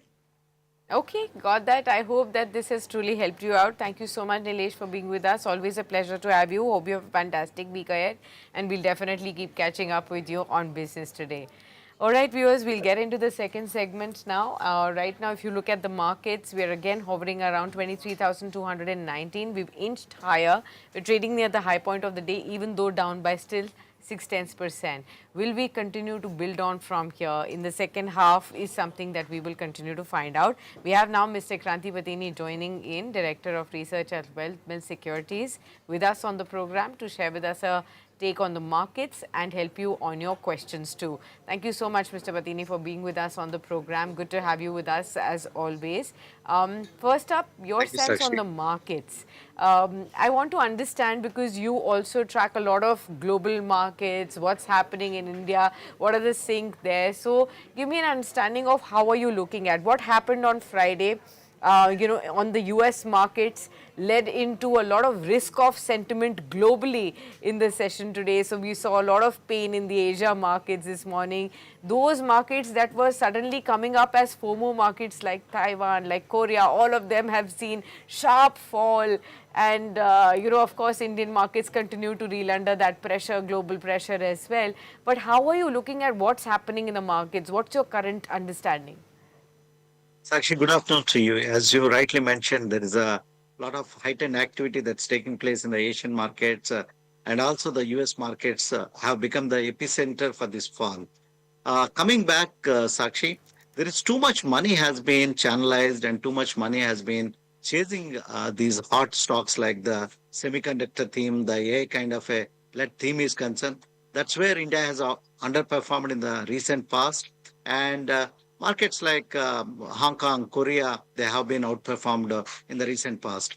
But last 15, 20 trading sessions, if you observe what's happening in this AI theme and also the semiconductor theme is concerned, it's like a kind of a overheated kind of a valuations, and the markets are concerned. Too much money has chased these momentum stocks, and today we are witnessing that momentum getting softened, and that momentum getting the pace of momentum getting slowed down, and that's where the Korean markets today morning they got cracked around 7 to 8% today, and too much Indian money also that has been chasing these markets, chasing these stocks in the form of ETFs. There was a buzz in the on the street last couple of months and all.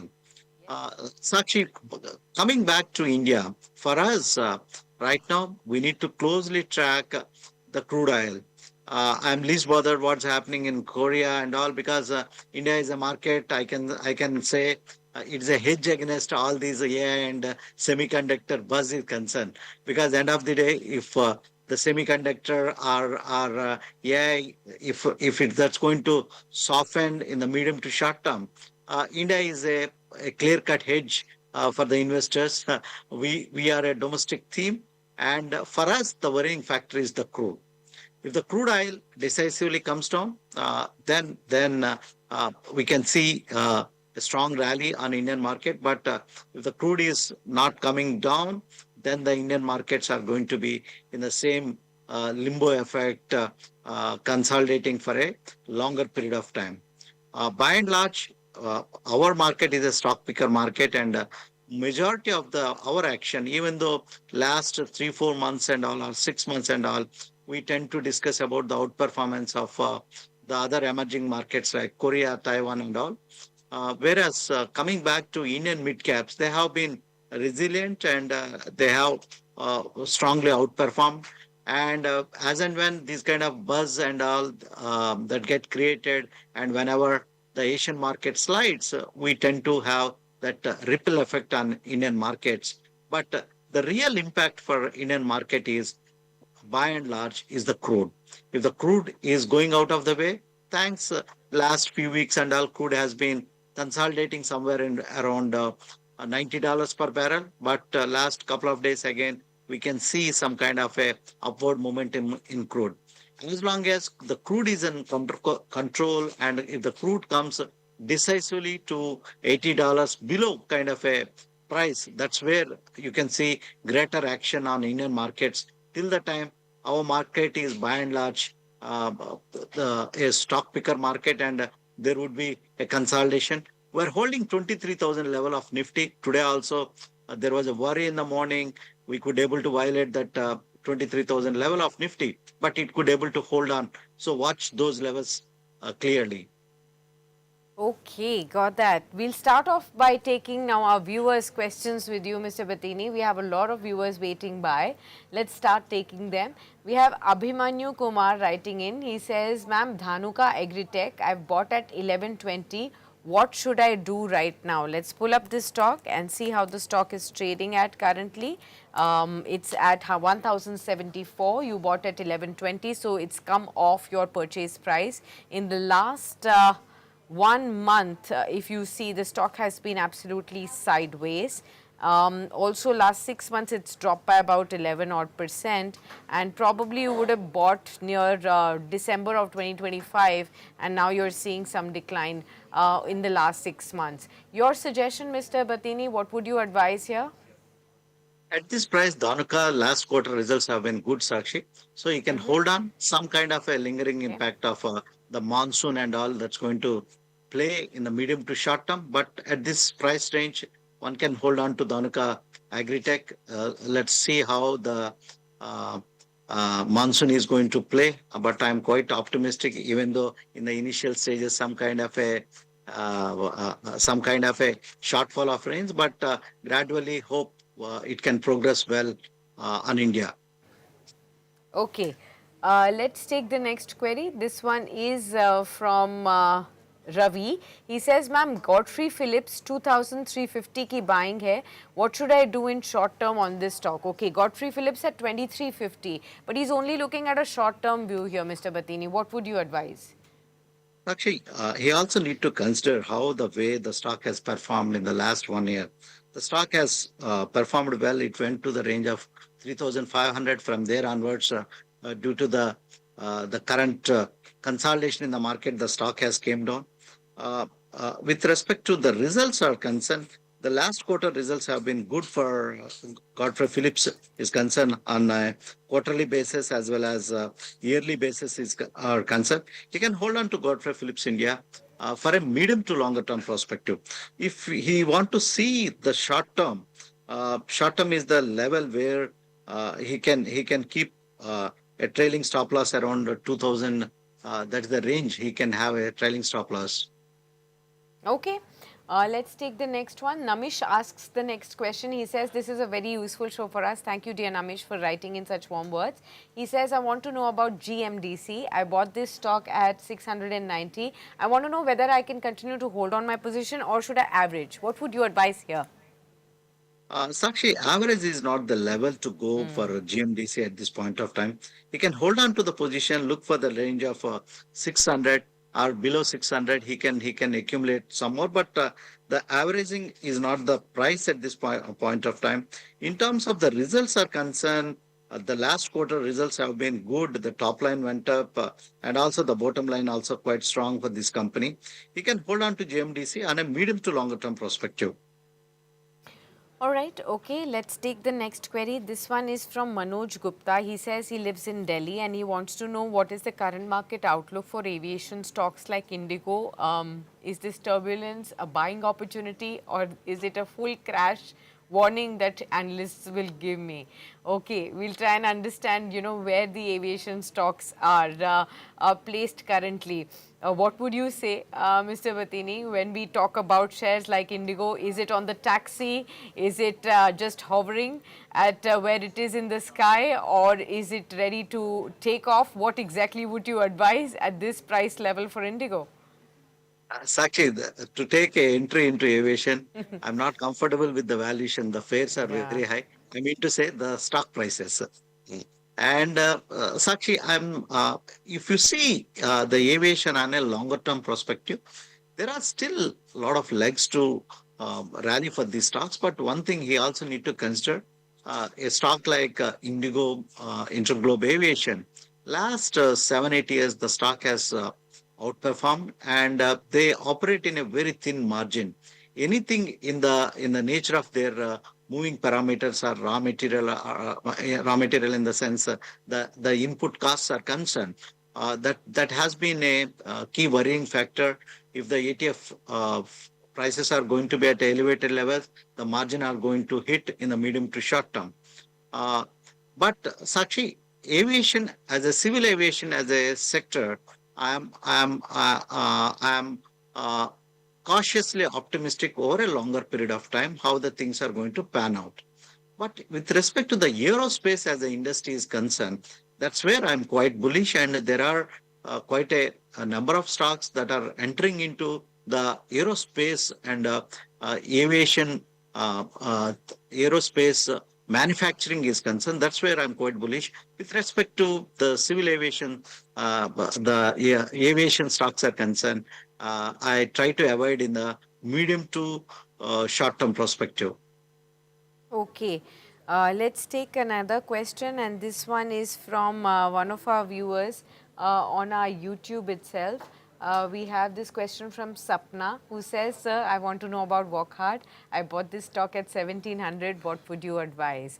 Well, last week also we discussed with you, Mr. Batini, Wockhardt is a stock that you've been tracking far below the stock market. Started to show massive moves onto the stock as well.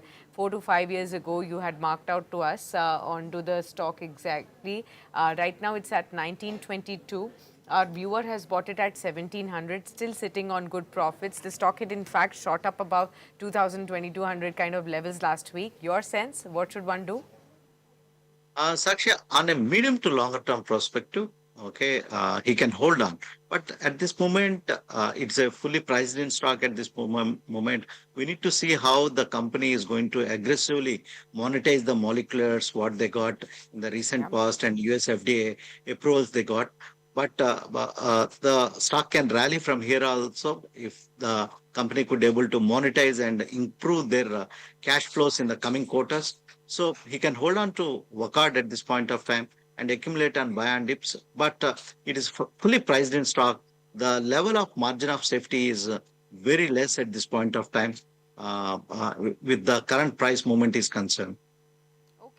Let's take the next question. This one is from one of our viewers, Satyan. He says, I want to wish Business Today a great day. Thank you so much, Satyan, and wish you the same as well.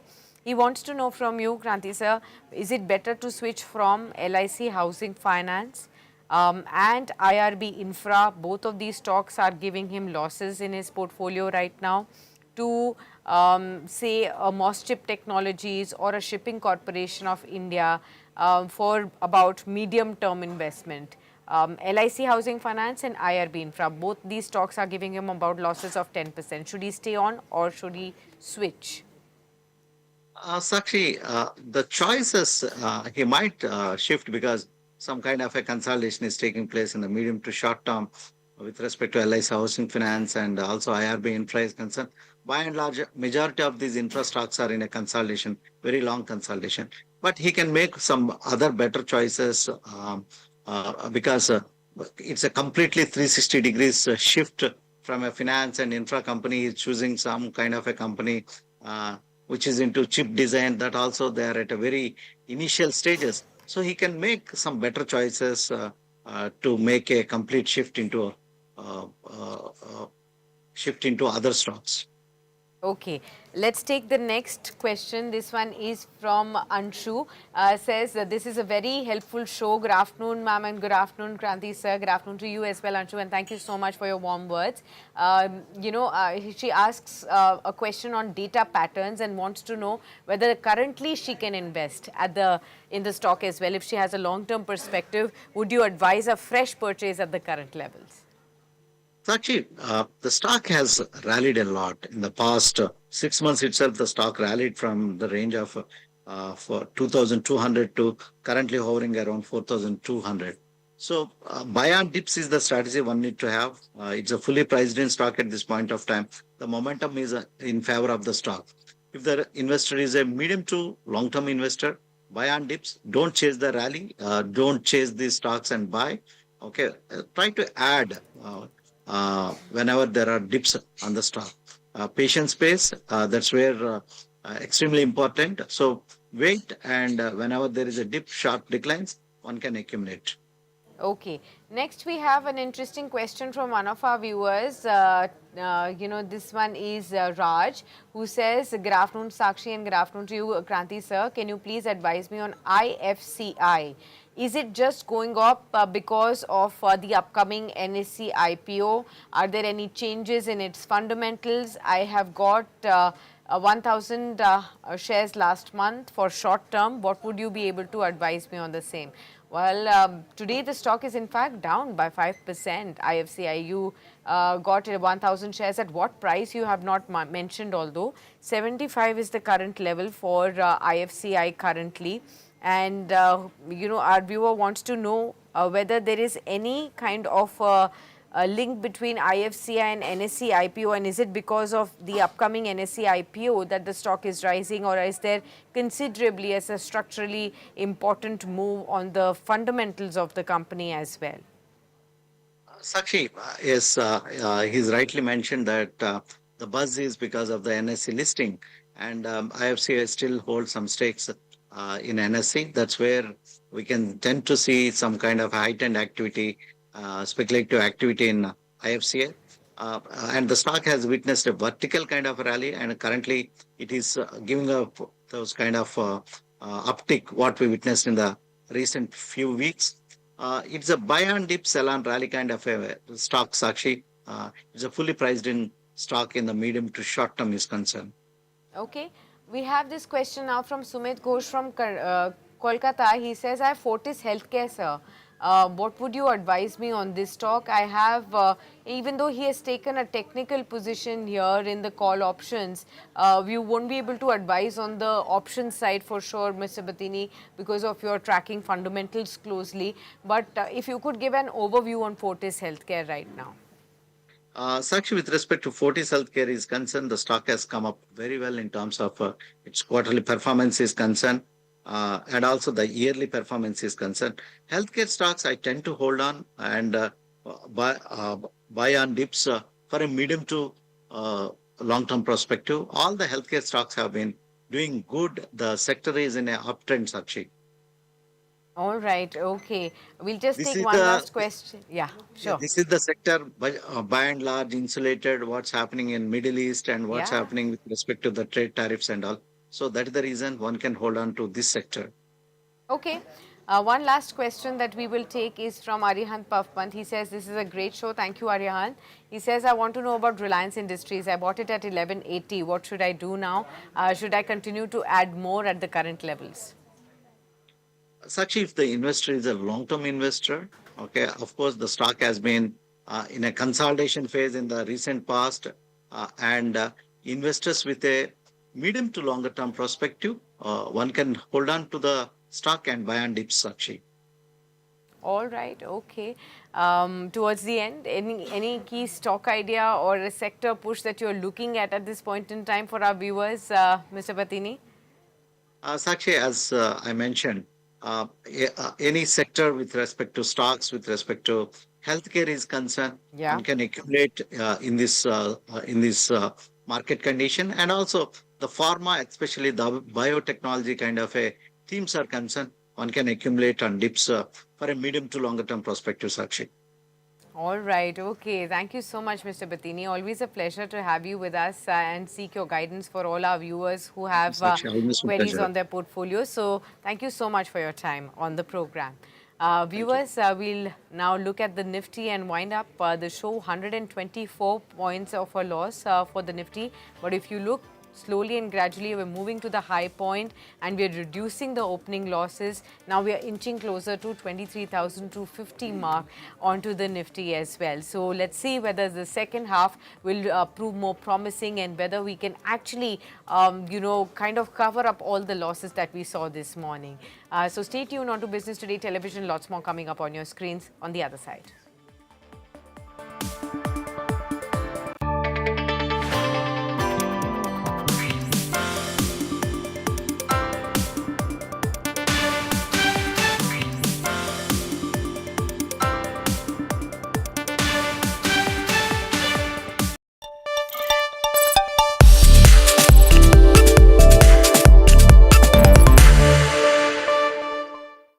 Good evening, everyone.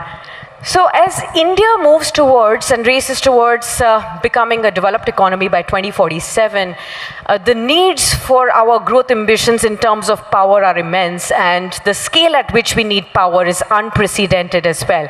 At this point in time, we'll try and understand how are the alternative energy sources emerging as the next energy security realms that we are going to be exploring in terms of nuclear as well as green hydrogen. So Santosh, I'm going to be starting off by understanding from you. If we have to become a developed nation and also attain the net zero emission norms as well by 2047, what is the kind of role that you expect these new alternative sources of energy have to play in terms of nuclear and green hydrogen? Yeah, thanks for having me here and thanks for that question. It's a very open-ended question. The way I see it is not about alternatives. It's not a question of either this technology or that technology. I believe it has to be integration of all of them in a very optimized way.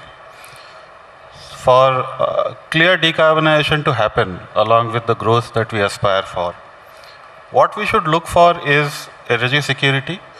So we are looking for a stable grid. We are looking for scalable or renewables at scale. And then we are also looking for the grid that can take care of that. And clear true decarbonization can happen only if not only the energy sector, but some of the industrial sector, which are very hard to abate. I have colleagues from steel, they will talk about it. But it's also petrochemical, refinery, and heavy mobility. So if you try to address all of them, you see the integration which is possible. So nuclear is one option which can provide you stability, base load. Then you have renewables which can provide the scale. And then you can have green hydrogen which can provide decarbonization or a lever for decarbonization for those sectors. So it has to be a mix of all, and let's see how the optimum solution emerges. But I believe we are on the right track. We are working on all of them.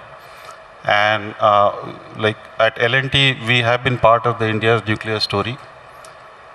We have our own manufacturing capability for reactors and then critical heavy engineering solutions. We are already a part of large-scale renewable EPC with storage. And we started the first green hydrogen long back in August 22. So we have some experience of running a green hydrogen unit. And we are doing it for now customers also. We are putting up a 10,000 tons per year green hydrogen facility for IOCL in Panipat. So we are part of the entire value chain, entire ecosystem where decarbonization is happening. I believe I have answered you. Rajiv, we are looking at Tata Steel today, and at least post the buyout of Chorus, this is well and truly a global organization. You look at a market like Europe, you had your own set of challenges and you moved on.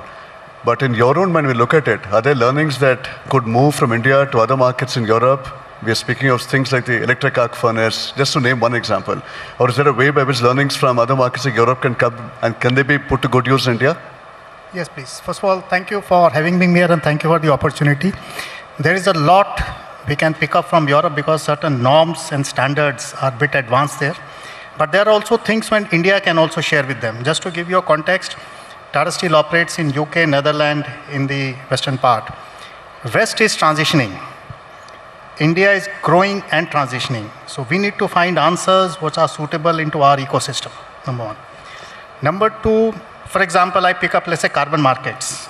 We have just now started in the last 2 years. While in Europe today, it's a well established. Europe today have almost 75 euro of carbon tax. Okay, India, we should be having a few dollars, starting off over there. At the same time, the societal expectations from the industry is something which we can learn from Europe. To give an example, we all know, we are in Delhi, we know air quality index, the subject like that. The plant where we operate in Netherlands is on the sea coast, and our average air quality index is between 10 to 15. Yet society there wants us to shut down the plant to say you are polluting. That's the expectation of society there, okay? We are nowhere there in India today, but I'm sure we will be there in future. So Tata Steel looks at some of these entities to look in future. So for example, in our new entities, we are planning environment, sustainability aspects, keeping European standards and not Indian standards. Because retrofitting is difficult. If you include it in the design, it's easier, more economical, and more long-lasting. So our effort is pick what is good there and include in our design. At the same time, there are things, for example, Europe, water to me is not a crisis. India, we are in a water stress zone. Okay, so when I talk to my colleagues over there, we want to be water positive by 2030. That's a target Tata Steel has taken. They were not even looking at it. So we say, fine, you may be on the coast, you may not be in a crisis of water, but it is something to be looked at in future. So I think there is a good give and take from both the side, and I'm sure it will also help as a company and as well as an industry to be taken forward. Thank you.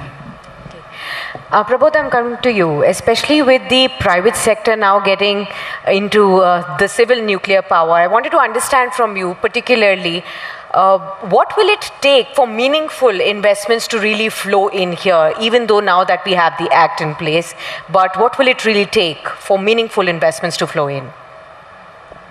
Meaningful investment in the decarbonization and energy systems. In decarbonization and also in nuclear specifically.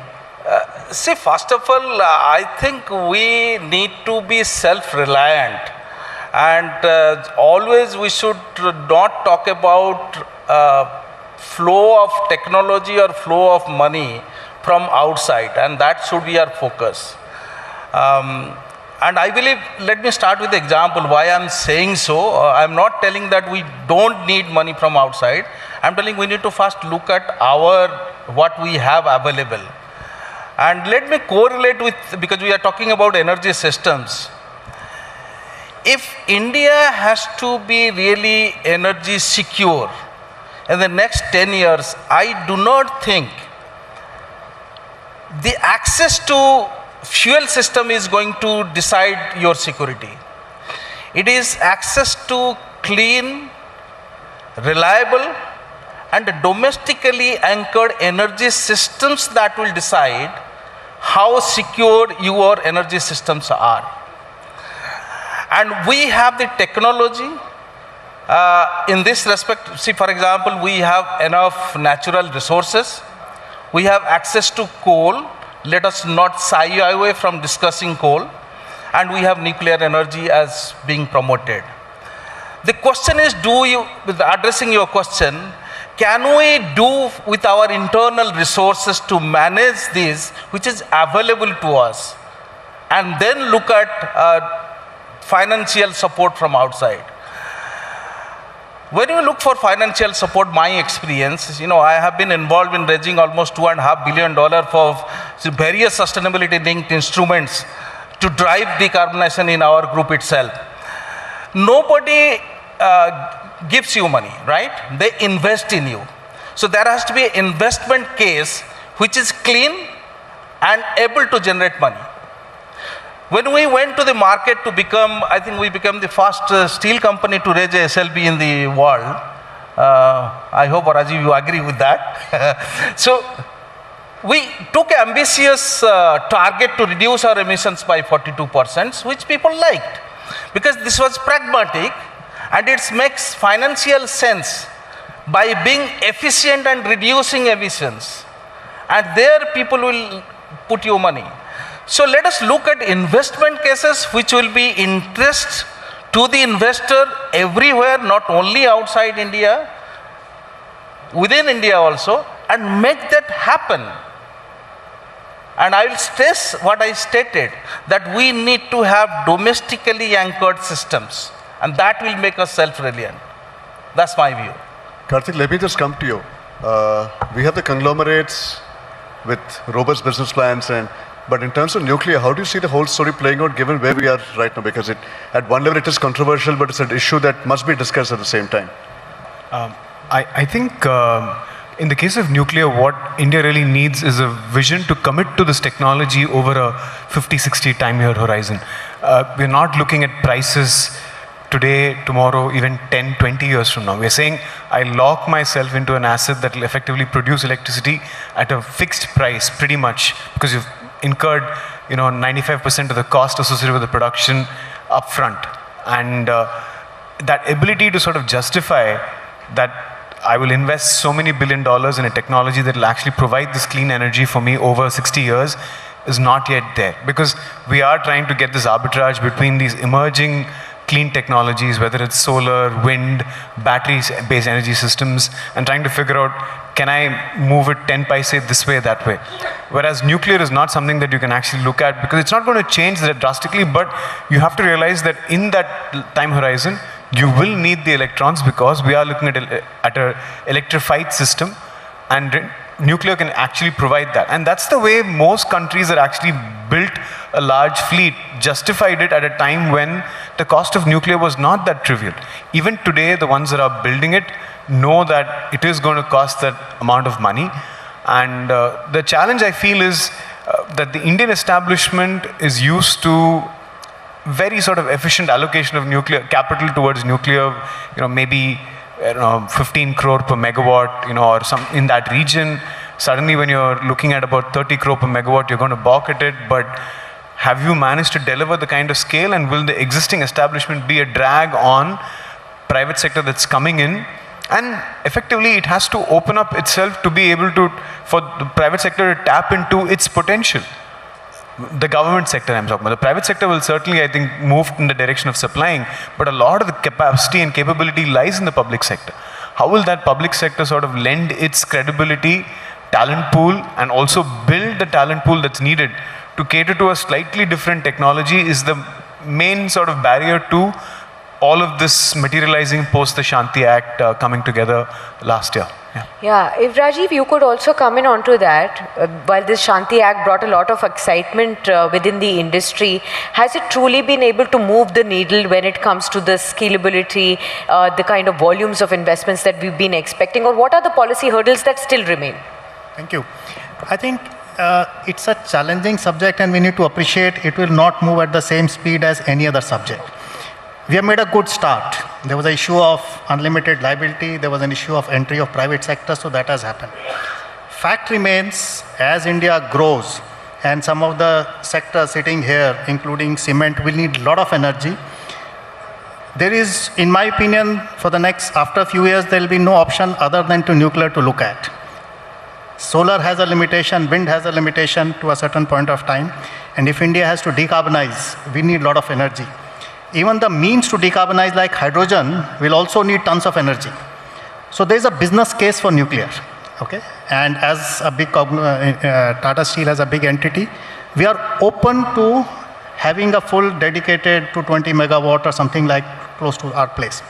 I think some of the issues that need to be resolved is technology between domestic or from outside. Overseas technology will bring its own challenge of maintainability, regulatory risks in future. Second is, how do you make sure between the size? There's a lot of debate happening, 220, 1500, and organizations have to take a call how much capex, to kind of commit to this kind of a thing. Okay. Third is grid. Will there be an interest-rate, allowance to move so that the cost of that transmission can be there? So if you ask me, there is a need for clean energy, stable, continuous clean energy. How to make it possible on the supply side is the bridge that we need to figure out how to match. Prabodha, you're part of a conglomerate that makes steel, cement, paints. I mean, you have a big play in the commodity space. And I think the effort is also to make it a stronger B2C enterprise at some point. It's a stated objective of the management. When you look at your business today, how it fits into the entire scheme of things is one thing. But fundamentally, the expertise of dealing with a hard-to-abate sector and still dealing with the clean energy sector, how much of a challenge is that? You forget that we also produce a lot of clean energy. So JSW Energy is focusing on that. So on the energies, I think let me take a cue from what Rajiv stated, that we need to find a solution which is suitable for our situation. With the conditions, our economy is growing, aspirations are growing, and our demand for any material is going to grow. For example, in steel sector, its pace of growth is in double digit, and we are now the second largest.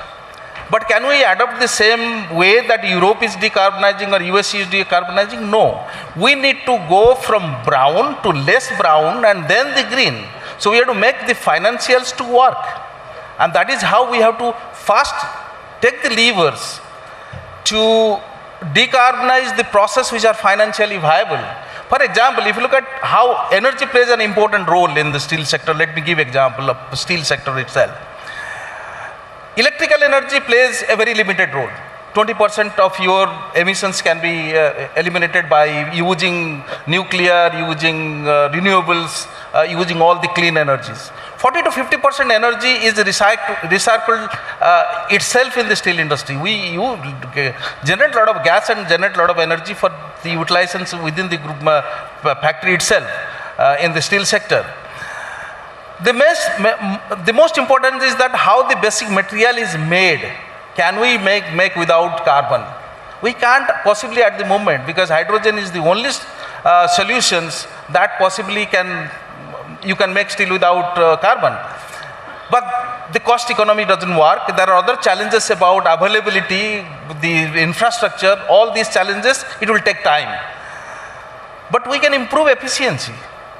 We can produce with less. And these are the initiatives we need to take fast. And that is how we will step from gray to less brown to little greener, and then fully green when everything is suitable, technology is available, hydrogen is affordable, you have access to high quality of iron ore, and there is a demand created. I think I am a proponent of creating demand. I think that is, science tells pull is better than push. So we need to really create a pull mechanism in India for all the materials, promote and mandate low emission products as a part of day-to-day life. And that will create the supplier like Tata Steel or JSW, we will be happy to provide that. Solutions can be made. We need to have the intent and right situation to create. And that is why I'm a good proponent, create a mandate. Mandate for low emission product to be used. And great example I see in the renewable energy, how the mandate for renewable energy has increased and government is pushing, and that has made the cost curve to be viable. Fair point. Karthik, I want to understand. I think the public perception around nuclear energy is something that has emerged as a big challenge globally. I want to understand from you, how can industry build trust and social acceptance when it comes to nuclear power and nuclear energy? I mean, maybe connecting it to some points that Prabodh also mentioned earlier. And the points that Mr. Mangal mentioned around the Netherlands and how their expectation of environment ought to be. If I think we drew a leaf from there and said that, why can't we change the expectations that people here have of what the environment should look like? You go to any industrial facility, not just the Tata's facility in the Netherlands, it might feel sort of cleaner than many commercial setups that we have here in our cities.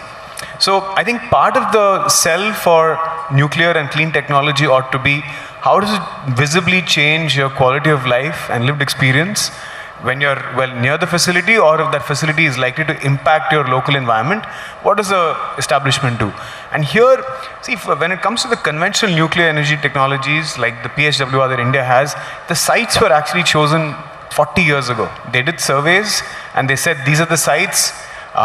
Whether those communities remember that they were identified and there's a plant that's going to come there, not very clear. The acquisition, for instance, for some of those sites were not done in a timely manner to say, you know what, if we were to put in a facility there, tomorrow that area has been ring fenced and we have created this exclusion zone that's needed. Not been done entirely. Though we had the vision to say these are the kinds of sites that would be suitable. And the way the West has gone ahead and done it is, for instance, let's take the example of Japan, a country that at least until 2011 relied significantly on nuclear, with only 10% of its lands actually being in the plains. Everything else is mountainous, wooded areas which you can't actually access. Even in that 10%, they ensured that the communities that were exposed had a full buy-in. I mean, they got the full buy-in primarily by offering the benefits of nuclear to those local communities. That the energy actually provides, the resource provides for the amenities of the local community experience. For instance, something as good, as simple as swimming pools, schools, infrastructure for that local community, all coming from the revenues that are generated by it, and showing them that this is not something for us to siphon away from here and give it to somebody else with nothing being seen by the local population, which is unfortunately the case with a lot of extractive industries in India. Many of the states that actually bear the resources don't see the benefits, but they actually see the downsides of that development, notwithstanding what industry might be doing for the townships, etc. The larger area themselves don't benefit. The villages that are around don't benefit. So there is a big exercise associated with consultation and, more importantly, telling people that this actually is not a in your backyard problem. This is a problem for the rest of the country to actually help manage for you. And in that regard, unfortunately, the dilution of the liability, while it's needed to keep with global norms, doesn't do justice, because the population is always going to look like, but if something happens, is the fund capitalized enough to actually cater to it? Unfortunately, it is not. But it also is true that unless we move in the direction of what the global powers expect to be the norm in terms of where the liability is capped, we can't attract that investment. So there has to be a confidence building exercise with the populations around the new identified sites, where they might be and whether we even have those many sites for the kinds of technology we're looking at. So it's a complicated one. I think we've not yet begun the exercise of sensitizing the groups. I mean, examples, for instance, of Jaitapur or even Kudankulam, where you've got already 2,000 megawatt worth of capacity and another 2,000 in construction. Even there, I think there is two different versions of what nuclear has done. Whether some of it is driven by elements that are not interested in the development trajectory as the government portrays, or whether there are some genuine cases, I think needs to be trashed out transparently for us to be able to proceed further with this. Just a quick reaction, Karthik. You talked about the global norm. I always wonder who made this global norm and why we have to follow the global norm. I have not really understood what that global. Are you meaning it's a European norm or North American norm? We need to have our own norm, and why we cannot leapfrog in the technology development? Are we not, what about the fission? We need to invest and find solutions, and I stated that it has to be domestically anchored and always following the, and honestly I have not really understood what is international law, what is global law. I mean, what do you mean by that? In terms of environment quality, I think there's only one norm. We're all humans. We all can only tolerate so much in terms of... Human rights. Yeah. So basic human rights. No, in terms of the impact of the environment on us. So I feel like the question of how much PM 2.5 in the air is actually acceptable to the Indian lung versus the European lung, it's the same. We're not made of steel. We'll end up in those steel lungs that, used to treat tuberculosis patients if our air quality remains this way. Indian has higher acceptability. Sure. We have acclimatized. No. I'm not promoting that we should not clean our environment. Sure. What I'm telling, we need to find solutions to our conditions. Sure. Always not relying on what people outside of our country are saying. Look. He gave an example how it is different in Netherlands and how it is different in India. Our growth has to put pace along with what we can give. In no way, please don't misunderstand me. I am not telling about cleaning our environment. What I am telling, cleaning the environment or having access to basic human rights are different. And accept that difference and work what is feasible for our country to keep pace with the growth.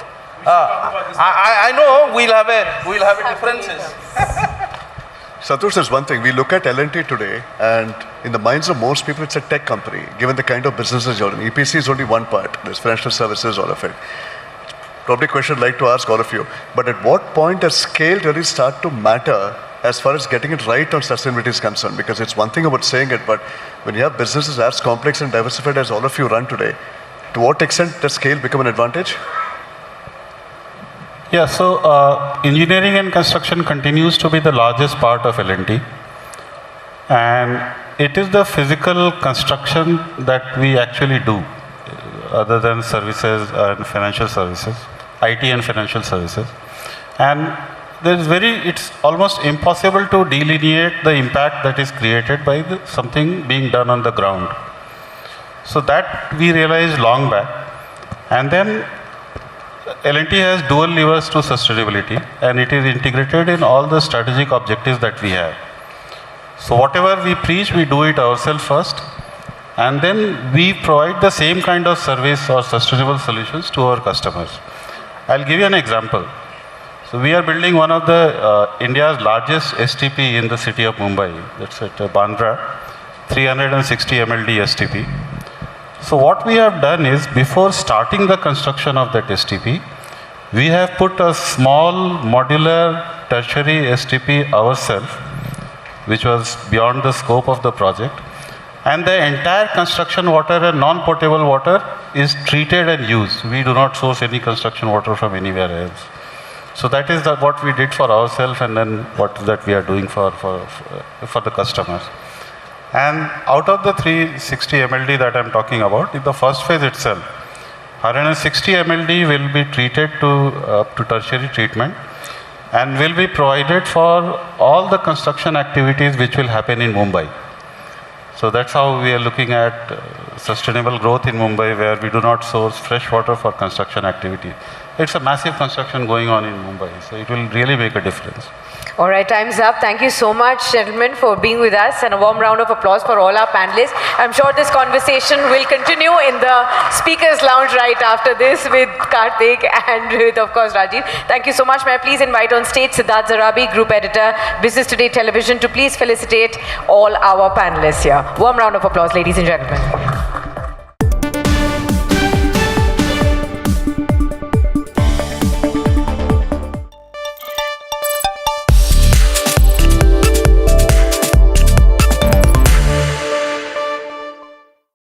Good evening, ladies and gentlemen. I'm Pooja Shali. That's my colleague Karishma Asudani. Thank you for being here at the conclave. And it's a very special panel here, because in today's world, companies don't just exist for business profits. It's also what they are creating is a long-term value for growth, for the environment, and for the society. I must add here, the research shows that even investors and shareholders are looking at what these companies are doing beyond their business purpose. And therefore, it's not simply a CSR initiative anymore. It's also about sustainability as business purpose. So it's a very rightly titled our session this time. And for that, let's begin. Quickly, just reintroducing our panel here. Ankit Todi, Chief Sustainability Officer, Mahindra Group. Neha Agarwal Jain, Partner, Deloitte India. Yashika Singh, Chief Corporate Affairs Officer and Sustainability Head, PepsiCo India and South Asia. Professor Pramod Singh, he's the Dean of School of Governance, Development and Policy, IRMA. And Tanuja Pandey joining us. It's good to have a government representative, advisor to the Tourism Department, Government of Maharashtra. So Karishma and I will together ask you and also grill you about what the corporate India is currently doing. But let me start with Ankit, because I know that for the Mahindra Group, I know it's one of the most vocal ones when it comes to doing a lot of sustainable measures. Rise for good is the philosophy. Now, I know that carbon neutrality has been one of your prime focus. However, I want to know today, what are the long-term key goals that the Mahindra Group has when it comes to sustainability and beyond your auto part of the Mahindra Group? Absolutely, thank you for having me. I think the point that you started with, that sustainability is a lot about business integration.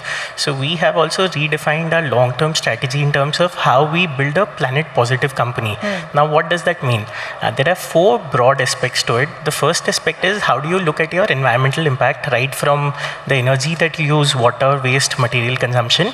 But increasingly the second topic, which is how do you integrate climate action in your core business strategy. So let's say when you are moving in the auto sector from selling ICE vehicles to selling EV vehicles as well. In the real estate business, you're doing green buildings.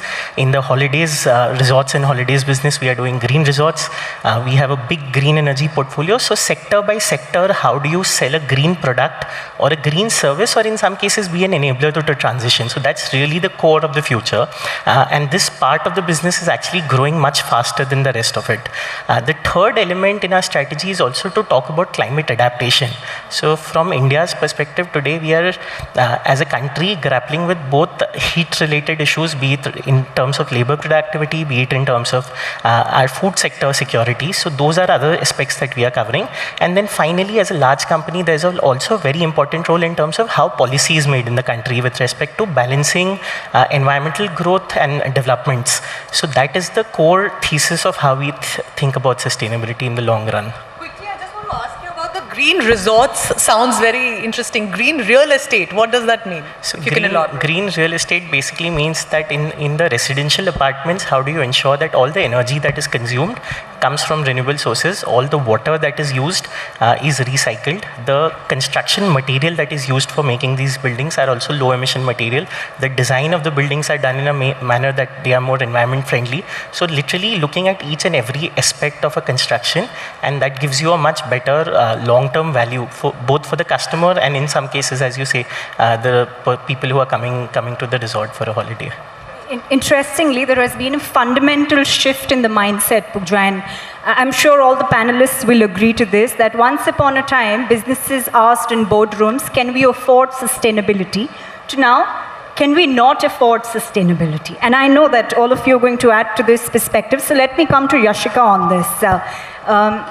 Yashika, when it comes to PepsiCo, and when we look at issues pertaining to, say, climate change or water problem, very conventionally and traditionally, climate change is discussed via glaciers or emissions. But for a company like PepsiCo, it is at the helm of your fundamental affairs in terms of a potato problem or a water problem. Tell me from that perspective, where does sustainability stand? Thanks, Karishma. Great question, and great to see you again.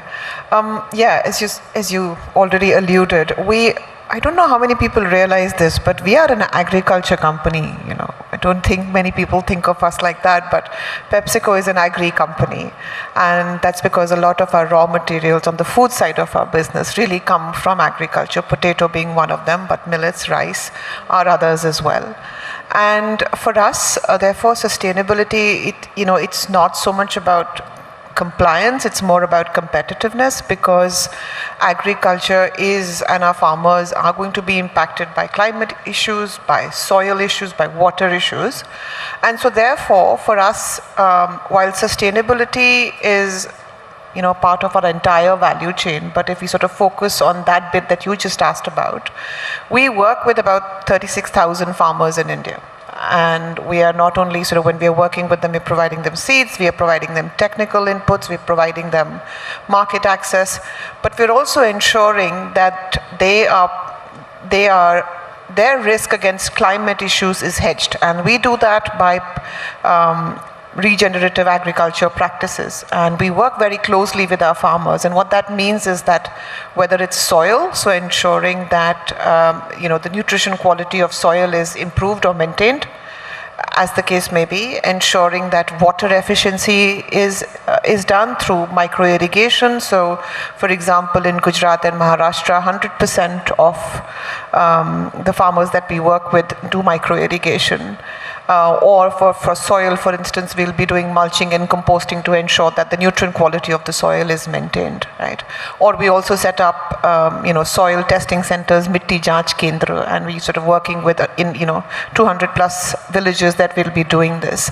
Now, all of this is, the way PepsiCo will do it. We have our agronomists who will be working directly with the 36,000 farmers, and not only sort of hand-holding them, but, bringing the technical expertise, the innovation, and working together on what are locally acceptable practices, So it is a very localized approach to what works where. And, for example, from a soil point of view, 16,000 acres of regenerative agriculture, that's what we have already delivered. Just from that, in that part of it, that's how, it's very much a part of how we work. It's not, I don't think it's, for us to have a conversation, is this sustainability or is this supply chain? We don't know the difference. It's sort of come together now, for us, mitigating the supply risk or mitigating the risk of supply chain means that we need to do all of those things and ensuring that over the long term, we are building that resilience in our supply chain. But tell me, at the end user, is it difficult to convince? Because see, as a consumer, if I go to a market and I say I want to buy a packet of that chips or I want to have that Zero Pepsi, am I willing to pay more for a sustainable product? Have you seen that happening when you have rolled out a couple of these sustainable initiatives? I suppose if I ask you that question, the answer would be yes. Of course, I'd love buying a chip which is made through sustainable practices. But then if I ask you a question, would you pay a premium for it? It is a process, right? It's an ecosystem approach, and sustainability tends to be investment heavy in the short term, right? And that's one of the problems that I'm sure it would be great to talk about how to deal with that, how to deal with the investment intensity of sustainable practices in the short run, because the benefits are coming in the medium to long term, right? And you need to find, sometimes doing these what are called sustainable practices leads to productivity gains. And when you get those productivity gains, you can pass them back to the consumer. And also, it is an ecosystem approach. It's not just about the companies, it's about regulation, it's about consumer behavior, it's about so I think it's a process and we're on a journey. Yeah. And I like what you said, that how supply chain in itself, if it is a sustainable practice, that I think is the core value that would help not just the company, but of course the country. I want to go to Deloitte now because I know that Deloitte has done a lot of work when it comes to climate change. But here's what I noticed. My research showed that very recently, Deloitte India has got into an alliance for artificial intelligence for Indian manufacturers. Now, which is very interesting. It is a sustainable model, but via AI. Do you want to elaborate on that and how possibly other companies can pick on that? No, absolutely. Is it working? Yeah, no, thanks. This is a very interesting question because, everybody talks about the supply chain. Everybody talks about the way of manufacturing. Everybody talks about how do you really source and really get closer to, the ecosystem. But today we are in a data-driven world. And therefore, bringing in the right ecosystem together is very much data-heavy. And therefore, right from, how the farmer is going to predict a rain, how the soil is, the soil testing is required to be done. Procuring it, and maybe, even in the construction space, whether the raw material is compliant from the sustainability perspective, there is a lot of, research that goes from data, and therefore there is a lot of reliability to it. So as Deloitte, we have been working in this space wherein we have partnered with organizations like Credible, we worked with Rainwork Foundation, wherein, these kind of intel is very important in terms of, ensuring there is a right ecosystem, and at the same time, you have more information so that you take a very considered decision. Because at the end of the day, the conversations have really shifted on why is it worth investing in sustainability? I think we've crossed that path.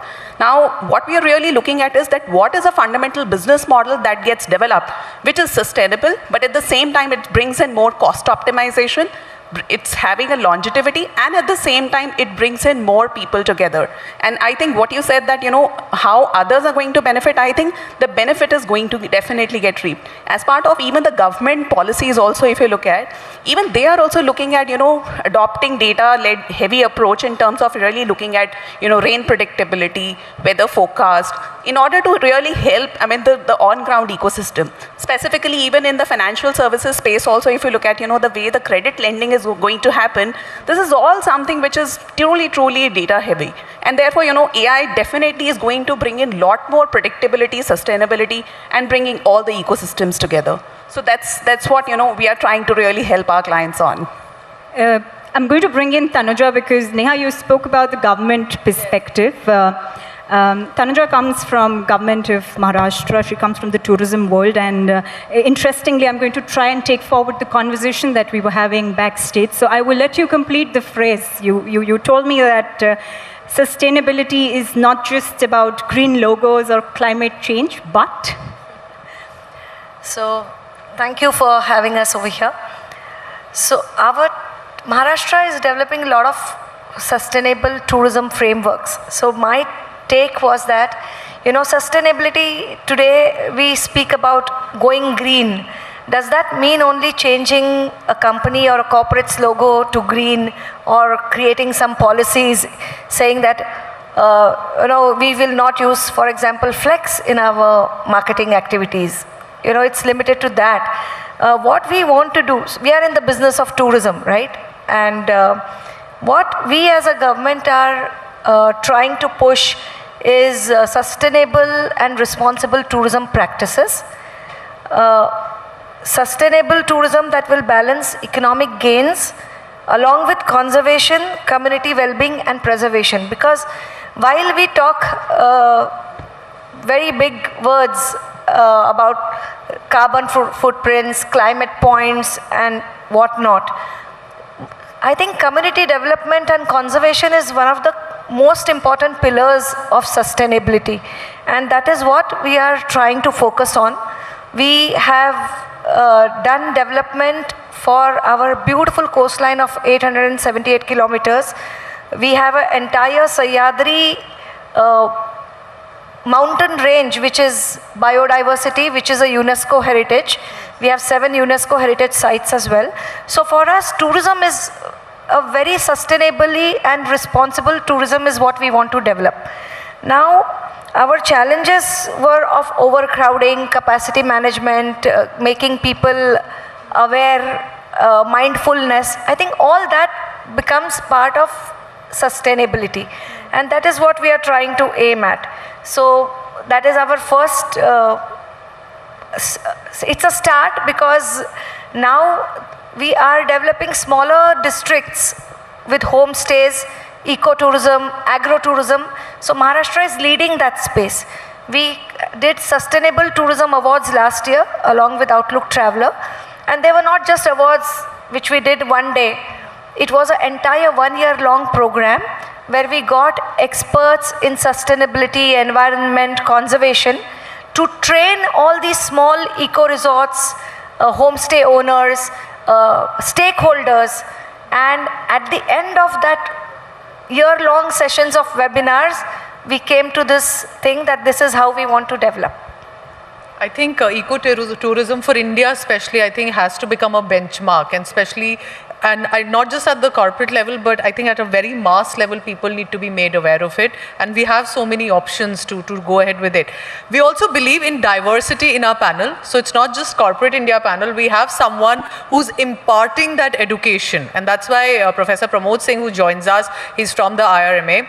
I want to know from you, sir, what is it that corporate India can do? What do you think is their role? One, to ensure that we go beyond the talks and the sustainable models or sustainability business reaches the grassroots level, that there is this supply chain of that as well, that eventually the benefit is seen where it is intended to go. Yeah, you have rightly said that I'm looking at perspectives from the outside, not necessarily from the corporate India side. When we look at the role of corporate India, essentially it has to be co-creator of our development journey. As a part of Intergovernmental Panel of Climate Change, IPCC, we wrote what we call is climate resilient development pathways, which means climate change given a reality, we have to traverse our development trajectory along with this. And what is that each country will do? World will not have only one trajectory. Each country will have its own trajectory and we have to traverse that. So considering India's role in this context, the biggest problem which India is going to face is one of that, water is going to be the limiting resource. That is where one has to work. Agriculture, since water is going to be a limiting resource, agriculture using 70% or more water is going to have a strain. So entire technology has to be developed. When we say technology, it's not necessarily high tech we are talking about, but certainly precision agriculture one could talk about. But many technology need to be developed, how the farmers can get benefited, which while addressing, making the agriculture climate resilient. So for that, for example, if you look at our part of hydrocarbon import is also going for nitrogen fertilizers or phosphatic fertilizers. Now, large part of those fertilizers is going west into water bodies, creating eutrophication and other problems. Where are this corporate India when they are already spending 2% of their profits spending on those techniques so that it could be precision agriculture could be more effective for the farmers to practice. The natural farming are really going to the way ahead, not necessarily the way we have been doing the farming, because that carbon footprint in agriculture also had to go down. So these are the things. So that is one part at community level, but there are larger issues which we can talk about if you like. Yeah, Neha, I want to bring in a government perspective on this because you advise companies on governance and also on the regulatory part of it. Are companies embracing sustainability because they see value in it, or is it because of regulatory compliance that you have to do it? Yeah. So I think the mindset has definitely shifted that, it's less tick the box, but probably, really, the entire ecosystem is getting more knowledgeable. People are looking, if you look at really Gen Zs, if you ask them that, whether you would like an organic or whether you would like something specific, probably, they will be more educated and they will be more aware. So I think in terms of sustainability, the awareness, and specifically from a business standpoint, there is definitely a lot of action that, organizations are taking beyond probably the regulatory reporting. But again, the regulatory reporting is a very important element that you did speak about. So for example, the BRSR reporting, I think clearly what we have seen as a trend is that, and maybe, for the larger organizations, this is still happening in a very, very streamlined way. But if you look at, the larger part of the ecosystem, probably the discussion starts when the timelines are very close, right? Then, is it something which is, first in top of the mind? Probably, people will take a decision over a period of time. Third situation is that, the backward forward integration that you see in the ecosystem, that while you may have more sustainable technologies or, methods of doing it, but in terms of your suppliers and customers ecosystem, is it fully integrated? Again, a question mark.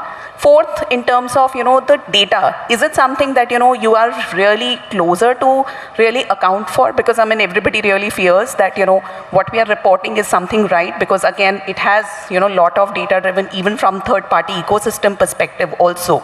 So therefore, I think it's a journey that everybody is really going through, wherein definitely the primary piece will continue to be the regulatory reporting, but because that's a statutory obligation. But I think over a period of time, it's also getting imbibed in the business ecosystem as well. Yashika, I have a question for you. I was listening to our other two panelists as well.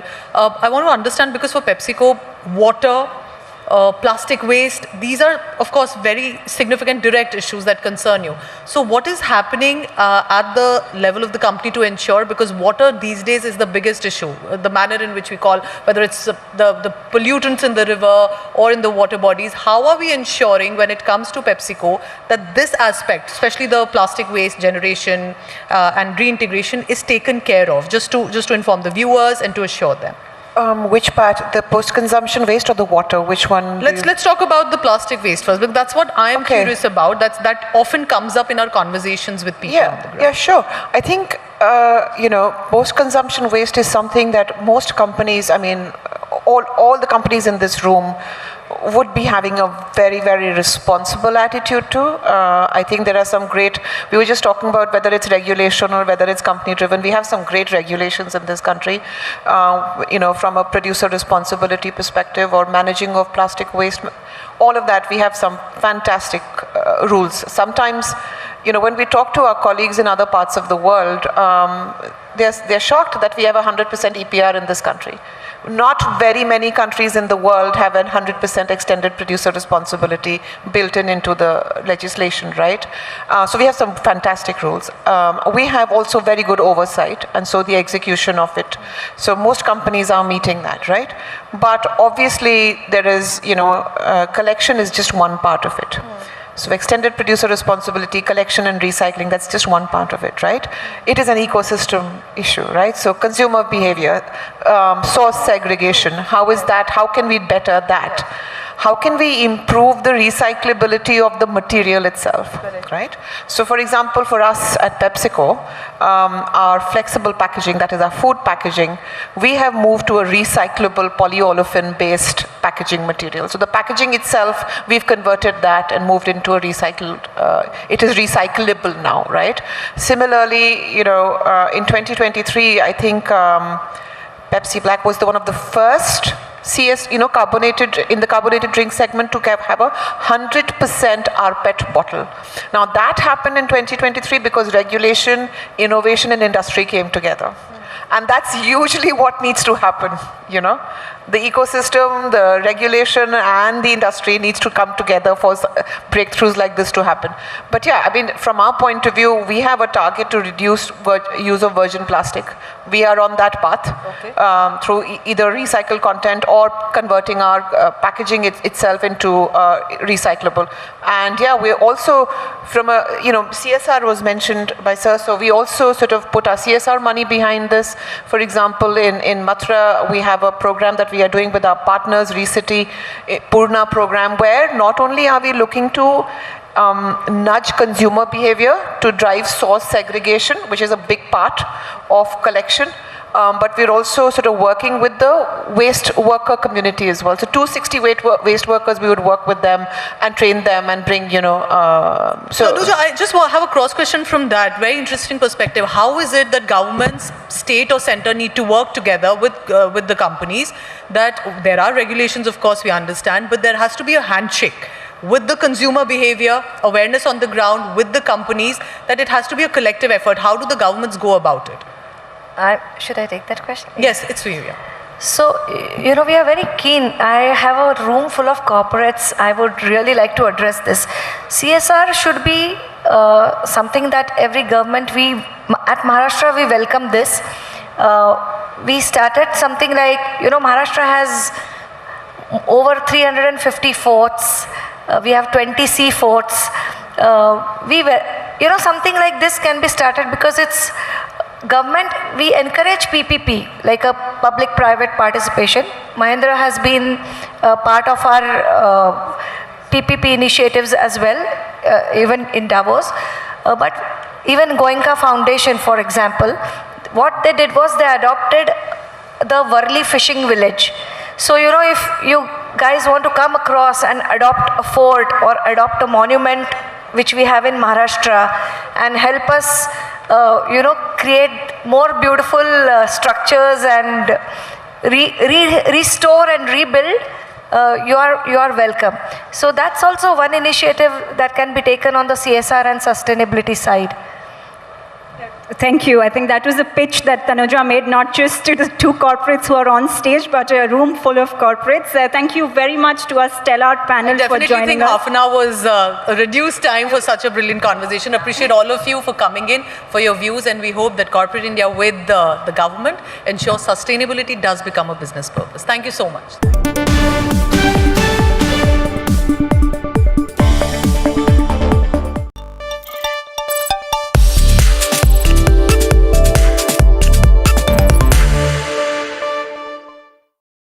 Good afternoon, namaskar, swagat. Thank you very much, Aditya, for making that time. It's rare that a sixth-generation entrepreneur and a company that is as peculiar and as unique as yours is here with us at an event on sustainability. We normally have CEOs, directors like this at our CEO Awards, Business Leadership Awards. So thank you very much for being here with us. Thank you. You know, the subject is conscious consumption, and I'm reminded of conspicuous consumption, which was a term that was originally coined way back in 1899, and as the term suggests, is about having the money and spending it all. Before we get into some nitty-gritty, I wanted to ask you, is sustainability, particularly in the area of consumption as a consumer, only meant for people who are wealthy? Or can an ordinary middle-class person also aspire to be a sustainable and responsible consumer? Well, thank you very much, Siddharth. I really appreciate that. Thank you, Sakshi. Look, I think it is more difficult actually as an affluent consumer to consume responsibly, I feel, because you know, in rural settings and whatnot, you have very clearly people reusing their bags. They don't get a fresh plastic bag every time they go to the store. They usually take their own containers to go and get their grains and all of the things that they need from the stores that they have. So yeah, I think that they're already being more sustainable than consumers in urban settings. I will say that it is difficult to have the expectation of luxury, perhaps, and be very environmentally and conscious about, you know, not just environmentally conscious, but also about the ingredients that are going in. We're, I guess, used to a certain you know, silkiness of a product or a particular type of crisp feel to a packaging or something. I think those things we'll have to overcome for ourselves. Absolutely. And before Sakshi comes in on your net zero goals by 2045, I have another broader question. There was some research that I was studying before our session, and that spoke about the fact that nearly 80% of Indian consumers want to buy green, but costs and inflation come in the way. You are a brand that is present in 8 out of 10 households all across the country. According to you, what is the approach towards sustainability of the average Dabur consumer? So, I think, look, when we say the average Dabur consumer, we mean the average Indian, right? Yeah, absolutely. So, and we're very, I feel that the average Indian is as conscious about being proper to their environment, about being proper to themselves. I think the opportunities, you know, before it was, okay, you walk out, go into the field, pull out a vegetable, come back, clean it, eat it, you're good, right? Now, there is an entire process to get that vegetable to you, right? So somewhere in there, one has to, I guess, expect for a certain amount of, let's say, packaging to be in place, or a certain amount of maybe treatment to have happened to a product by the time it gets to you. I think the important thing is to understand what's appropriate and what isn't, right? Having, as an example, a treatment could be washing the fruit, right? It doesn't mean that it has to be some big chemical thing or anything like this, just simply washing, keeping things in proper environments where bacteria does not grow, and things like this. I think these are easy things that can happen, which would then allow for the consumer to say, okay, these things are happening. I think the consumer sometimes gets a little confused because they feel that treatment can mean anything. Gases being put into things and fruits and all. The word, treating a product or treating a raw material, they have to understand as a spectrum, what's good and what's bad.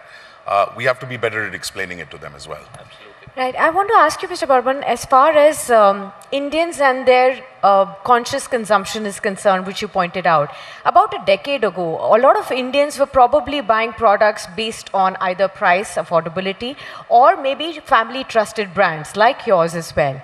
What has happened over the last couple of years with a lot of this immense social media awareness that has come in is that people are now reading the ingredient list more carefully. They're tracking their proteins, avoiding sugar, questioning preservatives, and even talking about whether it's a sustainable packaging that I'm consuming it into. So how are brands like yours, who've already sustained and evolved with each generation over the last 140 years, are looking at this shift, and how would you take it forward? What will be on top of your priority list? So when Dabur started 140 plus years ago, the entire idea was to take a very questionable quality, right? So, and I don't mean bad quality, I mean you don't know what it is. When you go to a Ved, at that time, there was an inconsistency of quality across the ecosystem. So Dabur's first approach was to say, hey, listen, we're going to make this quality, right, and put it in a bottle and put everything on the bottle so that people know what's inside this, right? And we've kept that ethos over the years. I think it's great that consumers are looking at the bottle more carefully. I think they should be very aware of what they're putting into their body, right? And again, there are certain norms which might also need to be updated from the authorities' side. Recommended daily allowance. What does that mean, really? Is mine the same as yours, is the same as yours? No, it isn't. So these are all averages, these are all suggestions and guidelines. At the end of it, the consumer really must be their own guiding light at the end of all this. Yeah.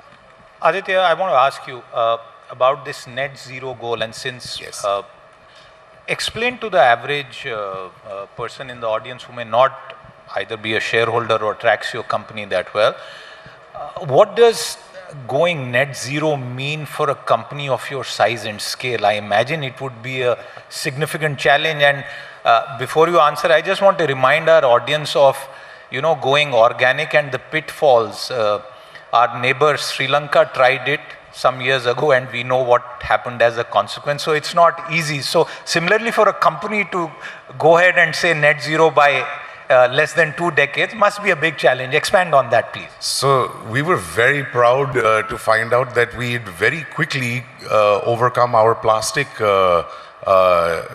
are plastic positive, is that what? Positive? So we take out more plastic from the environment than we put into it. Right? And we were I believe, the first FMCG company to do this. And we were very proud when that happened. I must say it was actually quite surprising also when it happened, because the beauty of it is that the ecosystem in India has become so good at this, right? And it can always improve, things can always get better, but it's so gratifying to see that there are so many great recycling facilities, entire ecosystems which are uplifting rag pickers into now becoming, custodians of the environment and things like this. So you have these ecosystems, and we are able to tap into all of that to make that happen. In terms of water, now this is something that, for us, water is a very key part of a lot of our products and the processes. We're very aware that water is a very precious resource. we have been doing a lot of things over the years just without even really knowing it. Rainwater harvesting in all of our facilities before it became a norm. I mean, that's just because that's what you do, right? And whatnot. So these were all just a part of the way that we did things.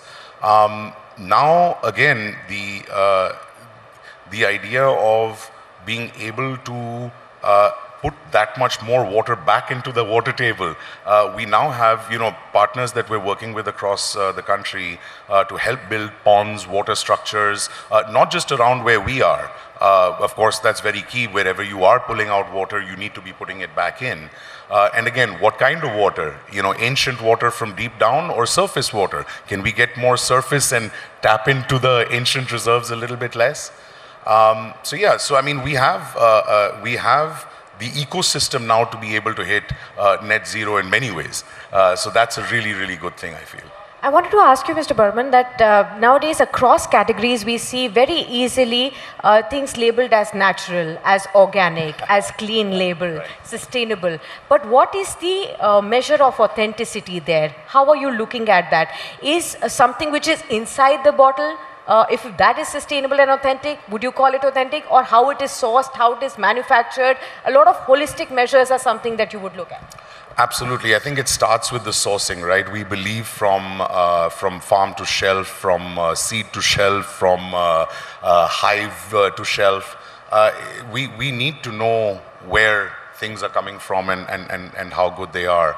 I believe that, we have done a lot of programs where we are tracking our honey, right? We are the largest honey brand in the country, and by default we need to buy a lot of honey.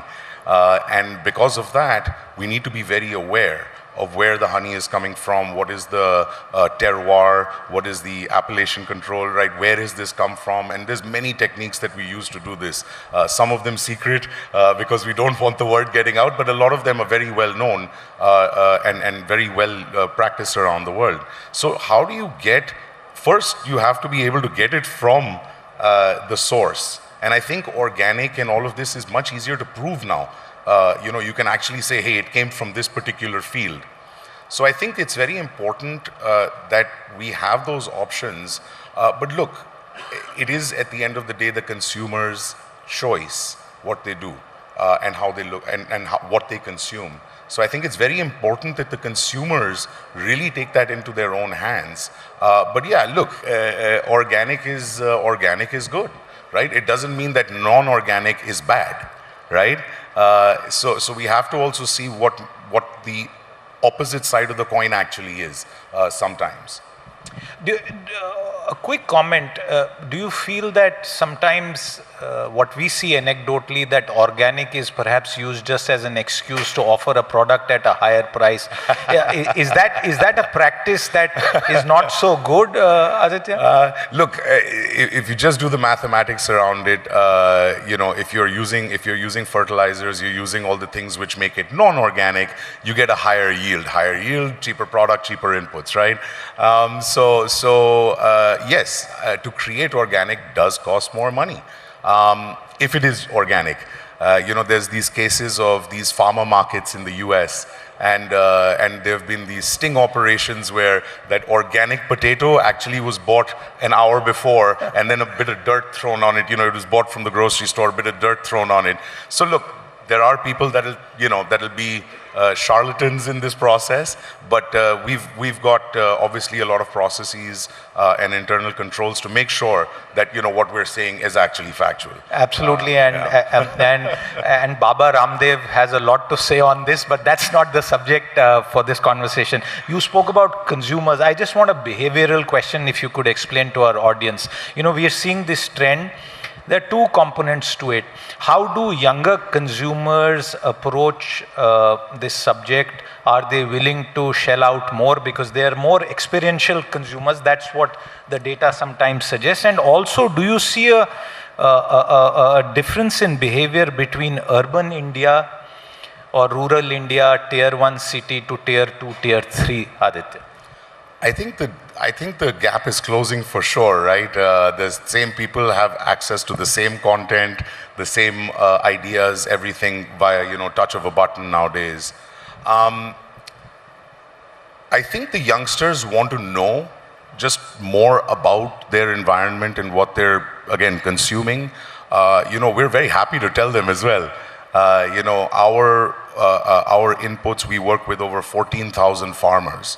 Farming families around the country, over 16,000 acres of all jadi booties, of all these endangered species. We have to be very careful of these species because they are endangered and it is difficult to get hold of these things. So we have worked with farmers over the last several decades, well, many decades, to get to this sustainable. Now, for us, that's just a matter of how we do things. But now we're very happy to tell the consumer that, hey, look, we do all this stuff, and we're very happy that they know it. And I feel they also feel a little bit more connected to their product and to the company.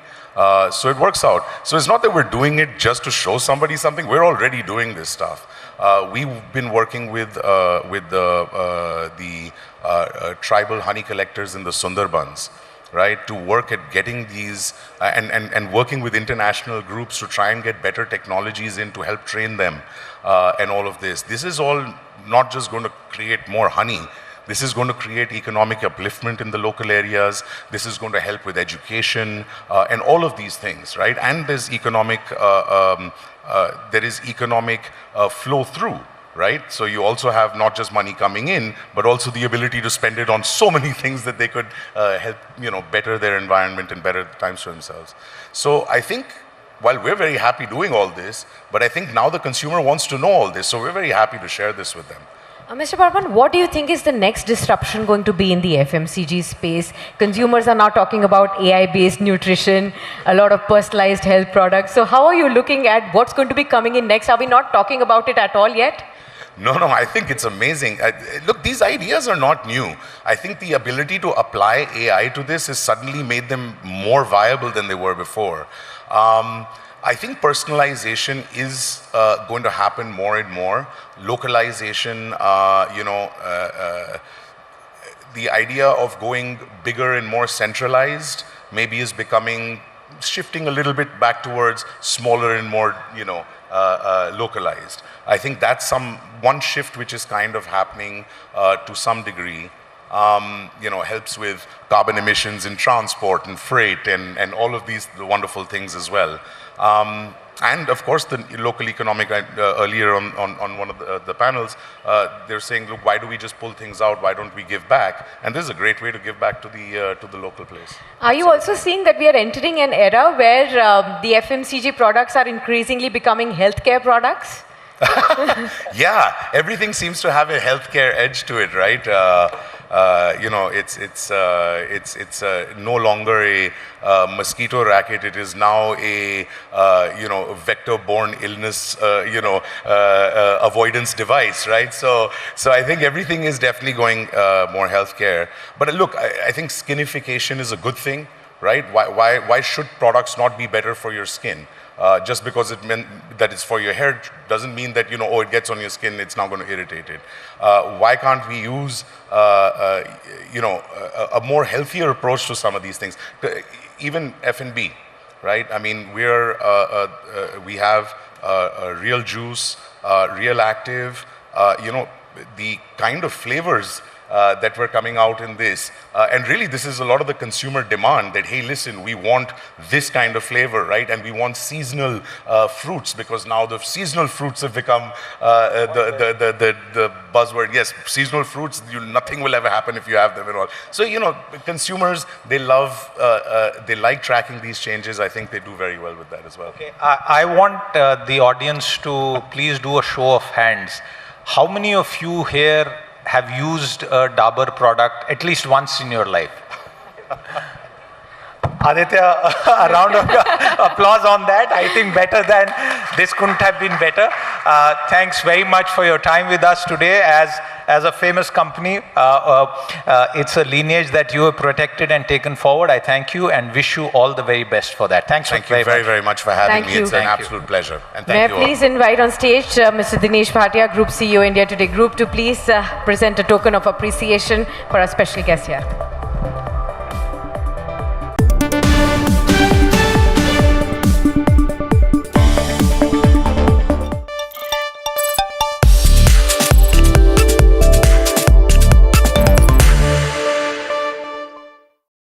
Hero Motor Corp, again, I want a show of hands here. How many have used a Hero Motor Corp product in their life? Okay, so this is not 100%.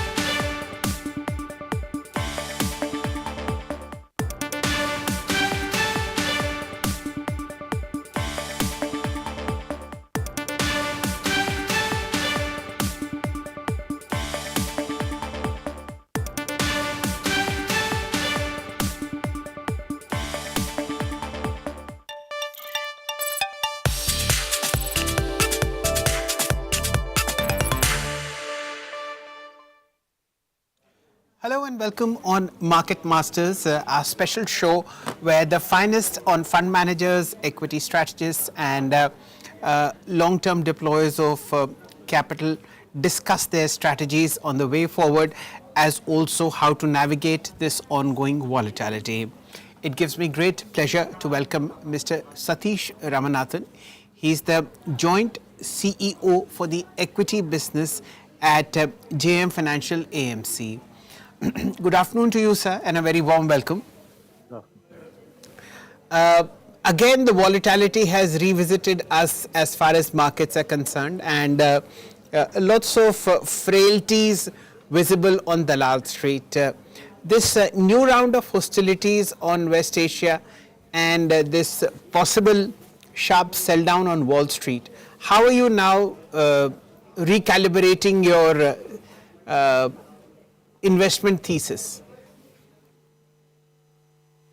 So I think the key thing that we need to understand in the markets is that there's been a continuous sell down by FII investors, and that has led to some dollar weakness. Our earnings are okay, they're not bad. They've grown reasonably strong, especially the mid-cap category. And also in terms of, if one were to look at the overall sense of India's geopolitical and strategic strengths, it's only gaining, not weakening. The weakness, however, that we need to bear in mind is that crude and commodity-led basket have gone up by 40 to 45% on a one-year basis. Has it been digested by the economy? Not yet. It will take at least another 3 to 4 quarters for this to digest, and that can have an impact on earnings and consumption and margins as well. So corporate India is little vulnerable to that extent, but the balance sheet strength of corporate India is impeccable, and this is the nth time I'm saying it on this show. But the fact that India generates almost 17 lakh crores of cash flows, if not slightly higher, is something which is not to be underestimated. And that gives leverage for sustainable growth over the medium term. And we are quite positive from that perspective that corporate India is under leveraged and has headroom for growth and headroom for investments. Satishji, pardon me for playing the devil's advocate, but if 17 lakh crores of investable cash in terms of surplus is being generated, why are we in such a tragic black hole? Everybody else apart from us is enjoying a very, very smart bull run. Look around in Asia, check on Wall Street. they are in good shape. Here we are unable to even hold on to the basic structure of a gain as far as Nifty is concerned. Why this dichotomy? The dichotomy lies in the fact that India is a vulnerable economy when it comes to oil prices. So when oil prices rise, India's vulnerability rises, and therefore people sell the markets, especially FIIs, and move to safer havens. Add to that the fact that US markets and economy are doing reasonably well means the reason to invest outside in outside regions have also come off. So consequently, people have to fend for themselves. That's what has clearly come off. India needs to have its own trade treaties and grow from there. Exports will be non-dollar denominated. Currency will have to shift in terms of the trade basket.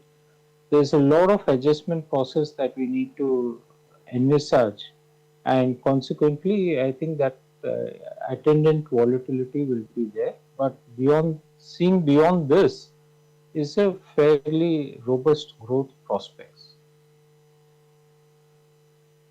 Okay, fair point. Satishji,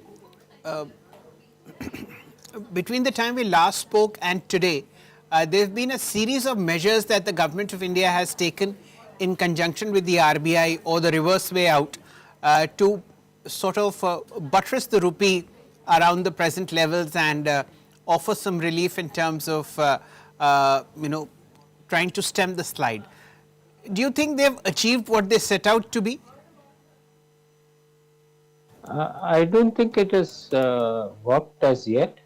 There will be periods of sharp rupee devaluation, depreciation continuing, primarily because of our trade deficit and the fact that oil prices are where they are. So I think a lot of this depends only on the crude pricing rather than anything that the government can do in terms of policy action.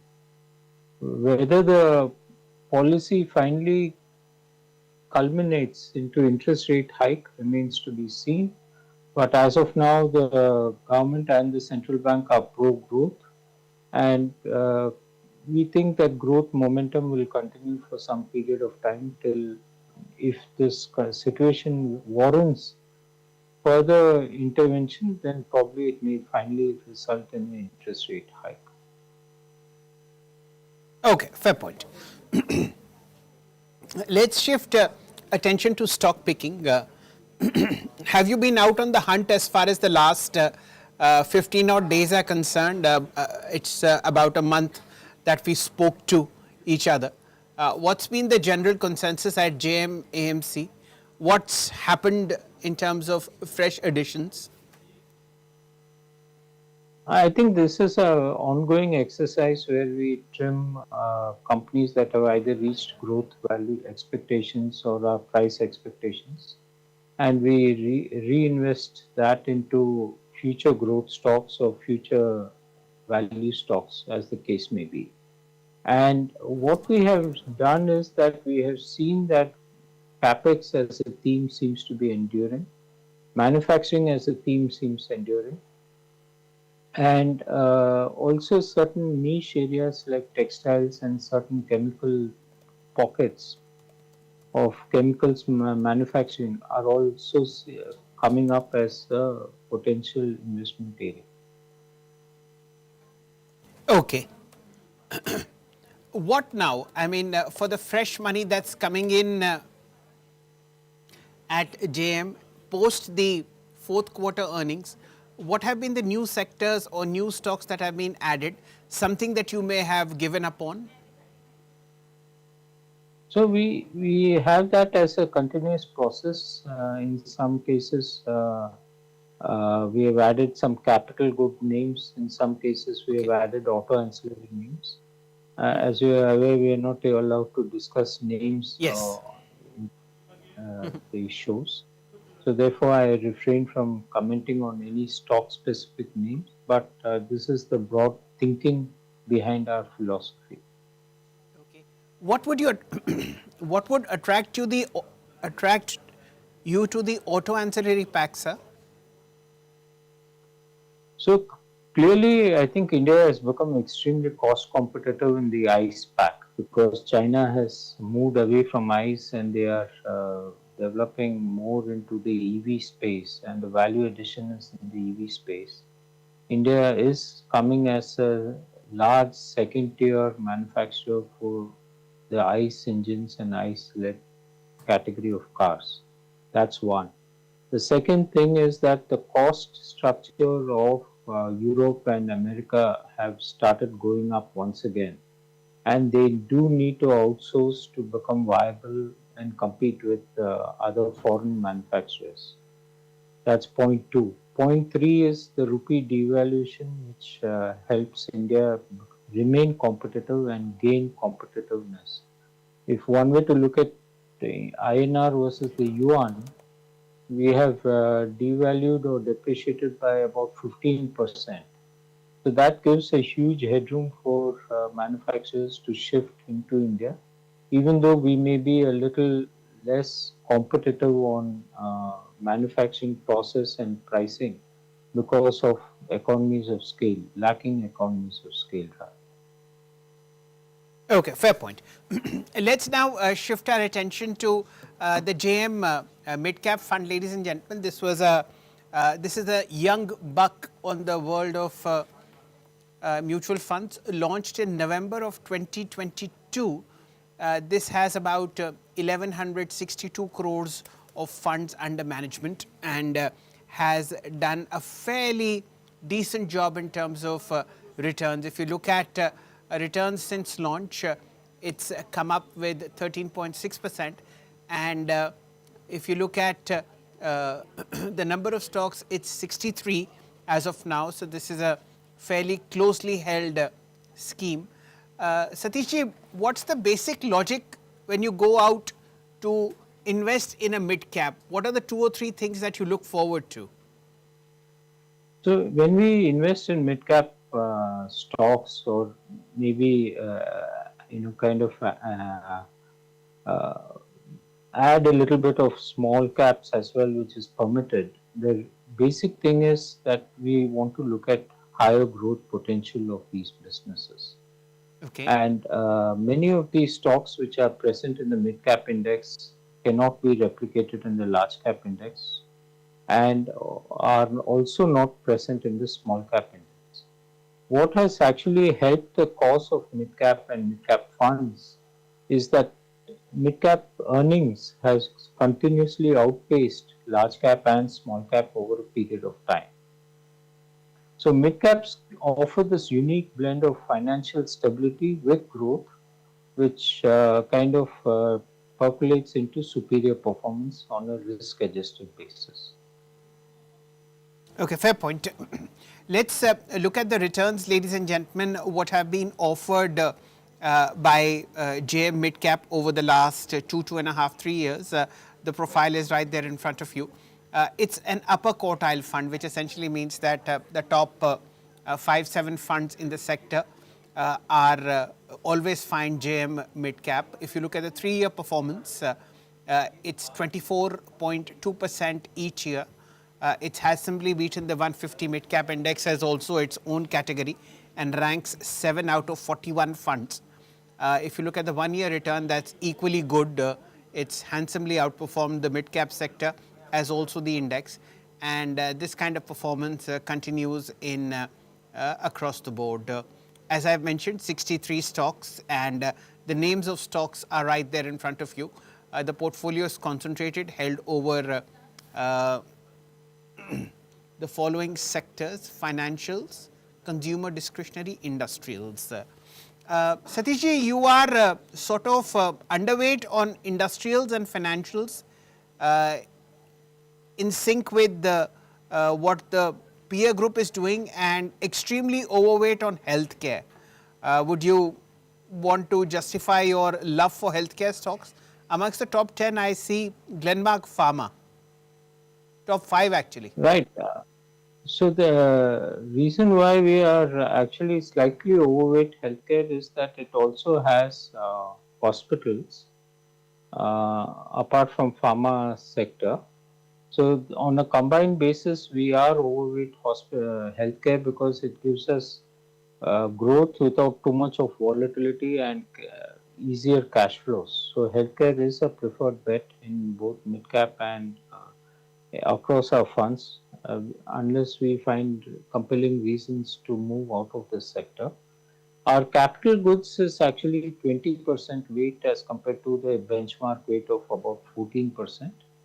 And that is something where we are equally positive on, and we have a decent exposure there.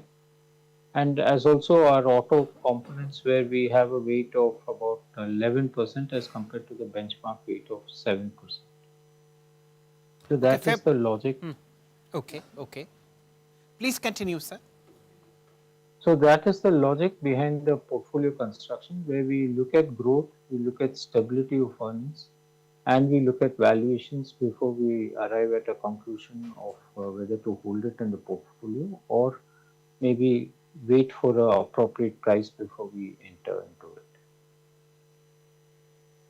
Okay, fair point. And there is an absolute absence of private sector banks and the presence of two strong mid-caps from the PSU banking sector. Would you explain the preference for PSU banks at this point? The reason why we have some of the PSU bank names in the mid-cap fund is that these banks have superior credit quality, superior growth characteristics because of their size, and are actually regional champions in the areas that they operate in.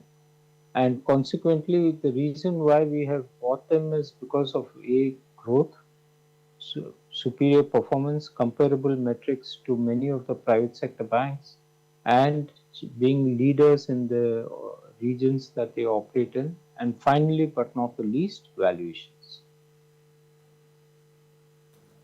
Okay, fair point.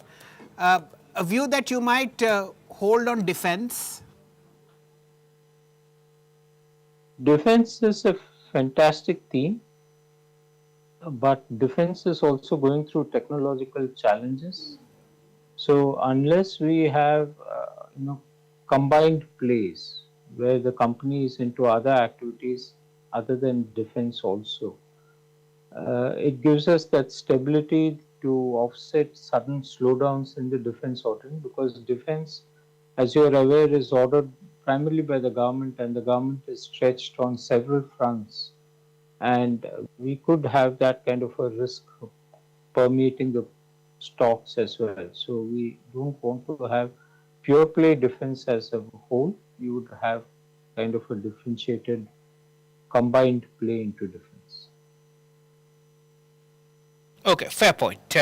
Satishji, we'll call it time here. Thank you so much for your views, and we'll take them forward as far as the mid-cap space is concerned.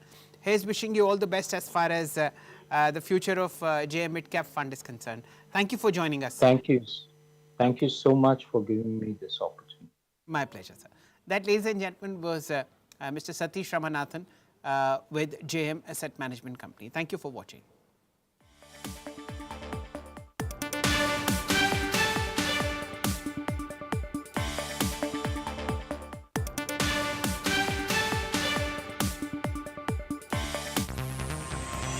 India is young and the Nifty is younger still. We are at the cusp of greater glory and phenomenal wealth creation. Catch India's magnificent rally and make it a part of your booming portfolio. Look out for the next set of multi-baggers at BTTV.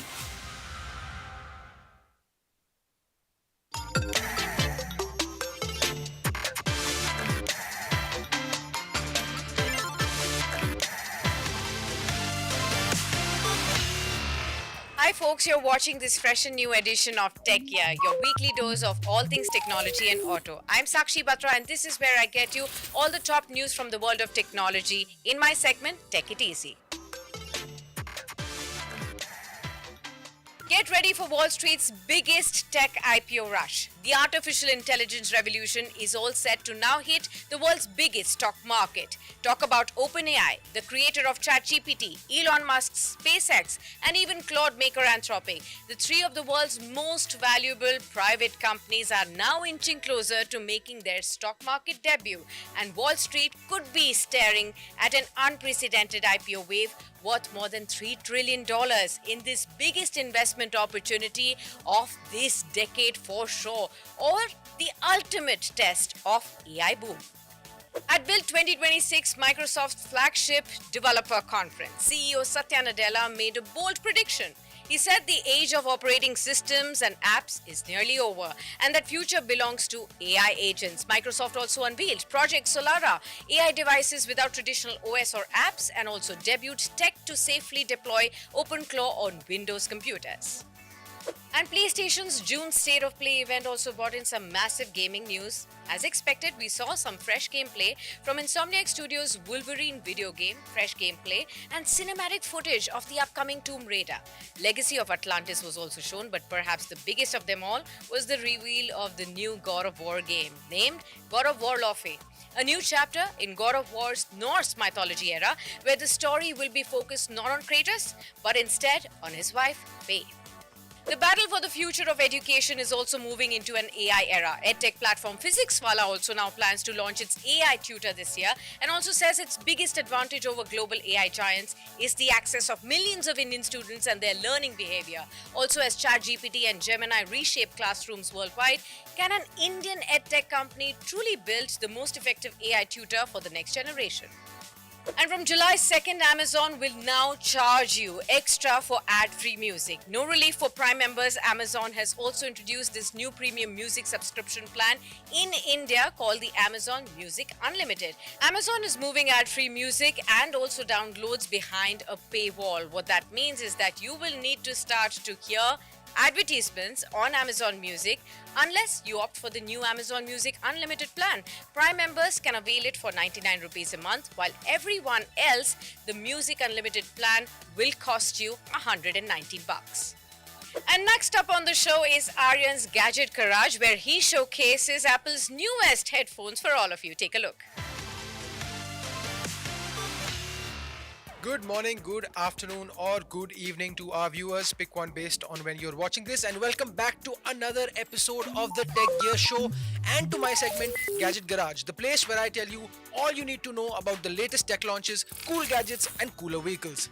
This week on Gadget Garage, we have a pair of headphones that costs more than an average commuter motorcycle in India, a device that turns your old dumb TV into a smart TV, and a good old dabbak hole video, or as some of our more sophisticated journalists here would call it, an unboxing. So let's start first with the Apple AirPods Max 2, which could have been named AirPods Max Fury Road if Apple had a little bit more whimsy. But I joke, here is all you need to know.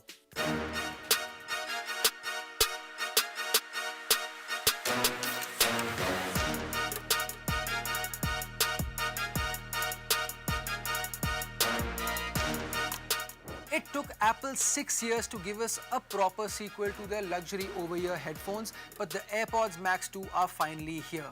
They swapped the old silicon for dual H2 chips, tacked on a massive 67,900 rupee price tag, and promised to completely silence the outside world.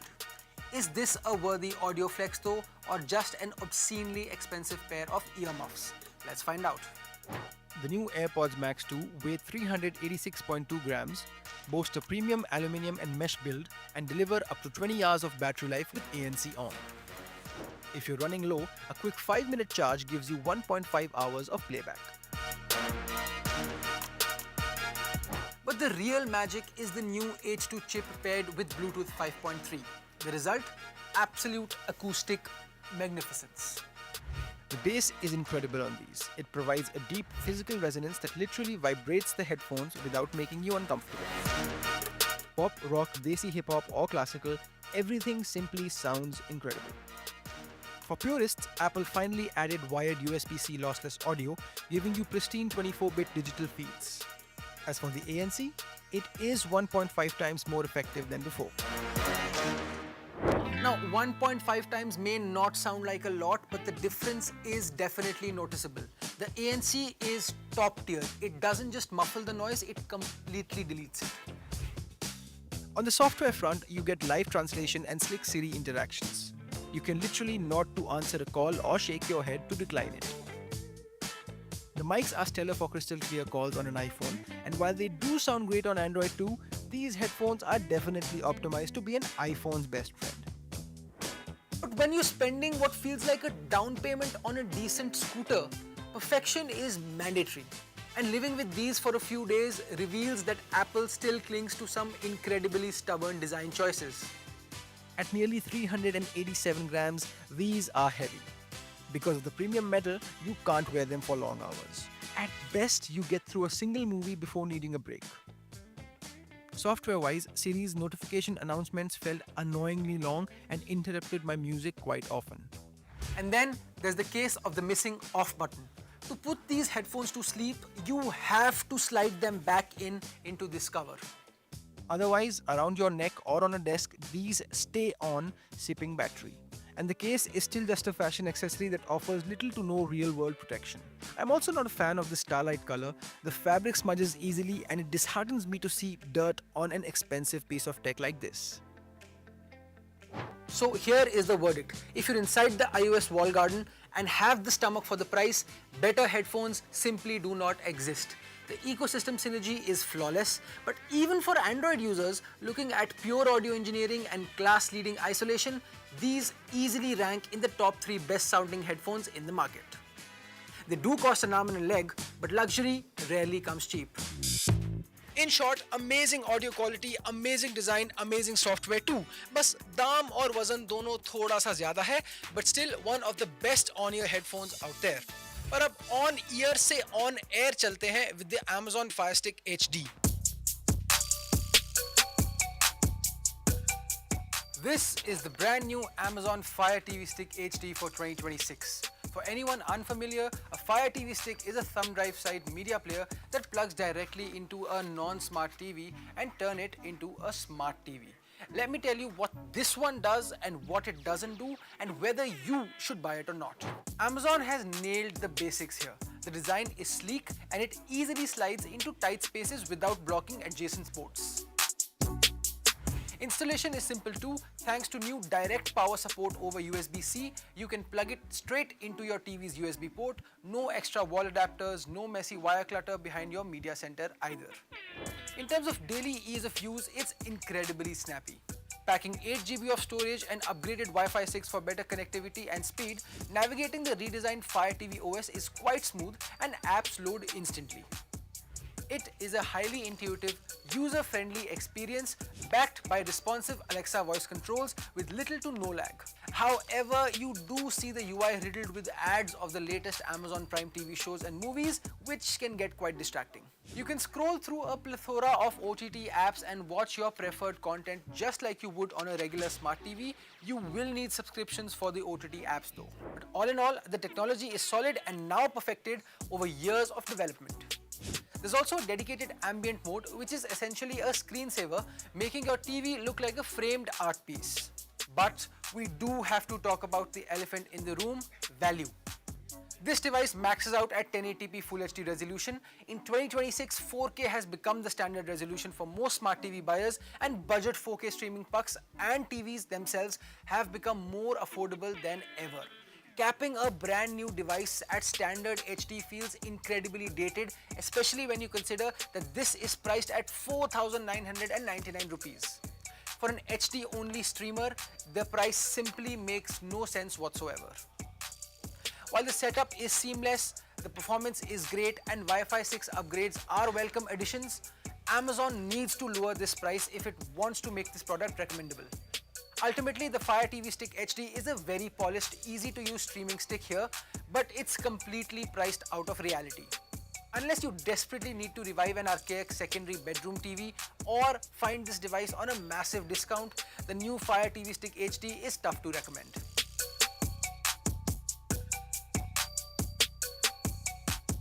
यानी अगर कोई पुराना TV है आपके पास, इसको लगा डाला तो you can complete the rest. but the price is still way higher than it should be. So maybe wait until the Fire TV stick goes on sale, or wait for when the 4K variant comes up soon enough. Or actually rather, go outside, touch some grass, read a book, stop looking at screens all the time.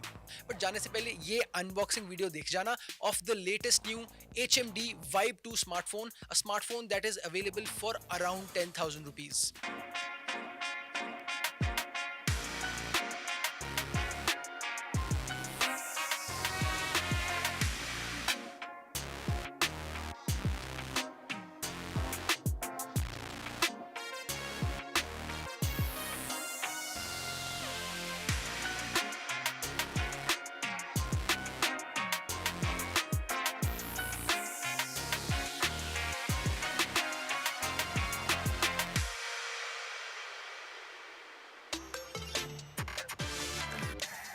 So that was this week's Gadget Garage, but stay tuned because we are about to travel straight into the AI future with Business Today's very own AI anchor, AI Sana. Last time मैंने Sana के नाम पर एक joke किया था that our editors removed in the final edit, so this time I will refrain from making any dumb jokes on AI Sana.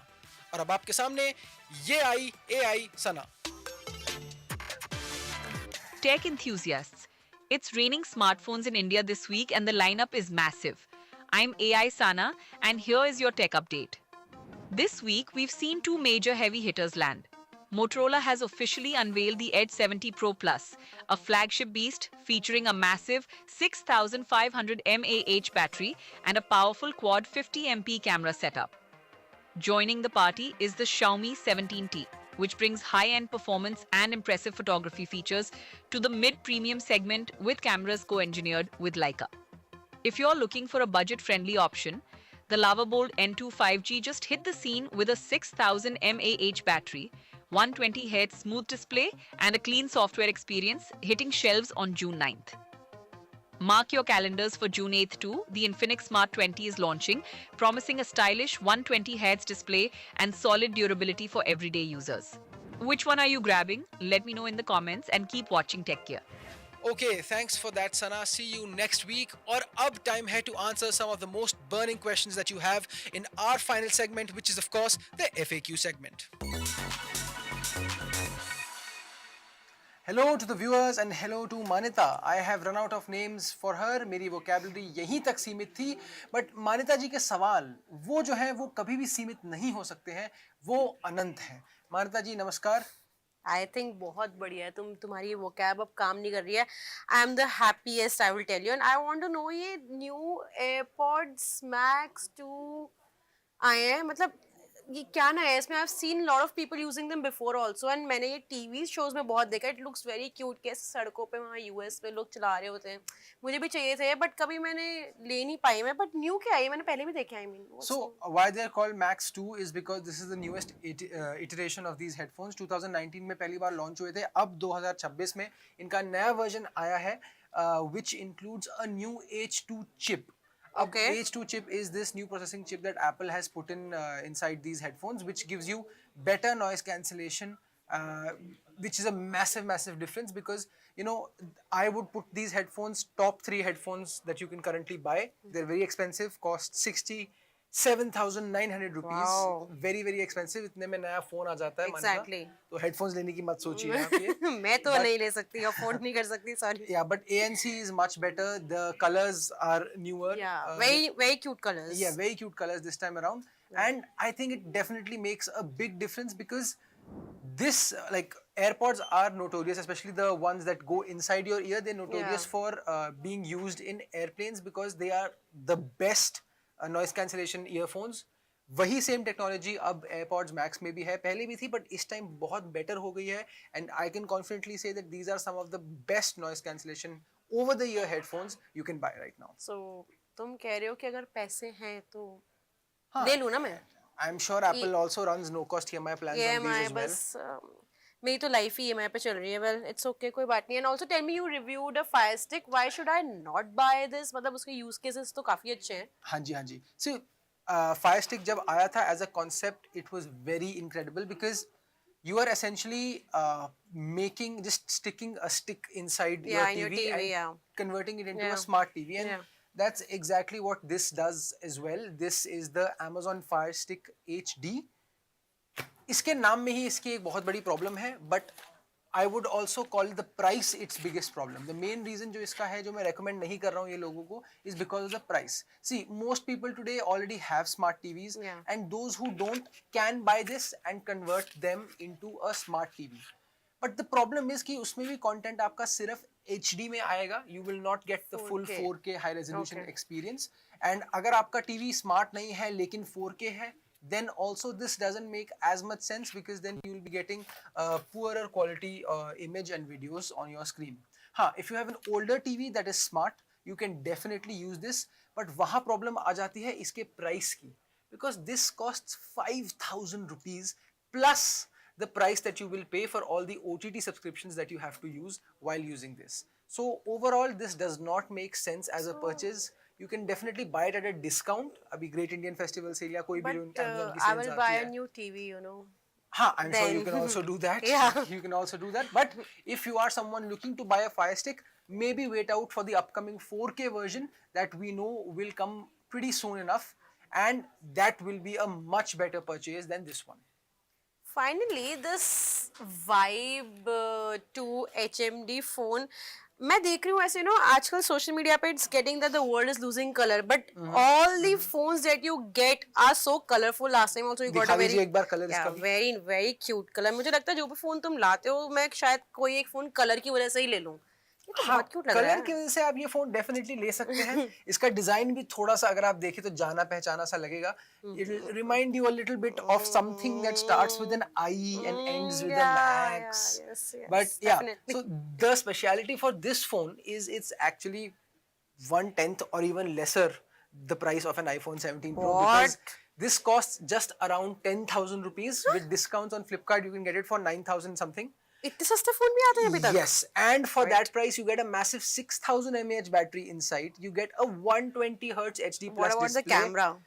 Well, it's okay. Front camera, it's okay. The rear camera is 50 megapixels. But again, like I said, you need to have your expectations in check when buying phones at this price point. Iska processor is a bit of a letdown. It's a Unisoc processor, not a MediaTek or a Snapdragon processor. But like I said, you can't expect too much for a phone worth this price. जो इसका target demographic है, उनके लिए ये phone बहुत अच्छा है. देखिए, I can give it to my mom. Maybe, definitely. You can see if your mom is not a power user for Instagram or not a power user, उनको cameras बिल्कुल top end नहीं चाहिए. So this makes for a very good phone, especially under 10,000 rupees. Makes for a very good secondary phone if बहुत लोग होते हैं जिनको एक दूसरा phone चाहिए होता है. This makes for a good phone for that, or anyone who's getting into smartphones, थोड़े older people हैं, या someone who's simply looking for a very budget-friendly phone. This is a AI feature also. मतलब 10,000 के phone में भी AI दे दिया उन्होंने. This has a partnership with Sarvam AI. Oh. A lot of its partnership and AI proficiency is coming from Sarvam. So that's a big plus, And for those who are not aware, HMD is what Nokia used to be. Nokia मुझे नहीं पता था guys, मुझे अभी बताया, मतलब became HMD. A lot of the senior executives are previously Nokia employees, and they officially renamed to HMD. And अभी भी Nokia के नाम से कुछ products को बेचते हैं जो जो feature phones वगैरह होते हैं. But more or less you will find HMD out there, and you can trust that the company that served the smartphone world for so long is now converted itself into this new company called Human Mobile Devices, HMD. And that's about it for this week. और भी कोई सवाल है तो please comment में पूछिए, and thank you again joining me for joining me once again, Manata. Great questions as always, and thank you all for watching.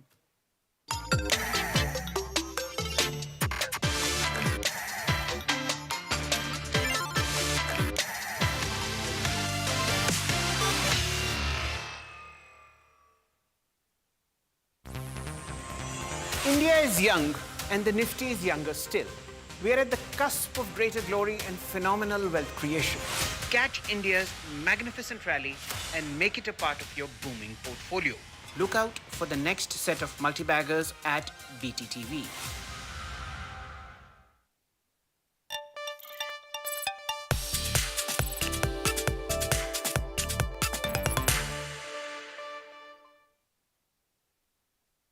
Hello and welcome to Business Today. I'm Siddharth Zarabi, and joining us today is Ankur Agarwal, the chairman and founder of BNW Developments. Dr. Agarwal, welcome to the show. Thank you very much for joining us. Viewers, this conversation is happening in the backdrop of one of the well-known real estate companies and developers in the Gulf region in Dubai, B&W Developments, and their presence at the St. Petersburg Economic Forum. And while that is going to be a large gathering in this part of the world, I want to begin by asking Ankur about his comments on the latest situation as far as the overall situation and the real estate sector's response to that is in the UAE. Ankur, how are things shaping up? Because the ceasefire seems to be still under negotiation in terms of becoming permanent. What is your take on the latest developments? Yeah, thank you, Siddharth bhai. Thank you for having me here, first of all. And the situation which we are seeing as of now is quite promising as of now. And what we can see from here is that the market will get a rebump from here. We have seen over years, over decades, what UAE has shown to the world and the kind of response which UAE market always get after getting hit by any reason, whatever it is, being it COVID or being it 2008 Lehman Brothers crisis or whatever it is. But what I can see from here is that the customers are getting back on track. They just want to invest. They are believing in the ceasefire news. They believe in the real estate market. They believe in the leadership. They believe in they believe in the overall economic progress of the UAE real estate market. One more thing which is very important and vital to discuss here is that the UAE's decision to get out of the OPEC is quite significant, and that can change the destiny of the off plan, because what we have seen over the years in the UAE real estate market is the offline market is getting a real jump just because of the government spendings in the infrastructure. So the oil money which was spent during last few decades in the infrastructure has given a real boom to the real estate market, and this will be again a new history, because what we can predict from here is that the 30% additional revenue which government could predict by producing additional oil reserves. So that money will definitely be going to the infrastructure, and that will be impacted to the real estate market. Just like you take it example of let's say Al Maktoum Airport. So they're investing more than $20 billion just for our airport, targeting 260 million passengers, being it possibly the busiest airport of the world. Today we have seen Atlanta being operating at 128 million visitors every year. So the market is quite promising, and I can see that the smart investors are taking their place now. Absolutely, and very clearly from the India UAE perspective also, we know that trade relations with the UAE are booming. In fact, overall trade numbers, the targets have been achieved well ahead of time. And one of the points that you made, Ankur, non-oil trade is also very clearly becoming one of the key drivers of the relationship. Let's turn our attention to the Russia and the corridor of sorts that we believe. Let me first ask you about the interest of Russian investors as far as the UAE market is concerned. Over the past several years, we have seen the Russian investors having a very good interest in this market. Why is it so, and is the UAE property market still a natural choice for Russian investors?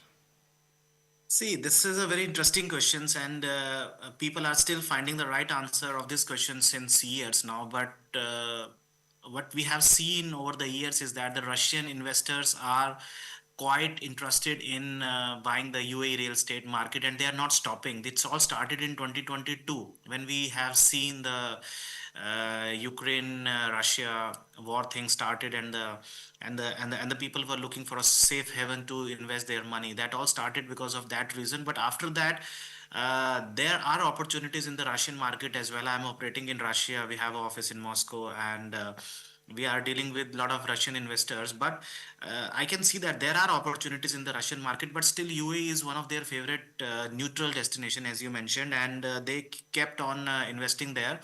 And in this current market as well, they are not stopping, and they just want to get the best out of it because of, in my opinion, because of some obvious reason that they are getting the returns on their money, like the kind of ROI which Western market could not promise to them, probably more than 25%, 30% returns in the off-plan sector they are getting. They are getting the like the offshore companies structure, which gives them a guarantee of keep their assets in a safe zone, the kind of structure which UAE is providing. So that is more comfortable for the Russian investors. And the kind of properties which UAE market offers, like the sea facing properties, the beach facing properties, the destination capital properties, which probably is one of the sweetest spot for the Russian investors. So all these factors combined together, still Russian can't find a reason why they are not in. Why should not they invest in the UAE real estate market? So in my opinion, it will be like before, and it will be like same for coming years as well. Yes, if we see a real a kind of economic change in the geopolitical situation, getting the US, the Russian markets out of the sanctions list, or any other factor, like, so that can be one of the reason which can eventually take this decision on a different side. But what we can see as of now is that the Russian markets, Russian peoples will keep on investing in the UAE real estate market. Since you described that, I want to focus on one specific area that you are working on, and this is Ras Al Khaimah. What is happening there as far as Russian investors are concerned? Do you see them becoming early movers in that as an emerging destination? Yeah, they were actually the early movers at that time. Then when there was just a news that the casino will be opening there, so they went there, not just the end consumer but the developers as well. They went there and they bought the piece of land, they became developer, and then they made a lot of money, not just in Al Marjan Island but another part of the Ras Al Khaimah as well, like Rex Central and the Beach District.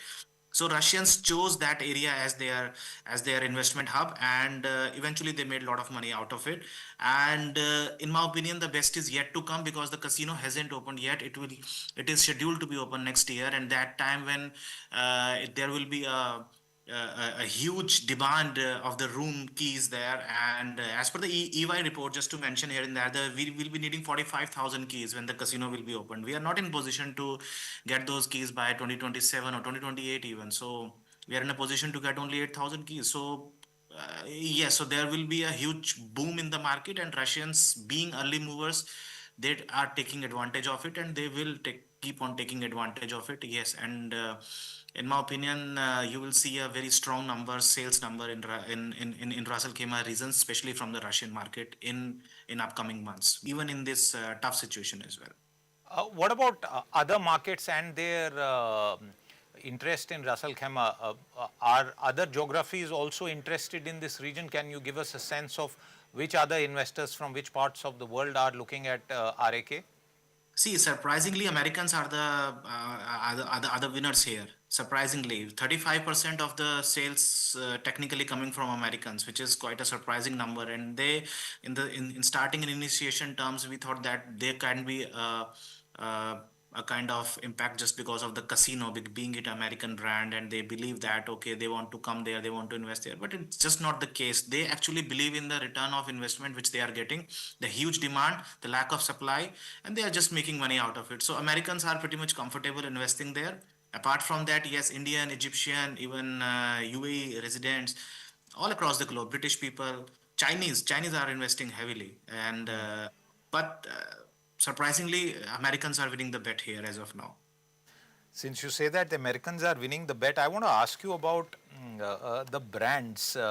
As your company has made a bet on branded residences, Tonino, Lamborghini, Radisson, Taj Hotels, among others. Are there any non-American brands also there, a Russian brand or a Chinese brand that is popular? See, we recently launched the Radisson brand. Like people treat it like the most favorite brand of Russia. The Russians love this brand, and we are getting a very good feedback from different parts of the world as well. Of course, being it being liked by the Russians, but different parts of the world as well. So, like in my opinion, practically all the possible brands of this world has already chosen Russell Gamer to be its place, and it's again very surprising to know that a place which is like 3 or 4 years old and being became very popular just because of one single reason, and all the brands of this world has done their due diligence. They are coming there, they just want to be there. In fact, we launched Taj there, and Taj is being the first Indian hotel brand of the world. Like you can imagine, we will not be having we were not having any Indian hotel brand for last 50 years in the Emirate of Ras Al Khaimah, and now this time the Indian hotel brand is coming there. And there are 32 Michelin star restaurant which is coming on a single island, which is 2.7 square kilometer of the land mass. So whatever is happening there, I can say it's kind of little unrealistic, but it is what it is. So we just have to enjoy what we are getting as of now. You know, one of the features about Dubai has been those very iconic residences in the sea, the Palm area. Now, give our viewers a sense of how is it happening in Ras Al Khaimah? Is it a combination of branded residences, waterfront homes, serviced apartments? What is the mix there? See, people are saying that it's like the palm which it was 10 years before or 15 years before, but this is not true actually. So what we are getting in Ras Al Khaimah, especially in this Al Marjan Island, is that we are getting a destination capital. You live in UAE, you work in UAE, but you are not having any destination capital to enjoy, to live, or to to have fun there, like you have in Mauritius or Maldives or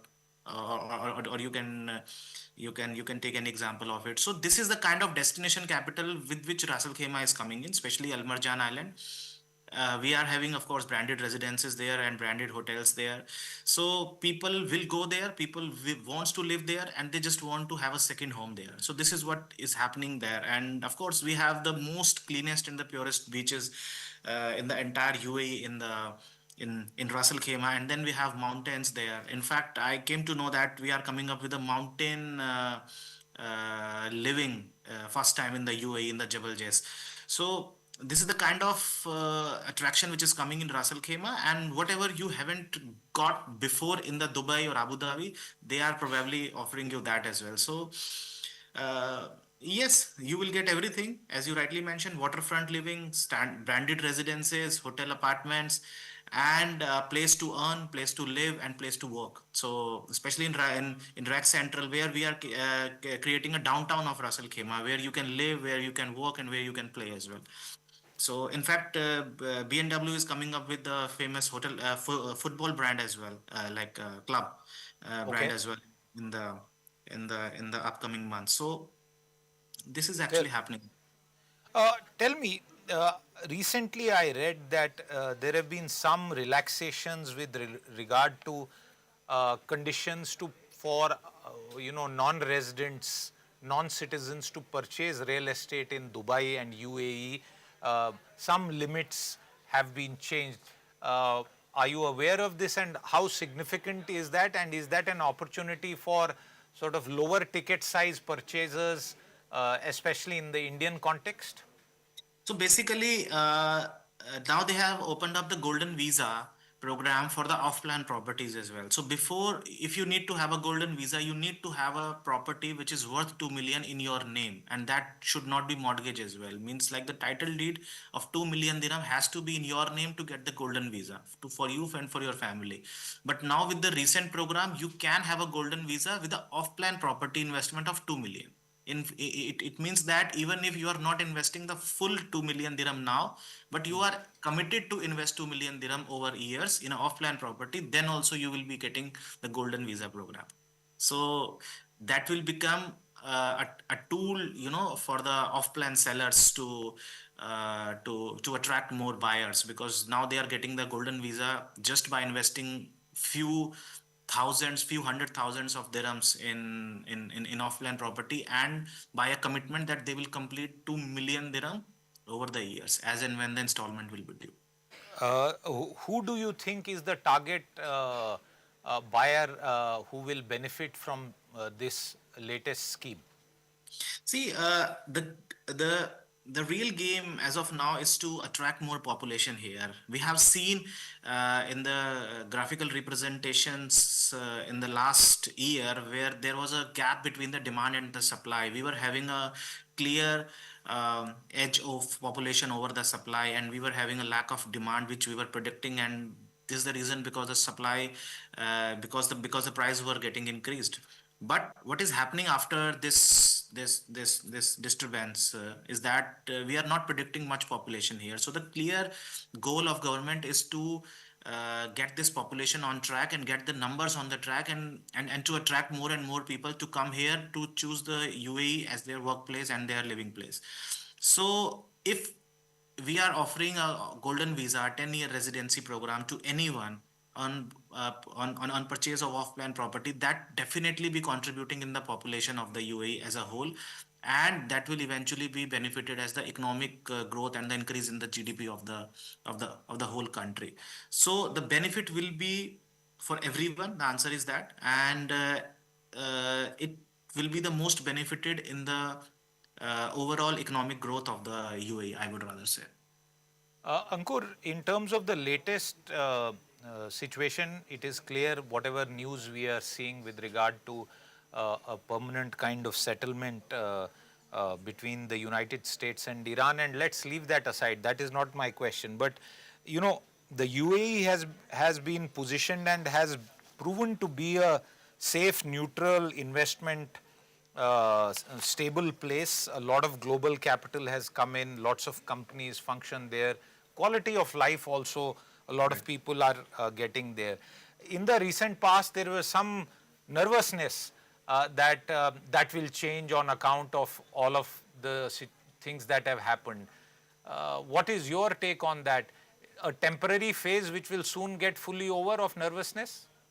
See, it was very unfortunate when people started calling that the safe haven tag of the UAE has been removed. Now it's not being a safe haven anymore, and we don't feel safe here. That was not the case actually, and we were there, we were living there with our families, and we never felt that yes, it's not the safest country in the world.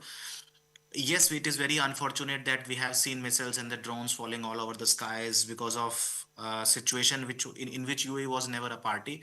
But the worst has over now, and the kind of resilience which UAE government and the leadership has shown is phenomenal, and it is out of the world. And we have seen that they have intercepted more than 2,000 drones and the missiles, and we haven't seen the much fatalities and the casualties which could have been the case. But so the UAE government has shown that we can take care of our people. We are safe here, and the people have started realizing the fact now slowly and gradually that yes, this is the safest country in the world. Because for being a safest country in the world, there are many factors which you have to take care of. That there are no thefts here, there are no robberies here, there are no, yeah, you can roam around the city in the 3 a.m. in the morning. A girl can roam around the city to 2 a.m., 3 a.m. in the morning, and you feel safe here. We don't have locks in our offices and the homes, and this is something which is very unusual if you will compare it with other parts of the world, especially Western world. So people feel safe here, and they have seen that the government is resilient enough to tackle this kind of situation as well. And this is the first time this situation has happened. So now the trust is getting back on track. People are believing in the vision. Now they have started talking about that. Yes, we are very lucky that we are in this part of the world. So in my opinion, it will take more 2 or 3 months after the summer time is over. The people will be back here. In fact, now you will see a lot of traffic on the roads. So everything will be back to normal by November, in my opinion, and people will forget everything. So whatever they have seen, they will not even discuss that. And I believe so. All people have very short memory always. A good point there. Back to normalcy by November, full normalcy that you are saying. Another observation, and this is some iconic hotel properties going in for redevelopment during this period because of perhaps lower tourist footfalls as well. why is that? Is it just a one-off, or is there a broader trend there? No, it's a multiple cases now, and it is very obvious that when you're not having a full occupancy and you don't want to operate on the full OPEX, when you will not be having the full customer base, and you need time to get the properties renovated as well. So we are just taking the advantage out of that, and most of the properties are went under renovation, and you will see a new branded new properties in upcoming months, definitely. So right now hotels are operating at 10 or 20 or 30% occupancy, which is not a wise decision to operate. So better to have your capex spend now, whatever sinking fund you are having to invest, and to get the properties renovated. And definitely when the customers will be on track, and then you can enjoy more returns out of it. So yes, this is a very wise decision, and it should be like this. Okay, as we wind down this conversation, one final point, and this is, your company and what it has been doing to build that scale in what is a very competitive market. As the UAE emerges, like you said, and there is full normalcy in the next few months, what does it mean for B&W in terms of your competition and your plans for further expansion? See, B&W is always keen to have more projects in their kitty. And for the time being, we are looking for some kind of consolidation, at least for a few months. And we need to focus on whatever is in our hand, and we need to focus on the construction. We don't want to hamper the timeline of our project. We need to deliver our project on or before the timeline. We need to deliver it the way we have promised. And we need to discounts our profit a little as of now to maintain our capex in the opex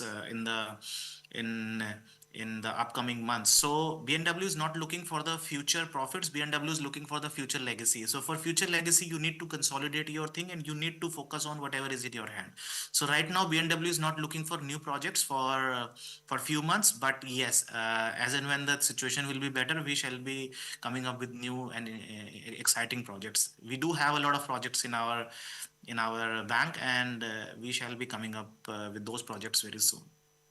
I wish you all the very best for those new launches and new projects, and also for your company's presence at the SPIEF.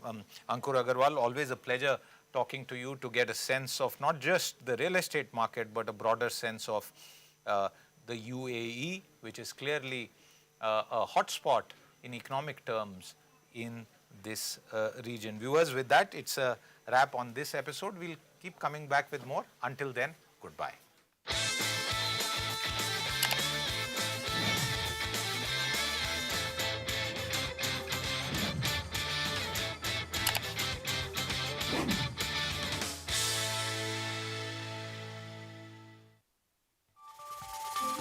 From how the markets move today to what's setting the stage for tomorrow.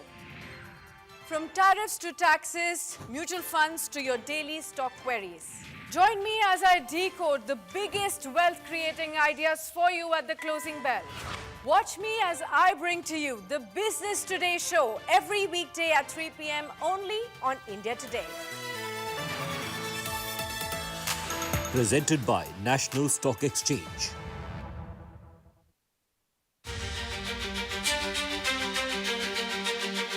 After months of speculation, former Tamil Nadu BJP President Annamalai has officially quit the party. The Singam of the Tamil Nadu politics shared a video on Friday to explain his differences with the BJP, which he claimed had been growing for over 18 months. After what he described as extensive consultations with BJP leadership, he decided to part ways with the party. He has also launched a new political movement, which he says will prepare for the next round of the state elections. ஆனந்தமாக அன்போடு தமிழ்நாட்டில் ஒரு அரசியல் இயக்கத்தை நாம் துவங்க இருக்கின்றோம்.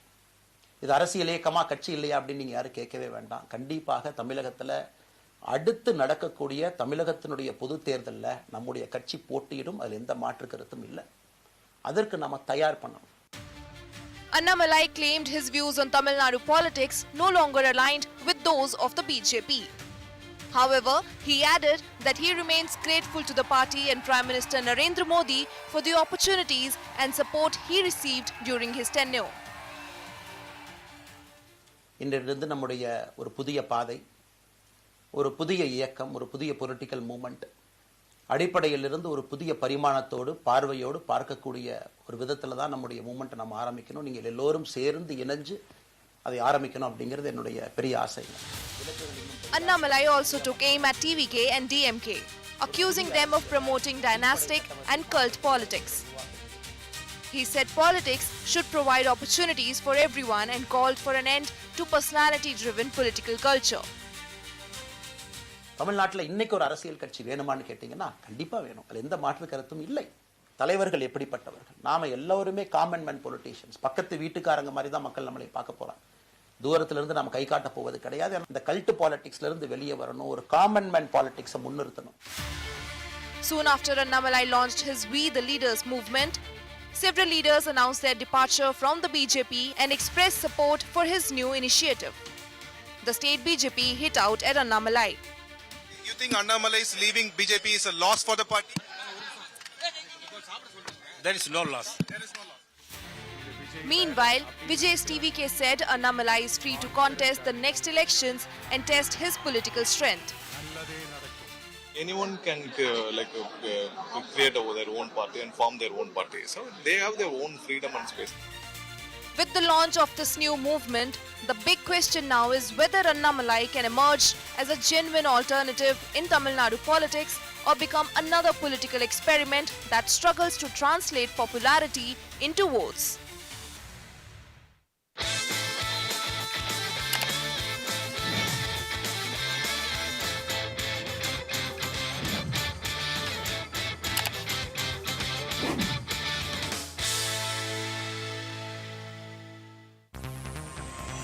India is young and the Nifty is younger still. We are at the cusp of greater glory and phenomenal wealth creation. Catch India's magnificent rally and make it a part of your booming portfolio. Look out for the next set of multi-baggers at BTTV.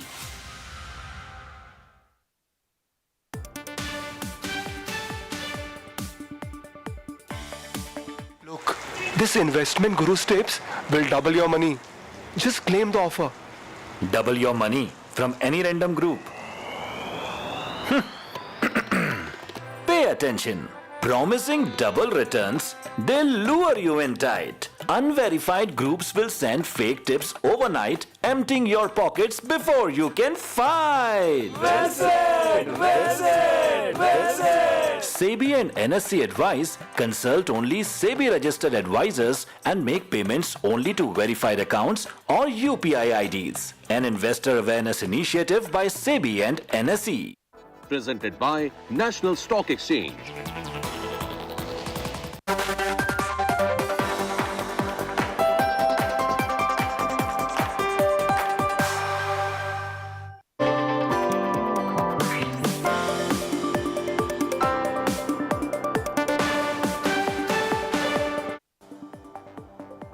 Good afternoon, dear viewers. You're watching the Business Today show with me, Sakshi Batra. This is where I get you all the stock market closing action on Dalal Street. First up, let's take a look at what's hot in the corporate and the financial world.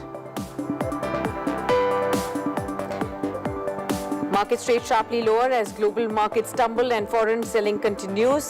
Nifty down by 200 points at 23,150. The Sensex also slips by 600 points to trade at 73,600. Metals, auto and realty stocks lead the losses. Auto retail sales hit a record high in the month of May according to FADA, rising 9.55% year-on-year as strong rural demand drives broad-based growth across segments. EV penetration also crosses 11% for the first time. Indigo is charting an ambitious growth plan. Under the 2030 roadmap, the airline plans to serve 200 million passengers a year, also expanded fleet beyond 550 aircraft and significantly boost international operations to strengthen its global footprint.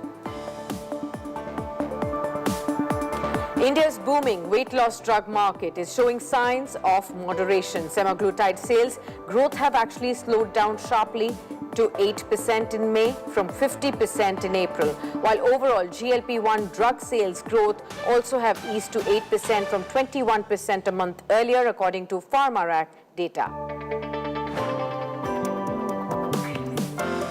India's beer market is drawing global attention. Carlsberg is set to gear up for a potential 6,600 crore rupees IPO of its India unit and could file draft papers as early as this month.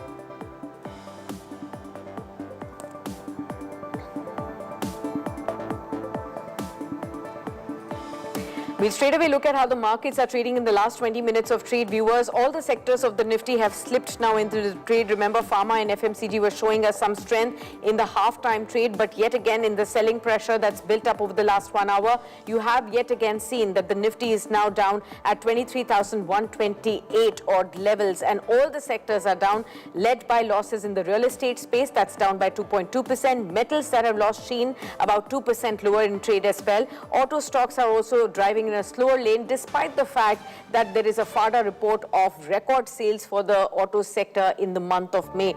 The stocks are down by about 2% here. Mid and small caps have also lost some strength, 1.7% cut for the small cap 100 index right now. Let's also look at the mid caps that are down by 1.2% and are inching closer to the low point of the session as well. And India VIX is where the fear is being gauged at this point in time. 7.8% higher for India VIX, which is trading at above 17 odd levels right now. This is the index that shows you that the risk of sentiment is there. That means investors are fearful of how the markets are going trending forward. Let me quickly go across to Sunny Agrawal, our guest of the day, DVP Head of Fundamental Desk at SBI Securities.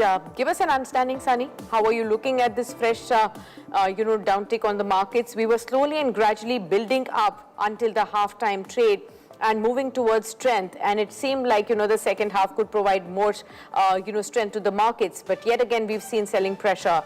How would you look at this? Yeah, good afternoon, Sakshi, and thanks for having me on the show. I think today the sentiments are muted across. Sunny, are you on mute by any chance? I couldn't hear you. Am I audible now? Okay, we'll try and fix that. Yes, okay, please continue. Yeah, so good afternoon and thanks for having me on the show.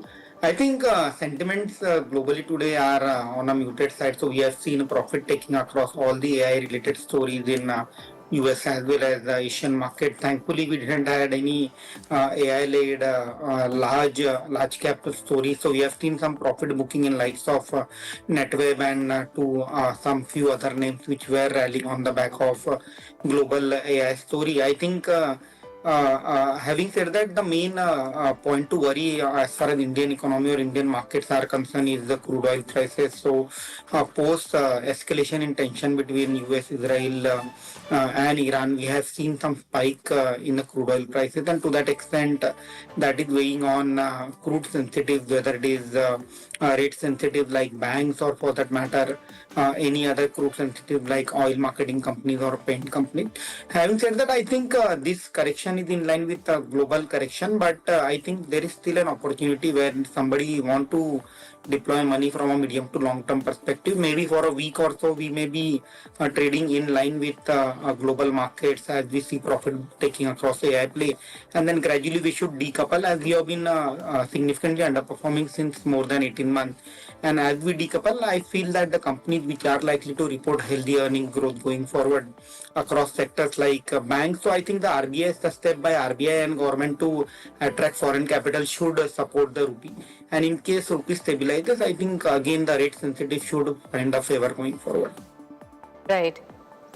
Let's move on, viewers. We'll talk about how the markets regulator SEBI is now preparing for a fresh reform push for capital markets as well. Chairman Tuhin Kanta Pandey has now hinted at easing compliance for research analysts, revamping broker capital norms, and improving the IPO price discovery mechanisms. Let's listen in. Currently reviewing the framework for variable net worth requirements for stockbrokers so that capital requirements better reflect operational scale and risk. We are examining improvements in price discovery, particularly through the pre-open call auction mechanism for IPOs and relisted securities, to ensure more stable and efficient market openings. We are also working towards easing compliance requirements for research analysts, including rationalizing requirements such as call recording obligations in institutional interactions. For mutual funds, we are proposing a more practical framework for the use of intraday borrowing, not just as a contingency tool, but as an efficient mechanism for managing temporary liquidity mismatches.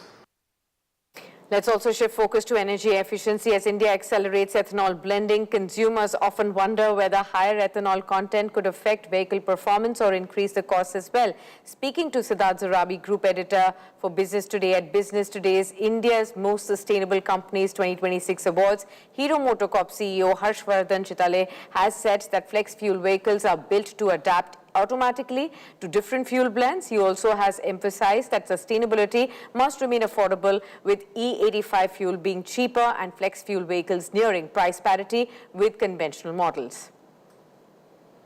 For the average consumer, why should he choose what is on the face of it a more expensive vehicle just because it is more sustainable? Great. So let me address both points. The perceived anxiety around moving to higher blends of ethanol. To start with, our new vehicles that we've launched, we were the first ones to launch them in the country, are not ethanol vehicles, they are flex vehicles. And what that means is you could very well continue to use the gasoline that you have today. And as more and more higher ethanol blends are available, government announced E85 yesterday. As more and more of that is available, you can also use that. And our engines are smart. They detect how much is the ethanol content, and they automatically adjust the firing and the fuel injection to still give you the best performance. Hence, whatever is the fuel available, your engine will perform, it will not degrade, and hence there is no reason to feel anxious that do my vehicles start creating an issue. And second, when we see all the announcements about E85 and higher blend of ethanol being made available, it does not mean that E20 gasoline that you see in petrol pumps today goes away. That also stays. So in countries where they did this transition way ahead of us, like Brazil, you go to a petrol pump and you'll see E27 and E100. And you can choose whichever you want. Now, what we have done is you could choose any blend of that, any between 20 to 100. It could be 30, 40, 50. So fundamentally, you become future-proof. That's one thing we've done. Second question, does it cost more? And that was also interesting conversation with Mr. Burman. Our belief is if you really want sustainability to penetrate every section of our society, it needs to also be economical. If it's affordable, by default, people will start using it. And hence, in this entire, whether it be EV, our VIDA offer that we had, or whether it's flex fuel, we've ensured that it makes economical sense. So our new vehicles are not going to be expensive. In fact, today they are 3 to 4% higher priced than the E20, but it's a matter of time where they'll be equally priced. There's a breaking news coming in with respect to Tata Motors. Now, viewers, on your screens, this is with regards to the West Bengal government now mulling talks with Tata Motors. Sources are indicating that there are plans for revival of the Singur Tata Motors project. Sources have also indicated that the group is seeking, the West Bengal government is seeking more Tata Group investments in the state. There are also indications from sources that we are getting this news coverage that West Bengal is pushing for fresh Tata investment. And these are the talks that could happen now as per the sources. Now 2% lower for Tata Motors passenger vehicles right now, but this could be big for of course West Bengal as well as for Tata Motors as well. There are plans of revival of the Singur Tata Motors project as well. Let me go across to Sunny now to take a fresh view on the entire auto space. We've been looking at so many aspects. Today we've highlighted what the FADA has talked about, record sales in the month of May. We've highlighted exclusive conversations with with Hero MotoCorp, talking about how these flex fuels and new, more efficient fuels are being seen as a public perception of having affected performance or maybe even be costly. And thirdly, we're now talking about Tata Motors and fresh talks between the West Bengal government and Tata Motors to revive the plans for Singur. How would you look at what's happening in the auto space? Lots of action there. Coming to auto sales, I think very strong set of numbers we have witnessed in two-wheeler and passenger vehicle for the month of May. And there seems to be no slowdown in terms of demand. So I think that space continue to do well. Commercial vehicle sales volume have fizzled out to some extent post start of war, Middle East crisis, as due to the increase in crude oil prices, the profitability of logistic player usually tends to come under pressure. So commercial vehicle is the one space which has seen some volume slowdown as we speak. Tractor to some extent is dependent on ensuing monsoon season. So since there is an prediction of El Nino, we have seen some cautious as far as tractor sales volumes are concerned. So I think two-wheeler, three-wheeler, passenger vehicle seems to be doing well. I'm seeing that because of the low base, at least till the month of September, we feel that all these three segments should continue to deliver healthy sales volume growth going ahead. Coming to West Bengal, yes, earlier, if as per the data, West Bengal used to contribute 10% to the GDP, and as we speak, during the last few years, that number has reduced to 3-4%. So I think in case government, the new government, in case give policy push to various industries, including auto, I think that should augur well. I think most of an auto companies would like to have one plant in the eastern belt of India so as to ensure that their logistic cost is also lower. So I think earlier Tata was under discussion to set up a plant in Singur prior to their plant in Gujarat. So I think that can be one opportunity for not only for Tata Motors, in fact for the entire automobile industry to start catering to the eastern belt of India using the West Bengal as an state to begin with. Anyway, we have seen announcement by new government on many front also, including railways. All right, so that's the auto space, but let's move on to the pharma space that's also in news today, and that's with regards to India's popular weight loss drug market, which is still growing, but the pace of the growth has slowed down dramatically.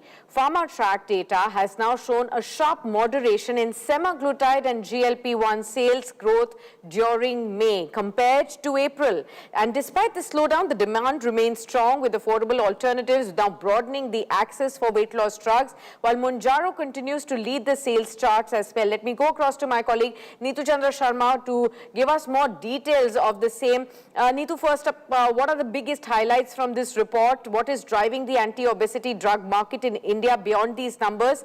The trends that we are seeing right now in the report, and what do these mean on the ground? How would you see this sharp moderation from April to May?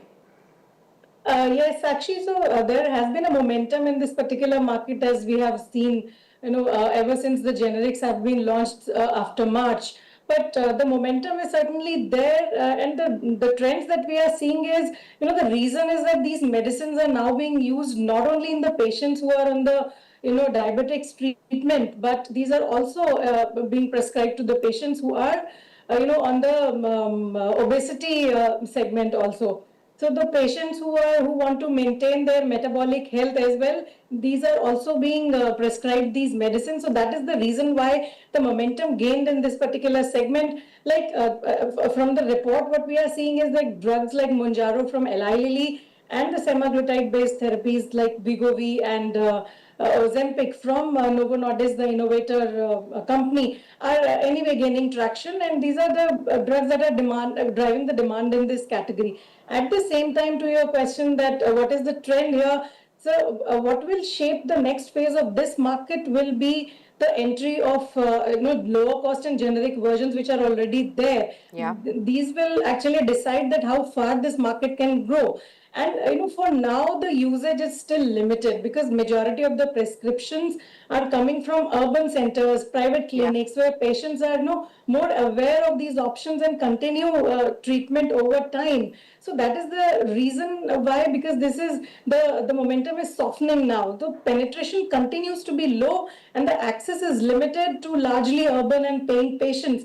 and affordability will continue to be a key constraint despite improvement in the availability of these products. So while we are seeing that the interest and prescriptions are definitely building in this segment, the market is still at a fairly very early stage, and how the pricing in generics will be the key to its future growth of this segment. Right.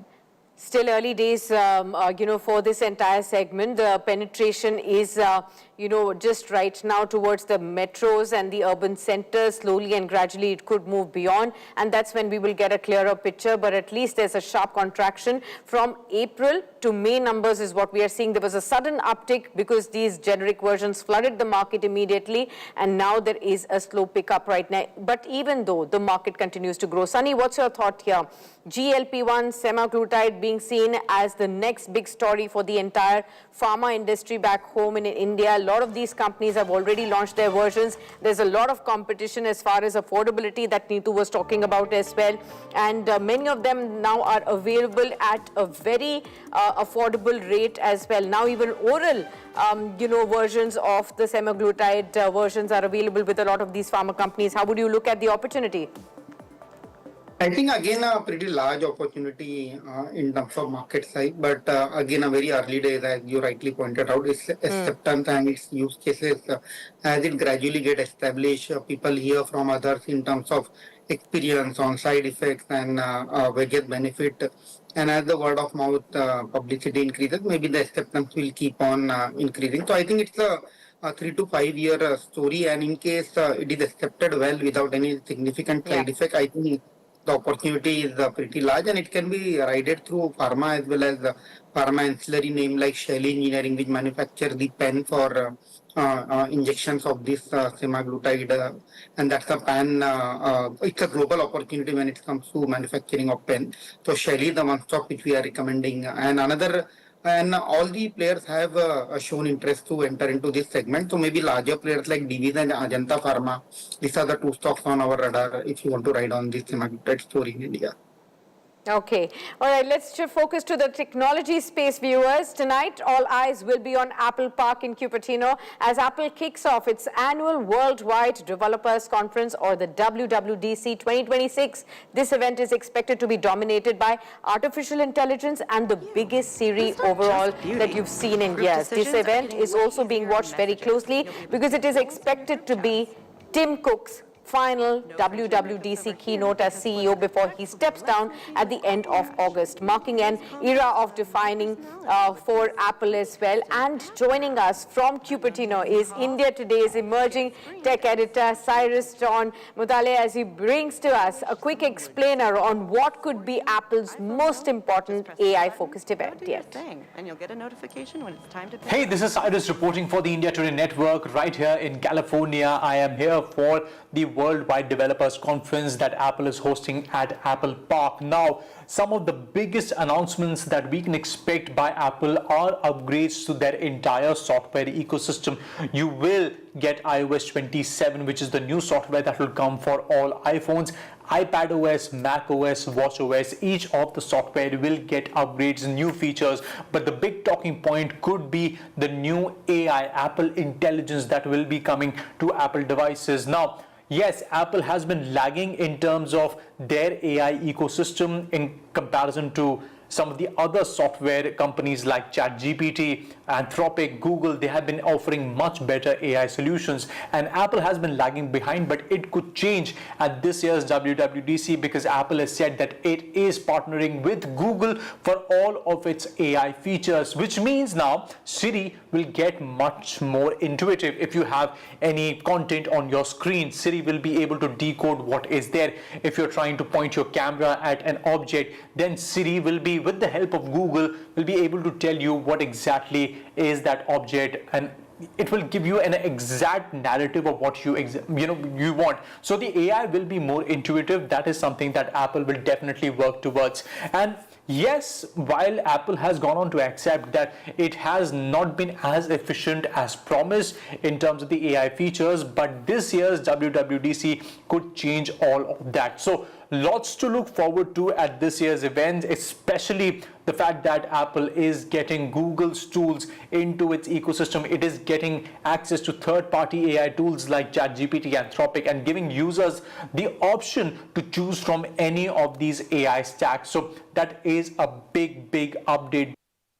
Thanks, Cyrus, for getting us those details. Viewers, we'll look at the markets now, 23,100, and we've breached that as well. We are at 23,096 odd levels. We've slipped to the low point of the day yet again. Look at the Nifty. There is increasing amount of pressure that is built on. 270 points now gone as far as the Nifty is concerned. Increasing pressure on real estate. The index is down by 3%. Metals are down 2.7%. Media stocks are down 2%. Small caps are down by over 2%. There's an increasing amount of sell-off that you're seeing towards the end of the session. On the Nifty, the top laggards are Wipro. Look at this sharp fall that has really come in there. 8.5% loss for Wipro today. Jio Financial Services, 3.7% loss. Eternal, Hindalco, Shriram Finance, even Adani Enterprises and Indigo, they're all the top laggards there. Let me also look at the broader markets to see where is the pressure really coming in from. GMDC, 7% lower. You can see IFCI, 7% lower. Spandana Spurti is down in trade. You're also looking at Netweb Technologies that's actually come under pressure. ITDC is also down in the session. As far as these broad market laggards are concerned, onto the markets, 23,100. Let me also look at the Nifty next 50 names. From the Nifty next 50 names, only 2 of them are into the green. GAIL and Hindustan Aeronautics. Rest all of them have slipped. Muthoot Finance, 6% lower in session. Look at CG Power, 4% lower. Cummins India, that's about 3.8% lower. About 5 lakh crore rupees have been wiped out from investors, kitty today because of the market cap loss that we are seeing on the BSE listed firms today, viewers. Let me go across to Sunny. Sunny, how are you looking at this sharp fall in the markets towards the end of the session? We also intraday breached the 23,100 mark. How would you look at the current pressure? Where is it emerging from? I think again, as discussed earlier, more of a global sell-off which we are seeing, and consistently foreign institutional investors have been offloading equities in Indian market. Coming to the levels, I think now since 23,200 has breached, maybe next key support level as per our technical team is closer to 22,700, 22,800. That seems to be the next bigger support. And in line with a global sell-off, I think that is the reason we have seen a correction in domestic markets also today. Okay, Sunny. Let me now go across to taking some questions from our viewers for you. Prashant from Varanasi has asked you the first question. This is when he wants to know from you, I want to invest in electrical equipment stocks. Should I invest right now or should I wait? How would you look at electrical equipment stocks? Any of those onto your radar? When it comes to electrical equipment, again, the story is the overall investment thesis is likely to do well, as we have seen a consistent increase in demand for power through the, especially on a data center side where there has been a significant increase in demand. So maybe few stocks which we like among the electrical equipment segment are predominantly focusing on smaller category like quality power is the one stock which we are recommending to our clients. So maybe you can look at the quality power from a medium to long term perspective. Okay, we'll take Samir Patil's question next. He's from Ahmedabad and he wants to know from you what is your view on ceramic and tile stocks for medium term? Coming to ceramic and tile, I think because of this Middle East crisis, we have seen that most of the Morbi-based players have shut their manufacturing unit, and that is something which will augur well for a branded player. So maybe the market leader in this segment like Kajari and Somani, one can consider from medium to long term perspective. All right, we'll shift focus to another question that we're getting from one of our viewers. This is Neha Mathur from Mumbai, and she says, I want to invest 1 lakh rupees in capital markets or brokerage stocks. Could you suggest the best options there? While the stock markets overall are facing the pressure, investors continue to believe in the capital market stocks, in the wealth creation space, in the brokerage stocks as well. What are your top picks there, Sunny? Coming to broking industry, I think Grow is the one stock which we like as over the period of next 2 years because of the new product and scale up on margin trading funding book. We believe that earnings can grow at a CAGR of 25-28% over the period of next 2 years. So grow is the one stock which I would like to recommend from a capital market or a broking as an industry. All right. Okay. Thank you so much, Sunny, for being with us on the program and for addressing all these questions of our viewers. Good to have you with us. And viewers, in case you too have any questions about your investments in stocks, in mutual funds, gold, your SIPs, anything that you need to know from a financial expert, then you can definitely send us your queries on the WhatsApp number that's flashing on your screens. We'll get our top market experts to help you understand where are you going wrong and where exactly should you be improving as far as your market strategies are concerned. And as we leave, do not wait and forget to get your hands onto the latest edition of the Business Today magazine, a special issue on India's most sustainable companies of 2026. This edition recognizes companies which have sustainability integrated into their core strategy, also focuses on how India is balancing energy needs with long-term climate commitments. You can also grab this edition from the stands or even order on Blinkit. Present.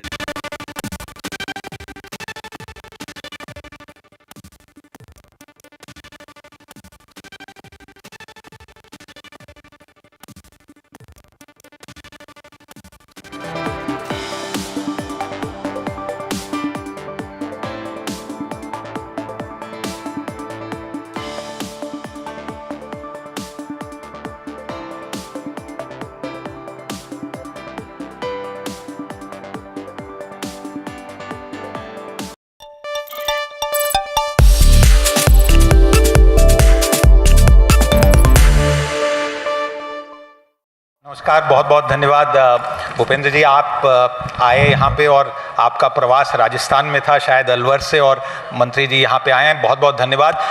एक दिन बाद environment day के ये कार्यक्रम हो रहा है, पिछले वर्ष भी आप आए थे, इस वर्ष आप फिर से आए हैं। सो आज की चर्चा से पहले एक आपसे प्रश्न पूछना चाहूँगा कि जहाँ तक पार्टी, संगठन और भारत सरकार है, तो राजनीतिक दृष्टि से पूरी सस्टेनेबल और बहुत अच्छी एक स्थिति में है, एनवायरनमेंट पूरा संभाल